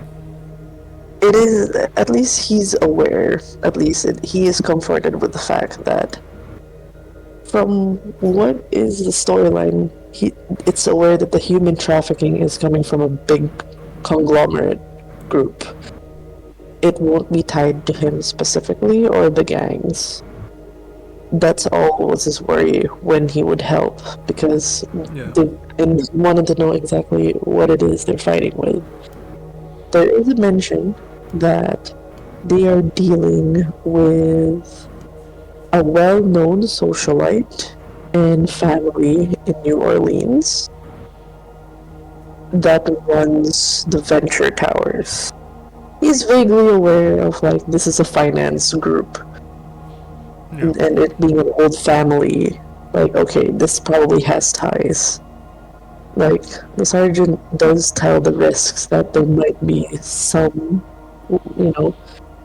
but the thing is, with her being part of it, and if they get to Baton Rogue, it'll be out of jurisdiction for whatever it is that happened.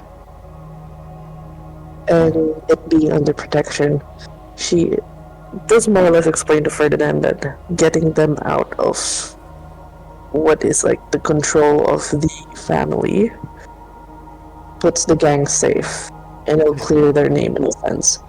She does, however, ask Ferdinand to get as much witnesses for the Suits murders, because they still need someone to blame.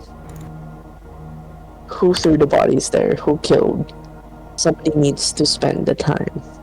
somebody needs to basically be sent out. There is a mention that information's still coming in, but she's not telling what her sources are. She is willing to agree for a consideration to get a witness on how the wolves had a knowing part the murders with the suits. So in a way, Ferdinand does realize it is beneficial to assist Sergeant Abelard, 48 people into Baton Rouge. You do join them to bring them there. And, the travel back and forth. By the time it finishes, it's somewhere around 10-ish. You're tired as fuck. Ferdinand does let you sleep.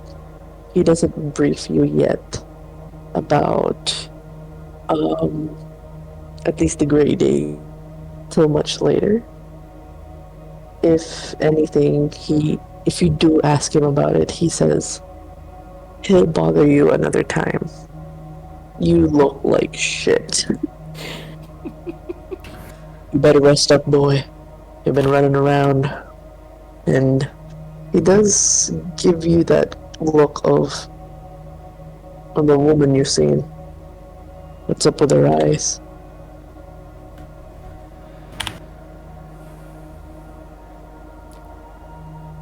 Albino, She got red eyes, bro. dyed black hair.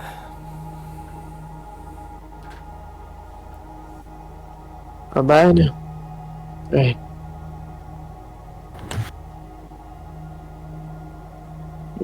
He said he doesn't ask any more than that. It's like, you're an older man. Do whatever the fuck you want. Fuck whoever the fuck you want to do. He just had that question, and then he goes, "All right, just try to get Grant. We're gonna need him in a court hearing in the morning, Friday morning."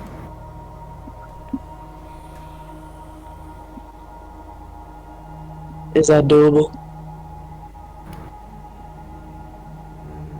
Yeah.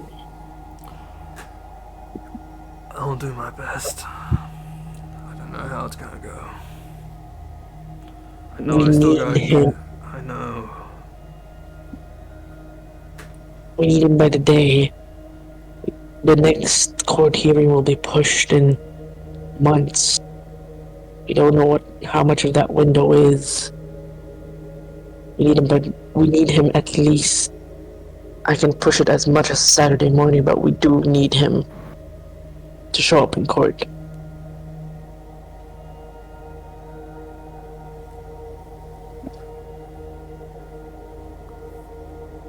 I'll get on it. Okay.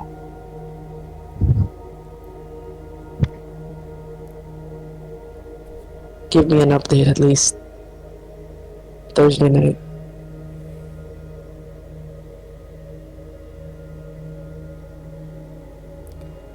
And he just get some sleep. You look like shit. That's how he ends it. I always look like shit. You look shittier than you usually do. So in that moment in time, after the conversation with Ferdinand, definitely I need you to make a stamina resolve. See if you take any penalties, because I will say, healing, by system standards, you would slowly heal one at a time by day, but you would still have the debuffs of 2. I would say you would need at least 3 full nights for it to be completely removed. So by Friday. The -2 debuff. Fucking hell. Even here it's okay. You're tired, but you're not exactly exhausted. You still have your -2. There's no added penalties from the fatigue of having to do a blood hunt, dealing with the human trafficking. having to be a convoy and,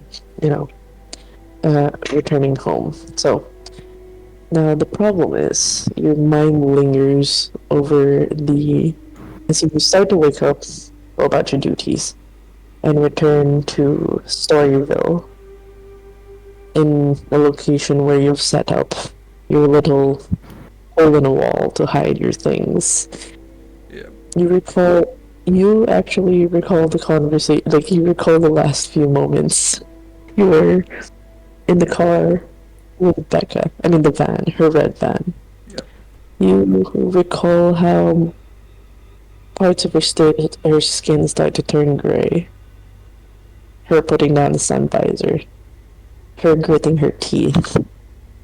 And her just yelling like, where's the fucking apartment? Where's the fucking unit? Like, just where the fuck it is. Just like she's just yelling at you constantly. She hasn't stopped barking. How does Samus respond to that so much like pushing from Becca?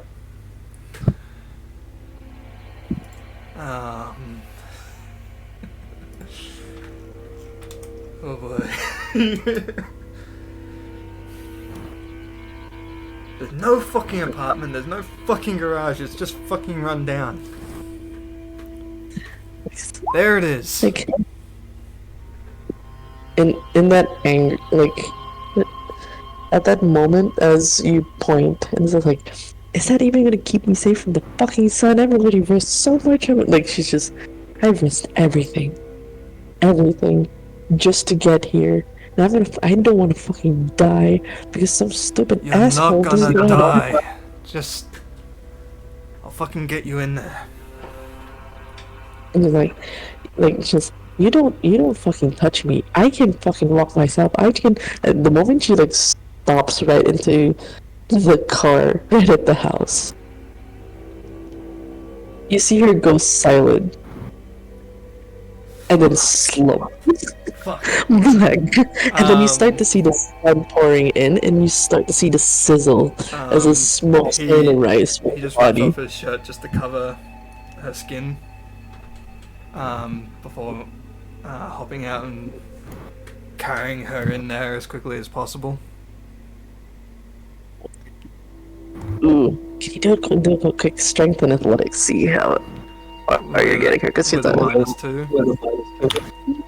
-2. -2. Let's go. I kind of wish I had. Do you even lift? I know that's a grand thing. Yeah, that's a great thing.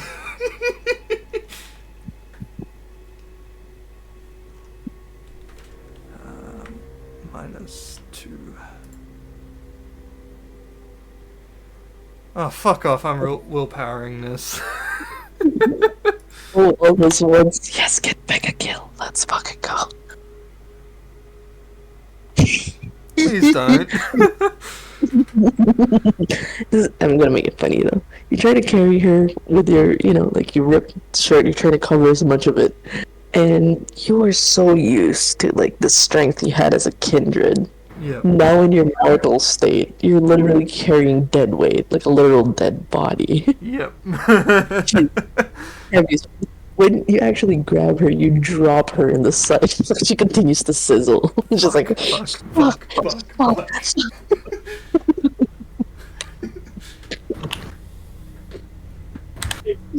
And then you try to pick her up again. It's like, oh fuck, she's so heavy. Like, from the angle on the car, it was like slightly easier. But now it's like from the ground, it's like, fuck. Okay, I need you to make it do another athletics roll, -2.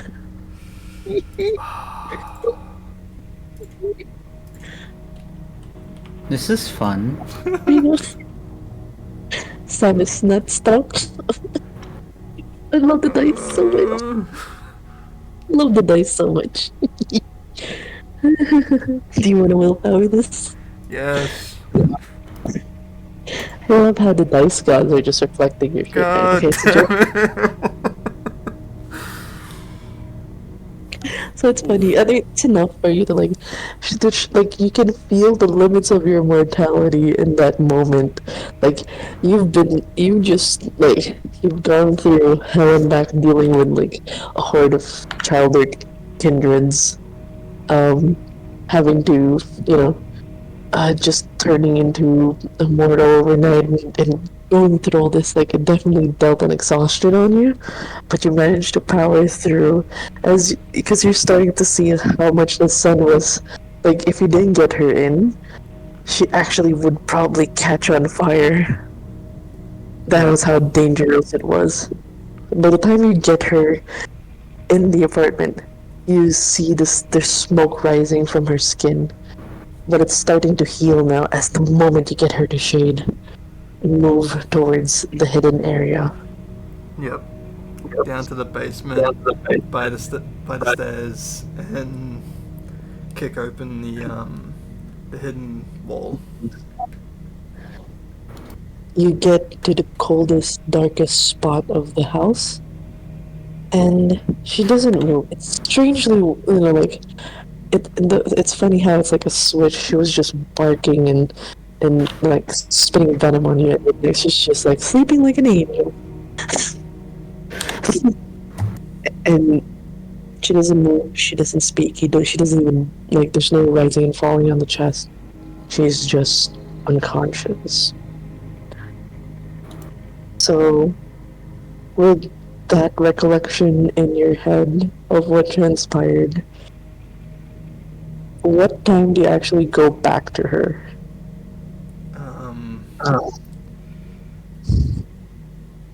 If anything, he'd probably wake up before sundown, knowing that she also eats animals and stuff like that. See if he could grab like any sort of bird or something at the park or something, or on like a pigeon or something along the way. It's like, you're gonna try to catch a fucking pigeon in the park in your estate? realizing that now, no.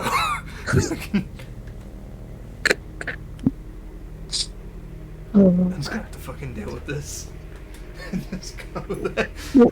But, I mean, you could try to get a blood bag or something, but I was laughing at the pigeon part, sorry. He doesn't have a place to go to grab a blood bag. He can't just go to a hospital and just be like, can I grab a blood bag? bags. What do you mean? Hang on. I mean, fair. That is true. Context. Would Cass's shop be along the way?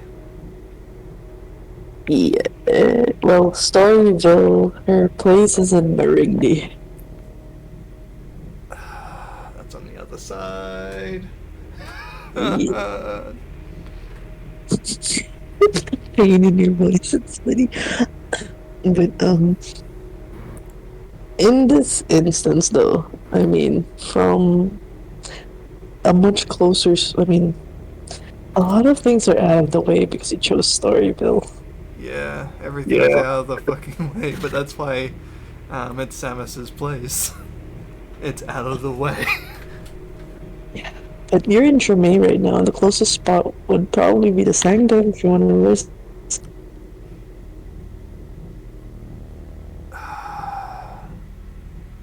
No. No. Okay. I'm just gonna ask typical, GM question. Are you sure about this? Are we going to proceed? Pop-up window. Do you wish to proceed?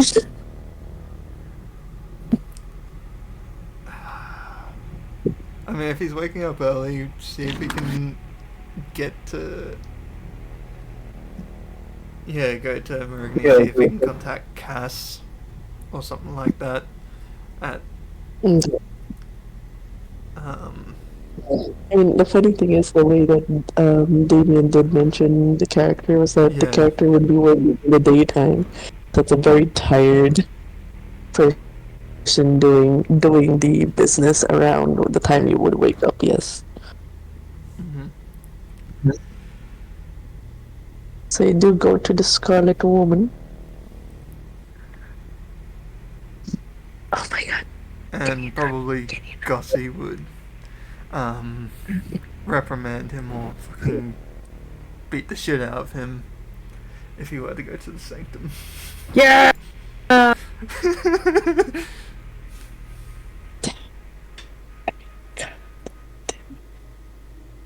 Is the So roll20 yes. not working? Oh, there we go. It's working now.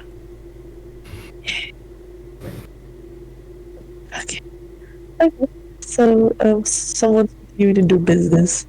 They seem to like be dozing off. Like you see them like dozing off on the counter. Good morning to you. Oh, welcome for. Oh god, you. Oh, what do you want? And then she's like, her eyes are closing back again. Any customers in here? Like, She absently waves her hand around and no one's booked. it was out of character asking the storyteller. Oh, I thought you asked. Oh, it looks like it seems to be empty. And her usual like section to say if tarot reading is happening. It's not propped up. It's a slow day. Do you have any blood bags I can take off your hands, considering Becca might need some? She goes, Becca, really? Really? And she slightly opens her eyes, sleepy, like, you're? I know, right? She goes, why should I give it to you? No one's gonna head to Becca. But she can't get her own fucking blood bags? Considering what she went through last night, I don't think she's gonna be in a stable state of mind until she has any blood bags. Fine. She kind of goes and just, like goes up the stairs, goes back down, and she goes slides 2 bags. At least you're not trying to steal it from me. Yes, Is there nicely. Is there a custody that I can pay you back? Just pay me $100 whenever. He just hands 100. Great, she takes it. Is that it? Is that all you're getting? You're just here to get Yes. stuff thank for. you. And she goes, why are you helping her?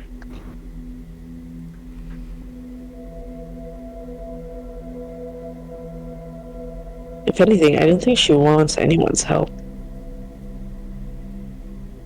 Well, if you would believe it or not, he shows the actual message of Becca asking for help. Damn. What, you guys a thing now?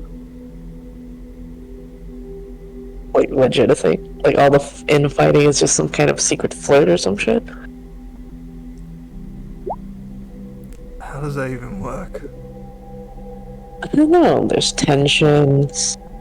When there's a lot of back and forth arguments, it heightens a lot of things, and with the tension, it's sexual tension, usual story stuff. I have not thought of anything like that at all. I'm Did not just think saying. of it that way. Just saying, some girls would fight as their form of affection, I guess.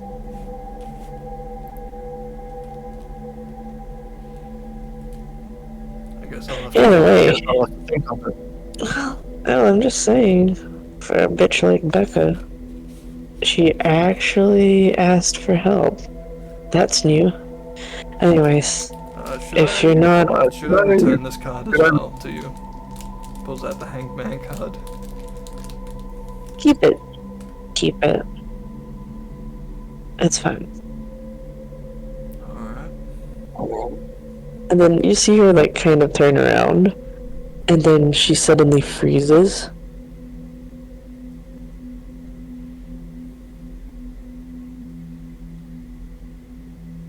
Is everything alright? Must have been my headache. Could've sworn I heard a heartbeat. Out of character, that's my cue to leave! It's like Bro, she kind of there's a looks lot at of Sam. spirits. She looks at Samus up and down.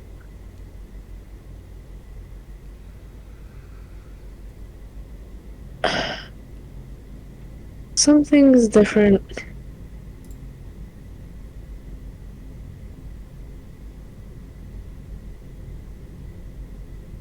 Jiga kind of waves her hand. I'm not gonna think about it.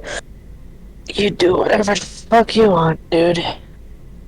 And then she just kind of goes to the back. You hear the sounds of the beads rattling where she leaves.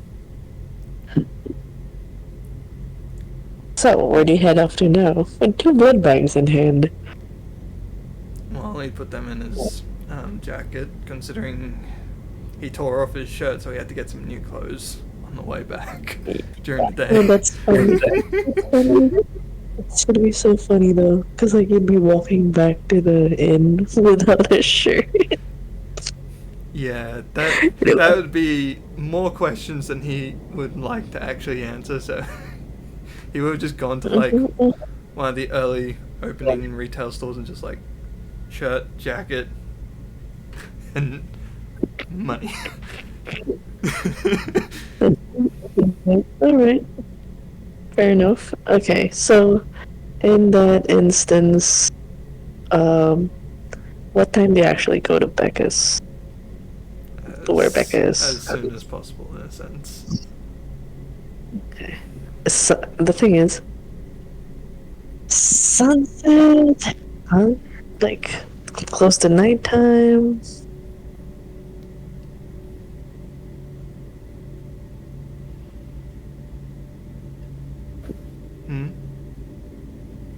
Like what time frame? Give me a time frame. Sunrise, sunrise, sunset, somewhere close to the night. Sunset. Okay. So just as the sun was setting. Pretty much. You make your descent down the rundown place. As you start to go down, or where you've placed Becca, you kind of pause for a moment as you start to see assuming you placed her somewhere on the ground or something, or like where exactly did you put her? Just like on the ground with your shirt? He probably would have tried moving some soft things underneath, but there's not much there other than like duffel bags, and wads of cash, pretty much. Okay, so it's like a dumpster. Anyways, and then as you went down, you're actually seeing Becca curled into a ball, sweating profusely. Her hair is like matted and stuck together with sweat. It's definitely somebody who's just like going through really like it's just definitely there's a really weird reaction to her right now. You see that most of the ashen skin has all but it's gone now. There's still some evidence of some burn areas that have not completely healed. Her lips are like kind of like pale, almost like her skin is like and she seems to be yeah, and she's shivering.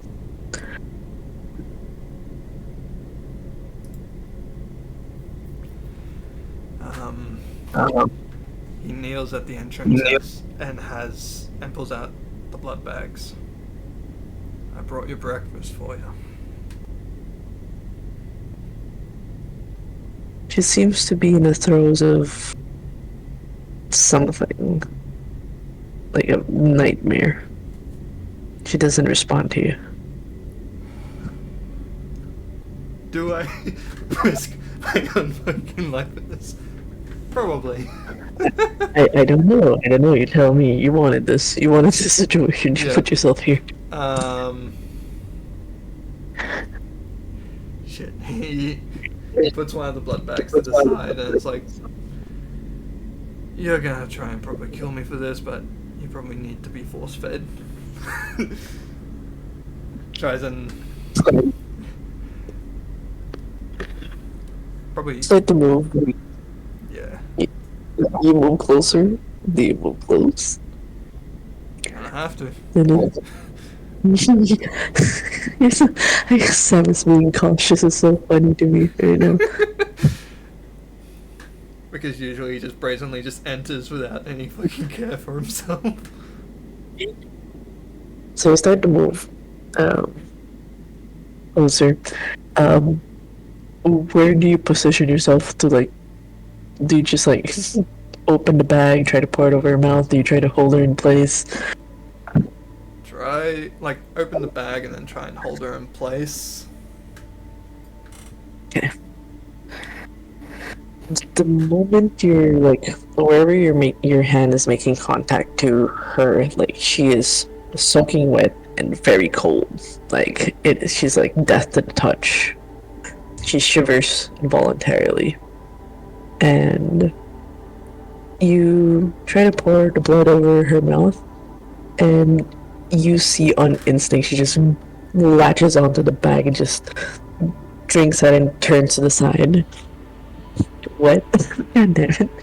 Yeah, she's sweaty. Damn.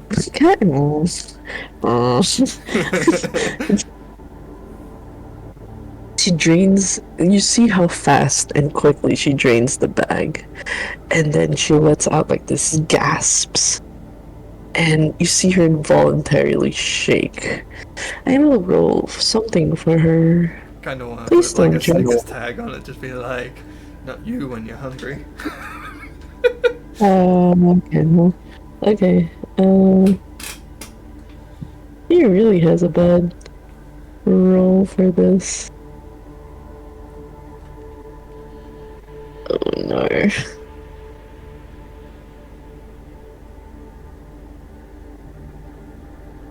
Oh no. Oh fuck. Yuck. In that moment, like you see like one blood bag wasn't enough. And whatever, like I'm showing your arms in proximity. Because you said she grabs Like- it and turns to the side or something like that. You probably would Yeah. have taken the time to try and grab the other one. Yeah, he's as you were probably trying. distracted. Yeah, in that moment, she just immediately like sits up.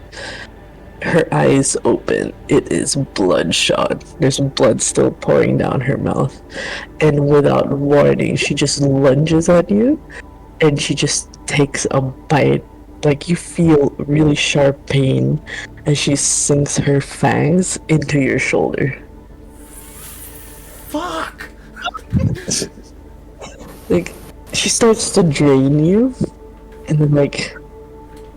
And there's like this kind of like feverish way that she's just like it's as if life depended on it. You know, like someone's been really fucking thirsty and been like haven't had water in a while. They're just chugging at it. You're feeling like your blood getting stuck violently from your shoulder. Like ouch. I'm assuming this is to aggravated damage because a bite from a vampire does that. Yep. It's too aggravated. Hello, human. It's hurting. It's like, fuck. Wow, that failed though.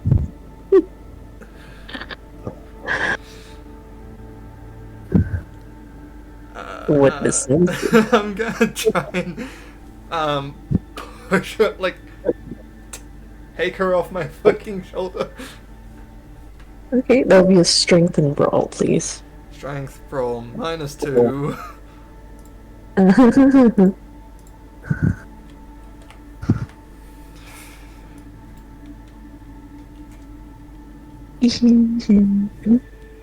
Okay. How do you actually push her away? This is gonna be interesting. Do you try to like slam her somewhere, or do you like just do a shove? Like, if she's on my shoulder, like the other hand just like grabs around her face and tries to pull it up. How are you pulling the face? Or like, are you grabbing a part of her hair and pulling it? What are you doing? We'll go with that. It's gonna be hard trying to describe how like grasping the face, because you grab you get your fingers just underneath where the cheekbones connect underneath your eyes. Really treating me like a dog, and that's funny. Okay. So, like, God damn it. Like, when a dog bites on and knocks on, like, the usual pit bull thing. Anyways, so, just like, you try to pull her away, like, her mouth away from the shoulder. I'm just gonna roll something real quick. Okay. Oh, I'm fucked. No. In that moment, as you're trying to shove her, she snaps back to her senses. Her, like, you see, like, that widened look and, like, this look of horror as she pulls her mouth away, and then you manage to push her that she kind of stays frozen. She's panting through her mouth, and she closes it right away, and she immediately holds her breath, and she goes, shit, It's fine. You were hungry, weren't you? She quietly wipes her, like, mouth and goes, how the fuck are you mortal? Were you mortal this whole time? Is that why you had a fucking heartbeat?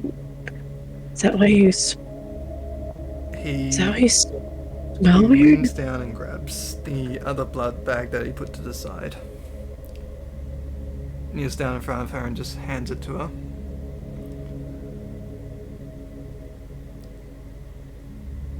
I wasn't mortal last time we met. I was something called a thin blood, or half-blood, whichever the correct term is.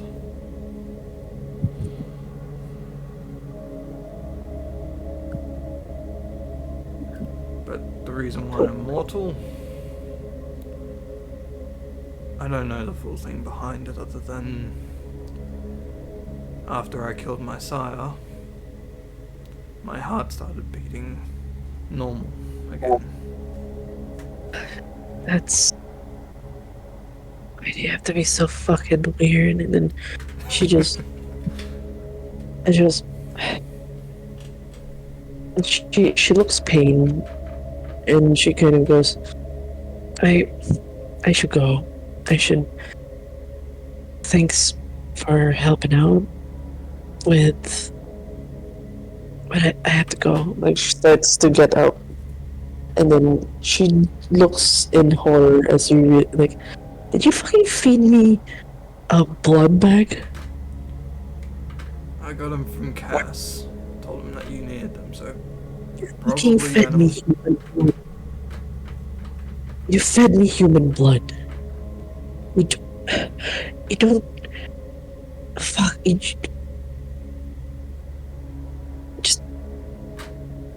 just don't. Just... Fuck this. And like you see, like she's trembling. There's like, it's a mix of frustration, conflict, and you just keep the fucking bag. Don't have it anywhere near me. I'll just hunt somewhere else. There's a reason why I stick to animal blood. What happened last night with all those mortals? It took so much of restraint. It's so painful when your body wants nothing to do feed. Just drain them all. It. Don't fucking help me like this. I asked for a certain help, but not like this. And even more so now that you're becoming more of the fresh hell that I have to deal with. I already fucking bit you. Just... You've done enough. Unfortunately, because I know of all the Kindred and stuff like that, I can't stay out of it. Whether I'm mortal or not.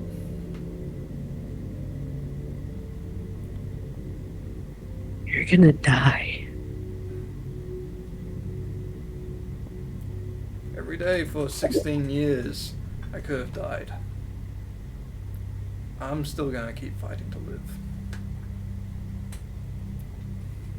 While you do that, just leave me alone. If I ask for your help again, I don't think I will, not knowing what you are now.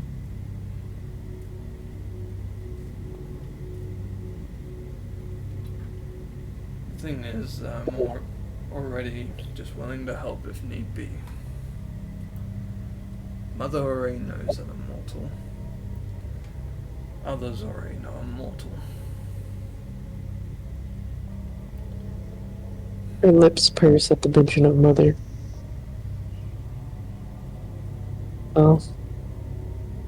Thanks, I guess. And she looks at your arm. Sorry about your...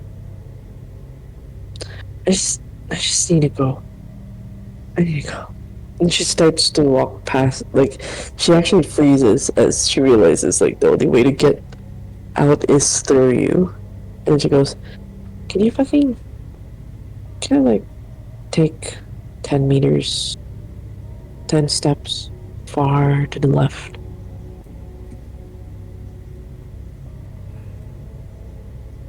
I really can't stand the smell of you now. Because compared to last time, I can fucking kill you now. And I don't want your blood on my hands.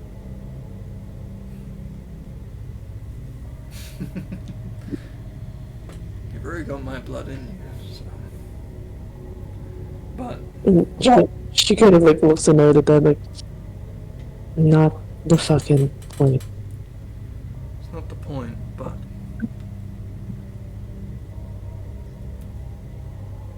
Why don't you try and overcome your problems with me around?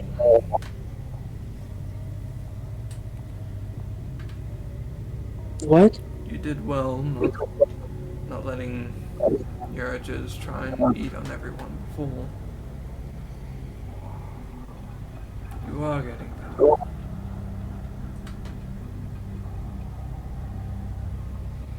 Doesn't feel like it. In the first instance of mortal that came across, I fucking bit it. I bit you. So... Yeah, but I was I don't also know. stupid to be right next to you when you were extremely hungry. Ugh.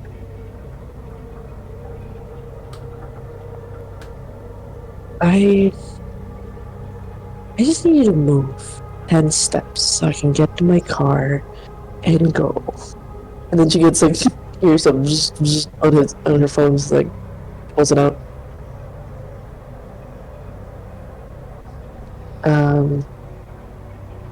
Why is Gossie asking me to go to the sanctum?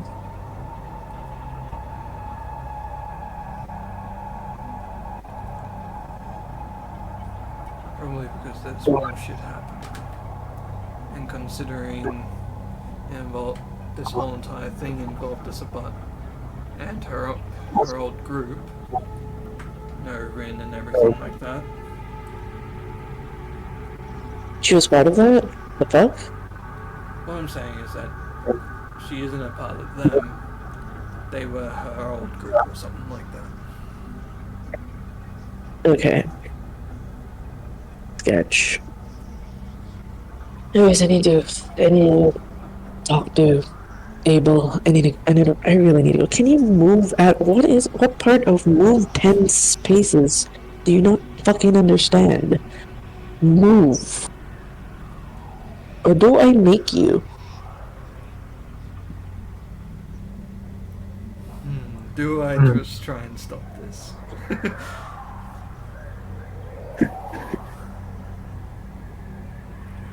Is this Vetra asking? This is if you're- Vetra. This is Vetra. Like, Simon's got some fucking balls, right? This man's separate. I know, right?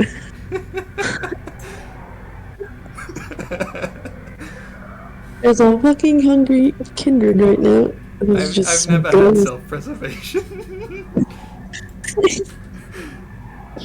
So what does Simon's do in this situation?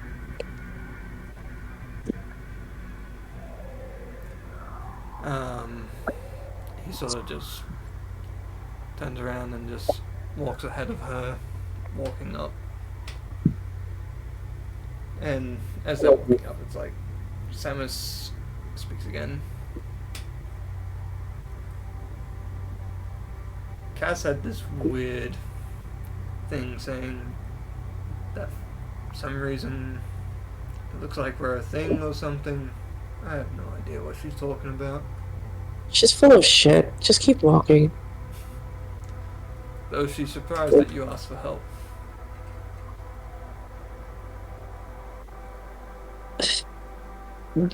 Don't dwell too much on it. I just need more people. And look, you're a fodder. It was easier that way.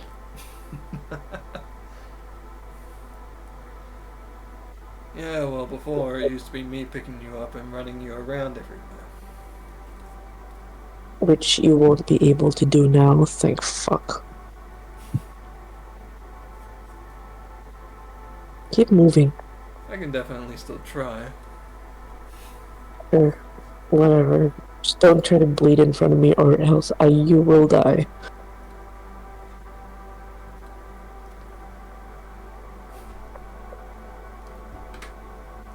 Pushing through the front Then- door and everything like that. She waits a while for you to get some distance before she gets to the front door and into the van and she goes, just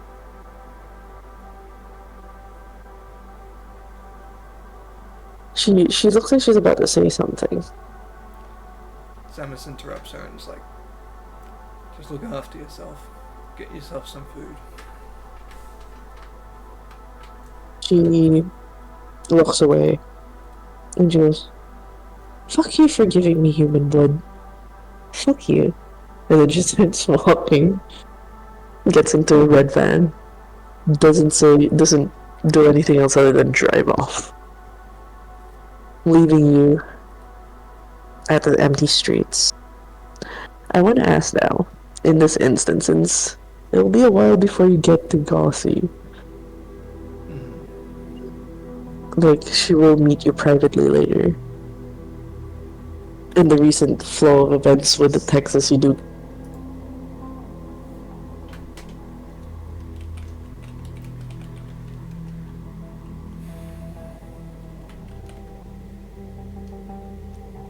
Denma DC. Hi, Denma. Welcome back. Welcome back. Okay, I was just asking because so this would be around the timeline where you start getting group messages and shit. Yeah. So, in Like, this at instance, first he started heading there from the first one, and then it's like, and with the second one, it's like, there are others who don't know me, and they're gonna be like, why is there a mortal here? do you try to reach out to anyone else in the group?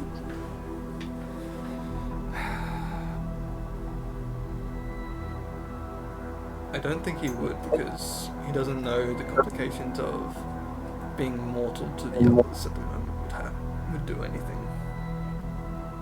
Fair. fair assumption. So what would Samus do in this situation after dealing with Becca, and you still have a bite mark, a fresh bite mark that's still bleeding?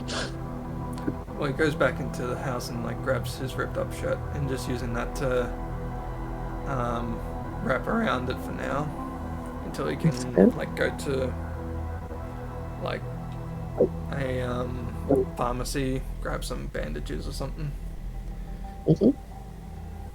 He's not gonna try and get someone to look at it because like it's gonna clearly look like a fucking vampire bit him. I mean, you're not wrong. But besides the point, I just want to know, like, your final actions in this night. What does he do now? Because, like, in this point in time, you won't be able to do anything till you that talk with Gossie. So other than the pharmacy, where else do you go? Like, location-wise, where do you go? Where would I go?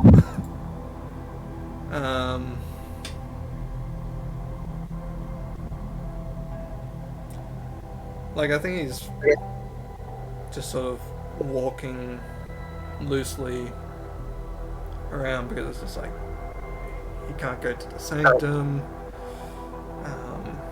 He doesn't want to go back to the inn because all of a sudden he's got a massive fucking bite mark on his shoulder. Kinky. Well, it's just out of character kinky. In character, it's like they're just gonna question more and more on things if I keep going back with more blood on me. You know, but yes. If ever we can just declare later on where it is you're going, but for now you're wandering in the streets and just with a bloody arm, and well, probably around midnight is when you get to talk to Gossie. And Like so he'll patch himself up. Okay. We'll actually end the scene. I'll just let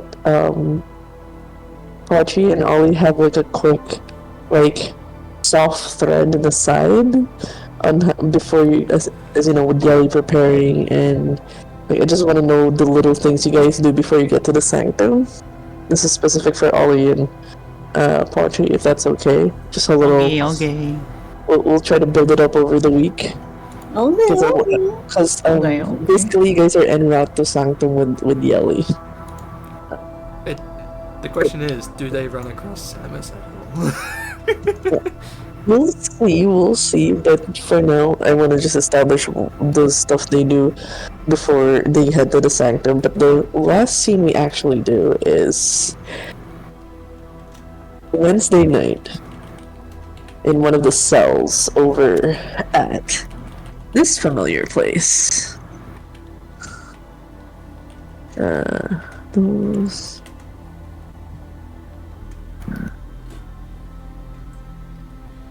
This is... Oh wait. Damn.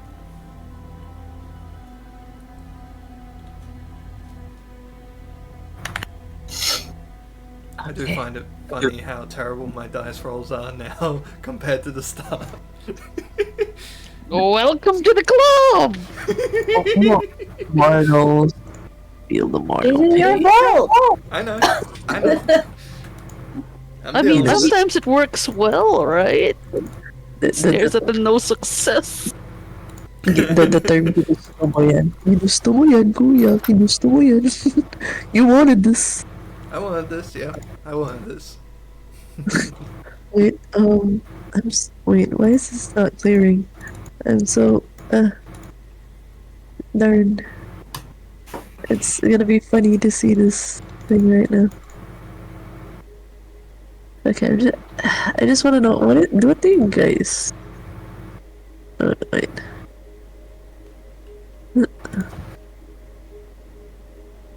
Loans. Oh, I remember that place. Oh, I was showing the tower. And The Walmart Us. tower. the Walmart tower, yo. I know the Among Us wouldn't delete. Editor, click clear drawings. Ayun. Okay. So somewhere in this area, in one of the holding cells, you hear a conversation between like a muscular man and the man in glasses. It goes, "Alright, how many did he take out this time?" And he goes, he took out 3 more ghouls, sir." I was like, "And how many of us did he throw, like, basically get a kick in before we finally got the fucking restraints?" The man in glasses is annoyed.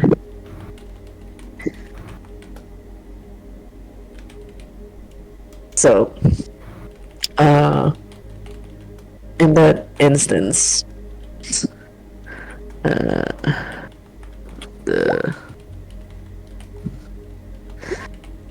there's more or less feedback of the new person they're holding.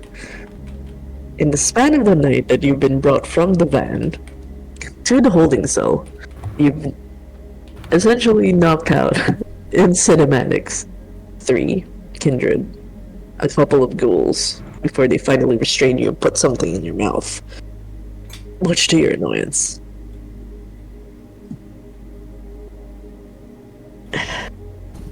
Wait, so my mouth is covered right now? There's a muzzle, like the one for dogs, but like Hannibal Lecter. Yes, you fucking wild animal. Basically, you hear gradually go. I mean, you can talk like Hannibal, with the fava beans and stuff, but it's just the amount of manpower they used to essentially get you, tied down and stuff has Gratis been. goes, yeah, no, 3, yeah, 3 vampires. Look, you guys could have just asked nicely. Again, nicely. We did, and then you. Yeah, I get it. As nice as you can get, and then I did it.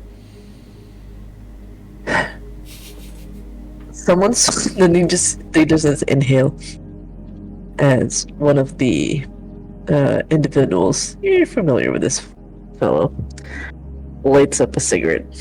Hey, Patches! Good to see you again. Patches. The By the way, name you is got another cigarette? the name's Iskander. Then he gives the box over to you to get the stick, and he goes, "Oh, Much appreciated, Salamander. Fucker. Well, might as well give a bit of respects and wishes for a dying man. I hope you understand. Your existence is a threat to mortals and kindred alike." Again with the existence threats.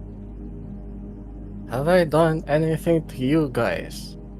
No, The wait, don't spirit answer of that. Franco chimes in. Yes, you fucking lunatic! No, don't answer that. I did. Hey, by the way, glasses. Well, I guess I'll call you 4 Eyes. How's the broken glasses? And goes, and he's the guy with the glasses at the back adjusts his new glasses, staring at you. Iskander goes, "Besides the point, you will be put down. We're just giving as much of a service from here on out. We'll let people that have crossed your path of your passing." Kinda don't wanna. Maybe not after breaking your new sets of glasses. Iskander goes, "You don't have to be violent. I hope you You don't have understand." to be such a fucking bitch. It's a means of protection for everyone that's in society. How Society, long? Society. How long? Yes. Well, how long do you think you can handle keeping to your humor, your sense of humanity, when you keep eating your kind? There's only so much of the flesh you can partake before you realize you're not exactly human anymore. I know our kind is a bit monstrous, but it takes a different breed when it consumes its own, like a snake eating its tail. Well, Poro bobos. still here, aren't I? Far as I know. Hmm. I'm more of a human than you are of a fucking... What the fuck are you anyways? Ah, You can't speak of what my life is. I have lived my life as you've lived yours. If I were in your shoes, I would have welcomed death if that meant everybody else would live without a threat of me existing, slowly turning into some rabid monster. If you Grant think just there's laughs a bit. Ah, that's where you're wrong, Four Eyes. It's Patches, by the way, topic. Oh, that's where you're wrong, Patches. Death was always at my doorstep. It's just about time I opened the fucking door.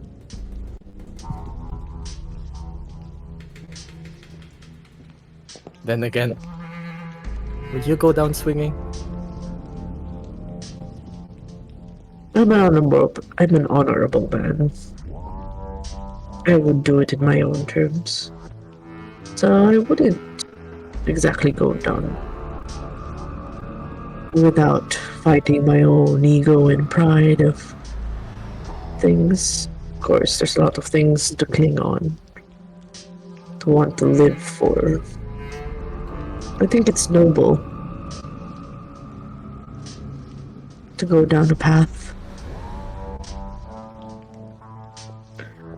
But I know you think of us barbaric for wanting to end you. I think your strength is of good display. You would have made a good Bruja. What if we told you? If you could tell us that there was a way you could find a cure. Did any of your comrades speak of a cure? Grant decides to not divulge on it and just starts whistling the circus tone like ta ta ta ta ta ta ta ta ta ta ta ta. Well, should you another life consider the reality where there was a cure, there was something that would have removed your curse to consume others. Maybe we could have worked with you. You could have been part of our ranks. And he goes, did you know that I am a good friend of the bailiff? The one you all call Gossie. Oh, Gossie. Still haven't gotten a high five from her. It's very hard to please, but we are family friends, and we did do her a favor.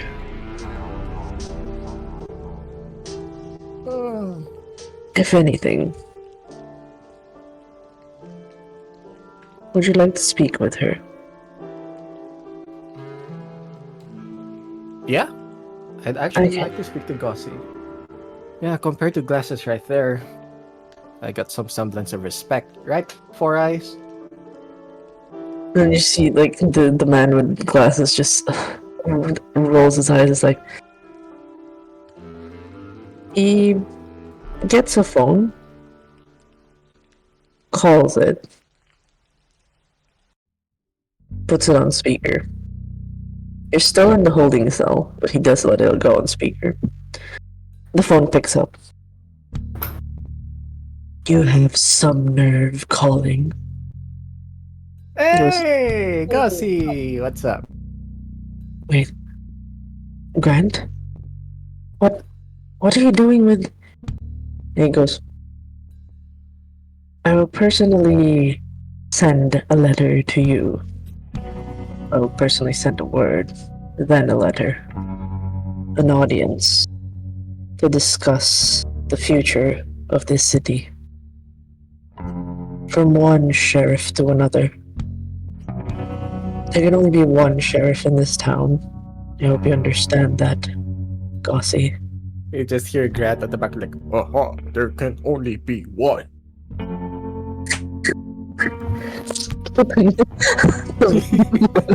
Then he just, at that moment, he just goes, you wanted to give a dying man's respects, you know how we do things.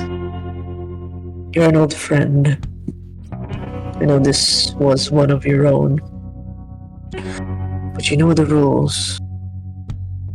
Vampire eaters shouldn't exist, and you know this. And he goes,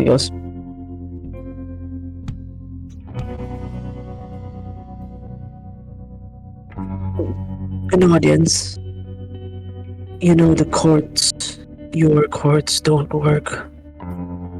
It's all just spectacle at this point. Everything's just for show. He goes, huh? There will be a place to speak. But you know this boy should not exist. His fate is final. Unless you have some... And then Gossie goes, we'll have that audience. But before that, you will have to let me see the boy before he dies.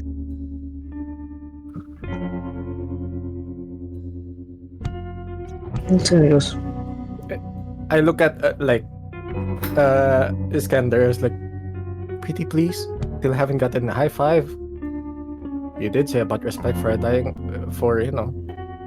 person. you will have till tomorrow. Nothing more, old friend. And Gossie says nothing and goes, And then Grant just goes, hey, see you tomorrow, Gussie. and Gossie just goes, Grant, hang in there. Would you? I mean, I don't think there's anything to hang around. But yeah, sure.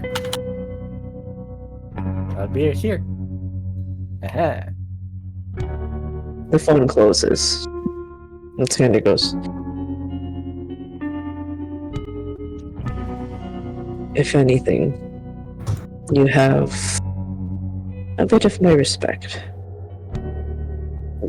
Gossie must think highly of you. Well, Speak to you like he would a friend. Oh, that does seem nice. Oh, by the way, Salamander, can I have one last favor? Iskander. It depends on the request. Salamander, Iskander, Fender, Bender, whichever. You get my drift.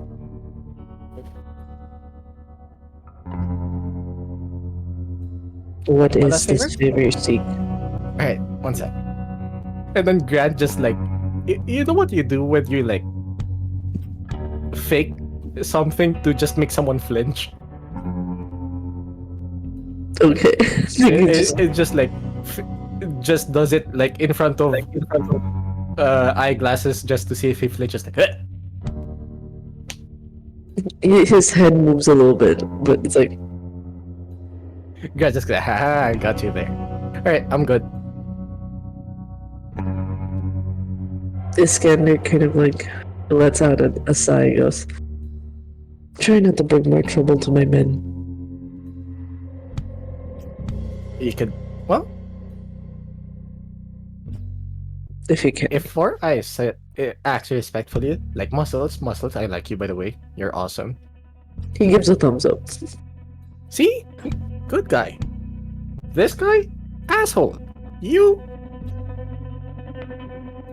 Yeah, okay. And just he kind of puts out like a small slit to put out a lighter to light up the cigarette he gave you. Sweet. Much appreciated. But you kind of smoke through the mask, like the cannibal mask through your. There's like a small slit where you can just have your lip perched for the cigarettes. He goes, "You'll see, Gossie, soon." Alright. In the meantime, I'm just gonna relax here with Musclehead. You can bring Four Eyes here. And and then Grant just go. Go on now, boy. Go on. Go. The man just gets up, like kind of like dealing with childers, a vampire one at that, and then he kind of looks over at Four Eyes. Now what I'm calling him Four Eyes, he actually has a legit name. God damn it! He looks over at him. They both give each other looks before walking out. Attaboy. The Hey, door. Muscles, they smoke. He goes, "Smoking not good for stamina." Nah. Suit yourself. In that moment, out of view, out of Grant's view in the holding cell, there's Iskander walking at the end of the hallway. At the end of it, man with a metal mask.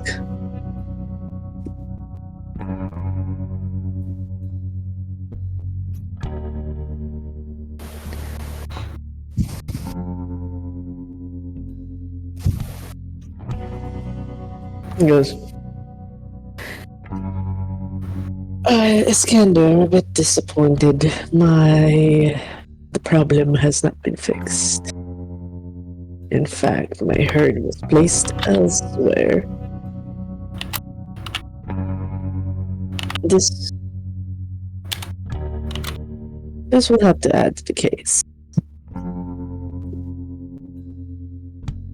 But yes, it's gonna go a complication nonetheless, but we've dealt with it.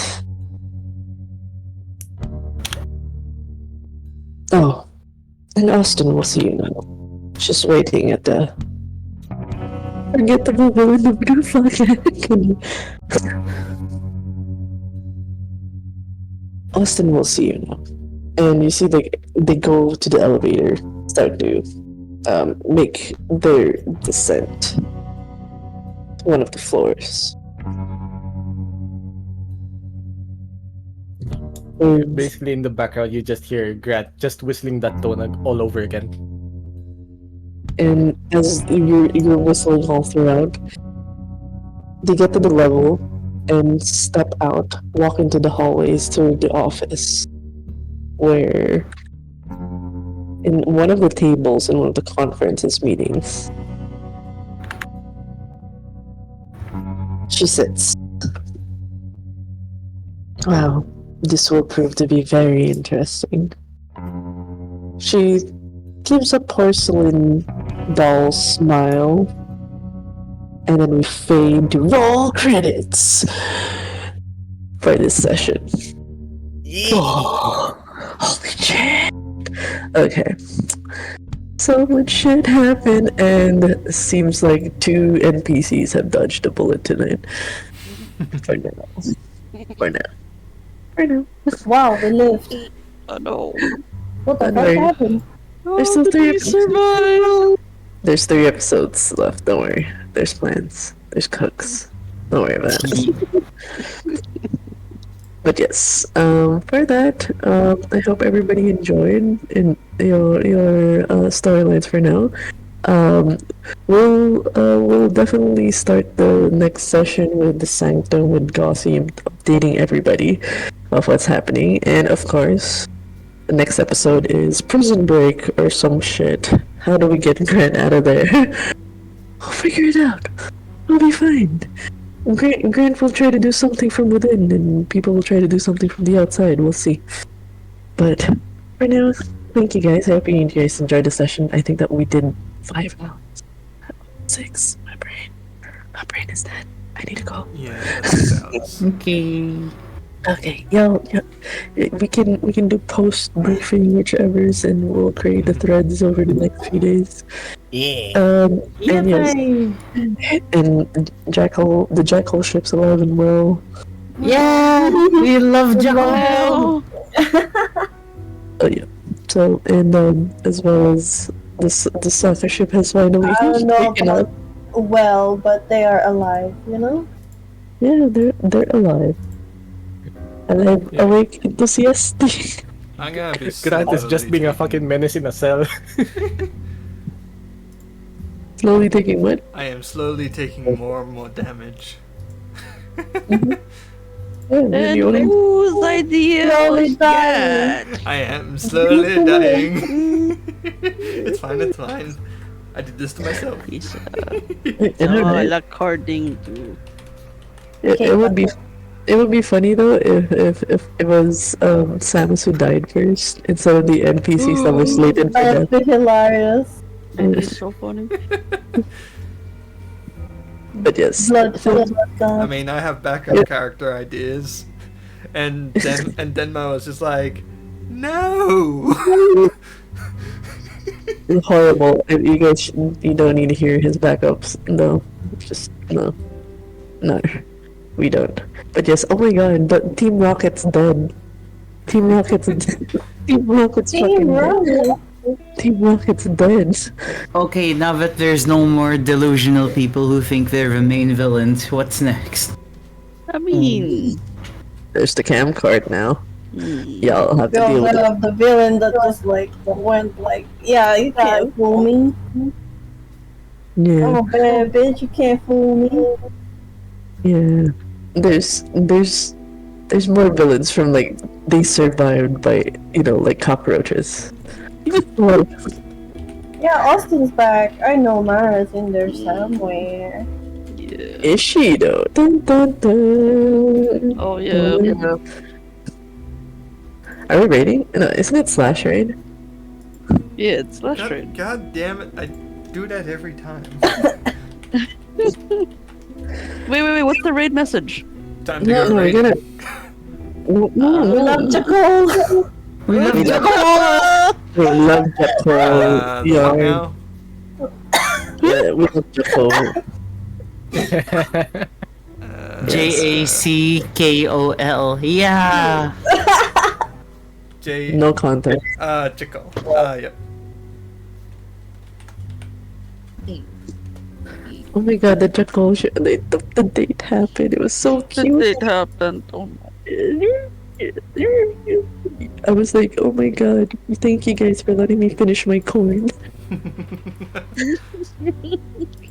So Oh my beautiful. god, that's what you were doing. I was wondering, like, why is That this was is so running fun. along? Gosh, like maybe this should be Jackorn instead. And You're eating Jackorn. I love how there was so much foreshadowing about. I was like, damn, this is cinema. Cinema. While like eating corn, I was like, yes, corn. I missed out on like a good opportunity, but I'm like, no, Samus would actually react in pain. Yeah, it's beautiful. It's a beautiful human reaction. Anyway, It's a- thank you all for coming by. Thank you, Chasu and Blue Sky Robin for the raids. Hope to many see raids. you all next time, and see you all Monday. Bye now. Bye. Bye bye now. Bye bye. Oh, Oh my Bye god. bye. They survived, Ang inang yun survival sila. man. To get a 0 success. I probably should have. Then raided, I should have but- said that. Hello! Cole prepared. Love Jackal. What the fuck? Who's Jackal? Hello, MadMimicVetra, hello! Welcome to the stream. My name is Nemu. I'm playing GTA, and yeah, if you guys want to play GTA, feel free to join our server. Hello, who's Jaco? What the fuck?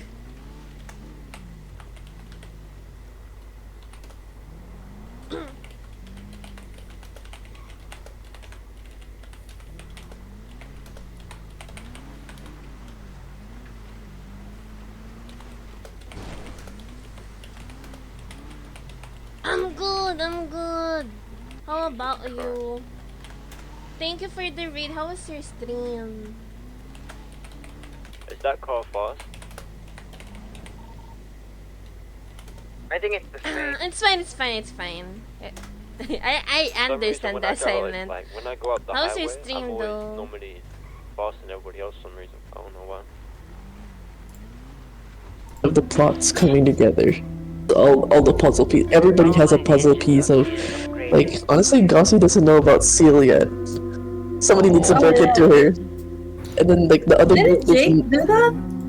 I vote said girlfriend. No. Fuck you! No, he doesn't know You about... lose your girlfriend again? Like, Jake doesn't know about Seal. Oh yeah, Jake doesn't know about Seal. Samus don't know shit about it either. I think wasn't Griffin trying to say something about a mage? Yeah, there was a mage. Something, and then yeah, but didn't say And then anything she about was like, Seal, we don't yeah. talk about that. Like, mages. It's like, what? Mages? What? No. It's just, because... He's talking crazy again. The thing is like, Gossie's going through so much, and then she lost the will to her bane. She's all about control. Like, control your emotions, control your shit. At the moment, she almost murdered Franco. Like, she just gave in to her impulse of just wanting to murder. And just go full hothead, and then she felt remorse about that. Let's go, Westy. Like, oh my god. Like, and then she just snapped all the stitches that she just made, and she was like, oh no, and she had to like displace all her anger somewhere, because there's just like one shit after another. She has to, like, they just finished Morrison, and then suddenly there's like some issue with, like, it's just one issue after another. It's just like that. Tangina, sandali. That's it. That's the meme for Gossie right now. It's like, wait, this is too much shit. Cause like, also like the human trafficking. She has to figure out about the human trafficking part. Like, there's a lot of intersecting points that no one knows about certain things, and then once it all comes together. I mean, Samus has a lot of information. It's a matter of meeting. You have to meet with the group. You have to face your fears. Meet with the group. Meat. Yes, be meat. Oh my god, fresh meat delivered himself to our doorstep. Let's go. Nom nom. Nom nom nom nom. Nom nom nom nom. It's just like, Damn, I didn't like know they did Uber Eats for vampires. Sorry. I mean, there was Frankie. Shut the fuck up. I like how there was that silence, and then it's just like... I had to think about it for a little bit. I'm slow. We all had to. Hey, Oh Demma, Yeah. can I just mention that that Jack might have had some scoring at his wrist? Is there? Okay, we have to put content warning for self-harm though. Oh no, not that kind of scarring. Okay, cool. Just chains. Oh, okay. What is with you in chains? I don't Eric? know. Eric. This one. No. This has nothing to do with that. This is what do you call this? His background story. Alright. Because of where he came from before he met her, and then yeah. Shit. Jack's psyche. How is his psyche? Jeez. Very fragile. Jeez. And then every time he tries to talk to Cole, Cole is like, like trying to be nice, but every time he steps forward, Cole like steps back.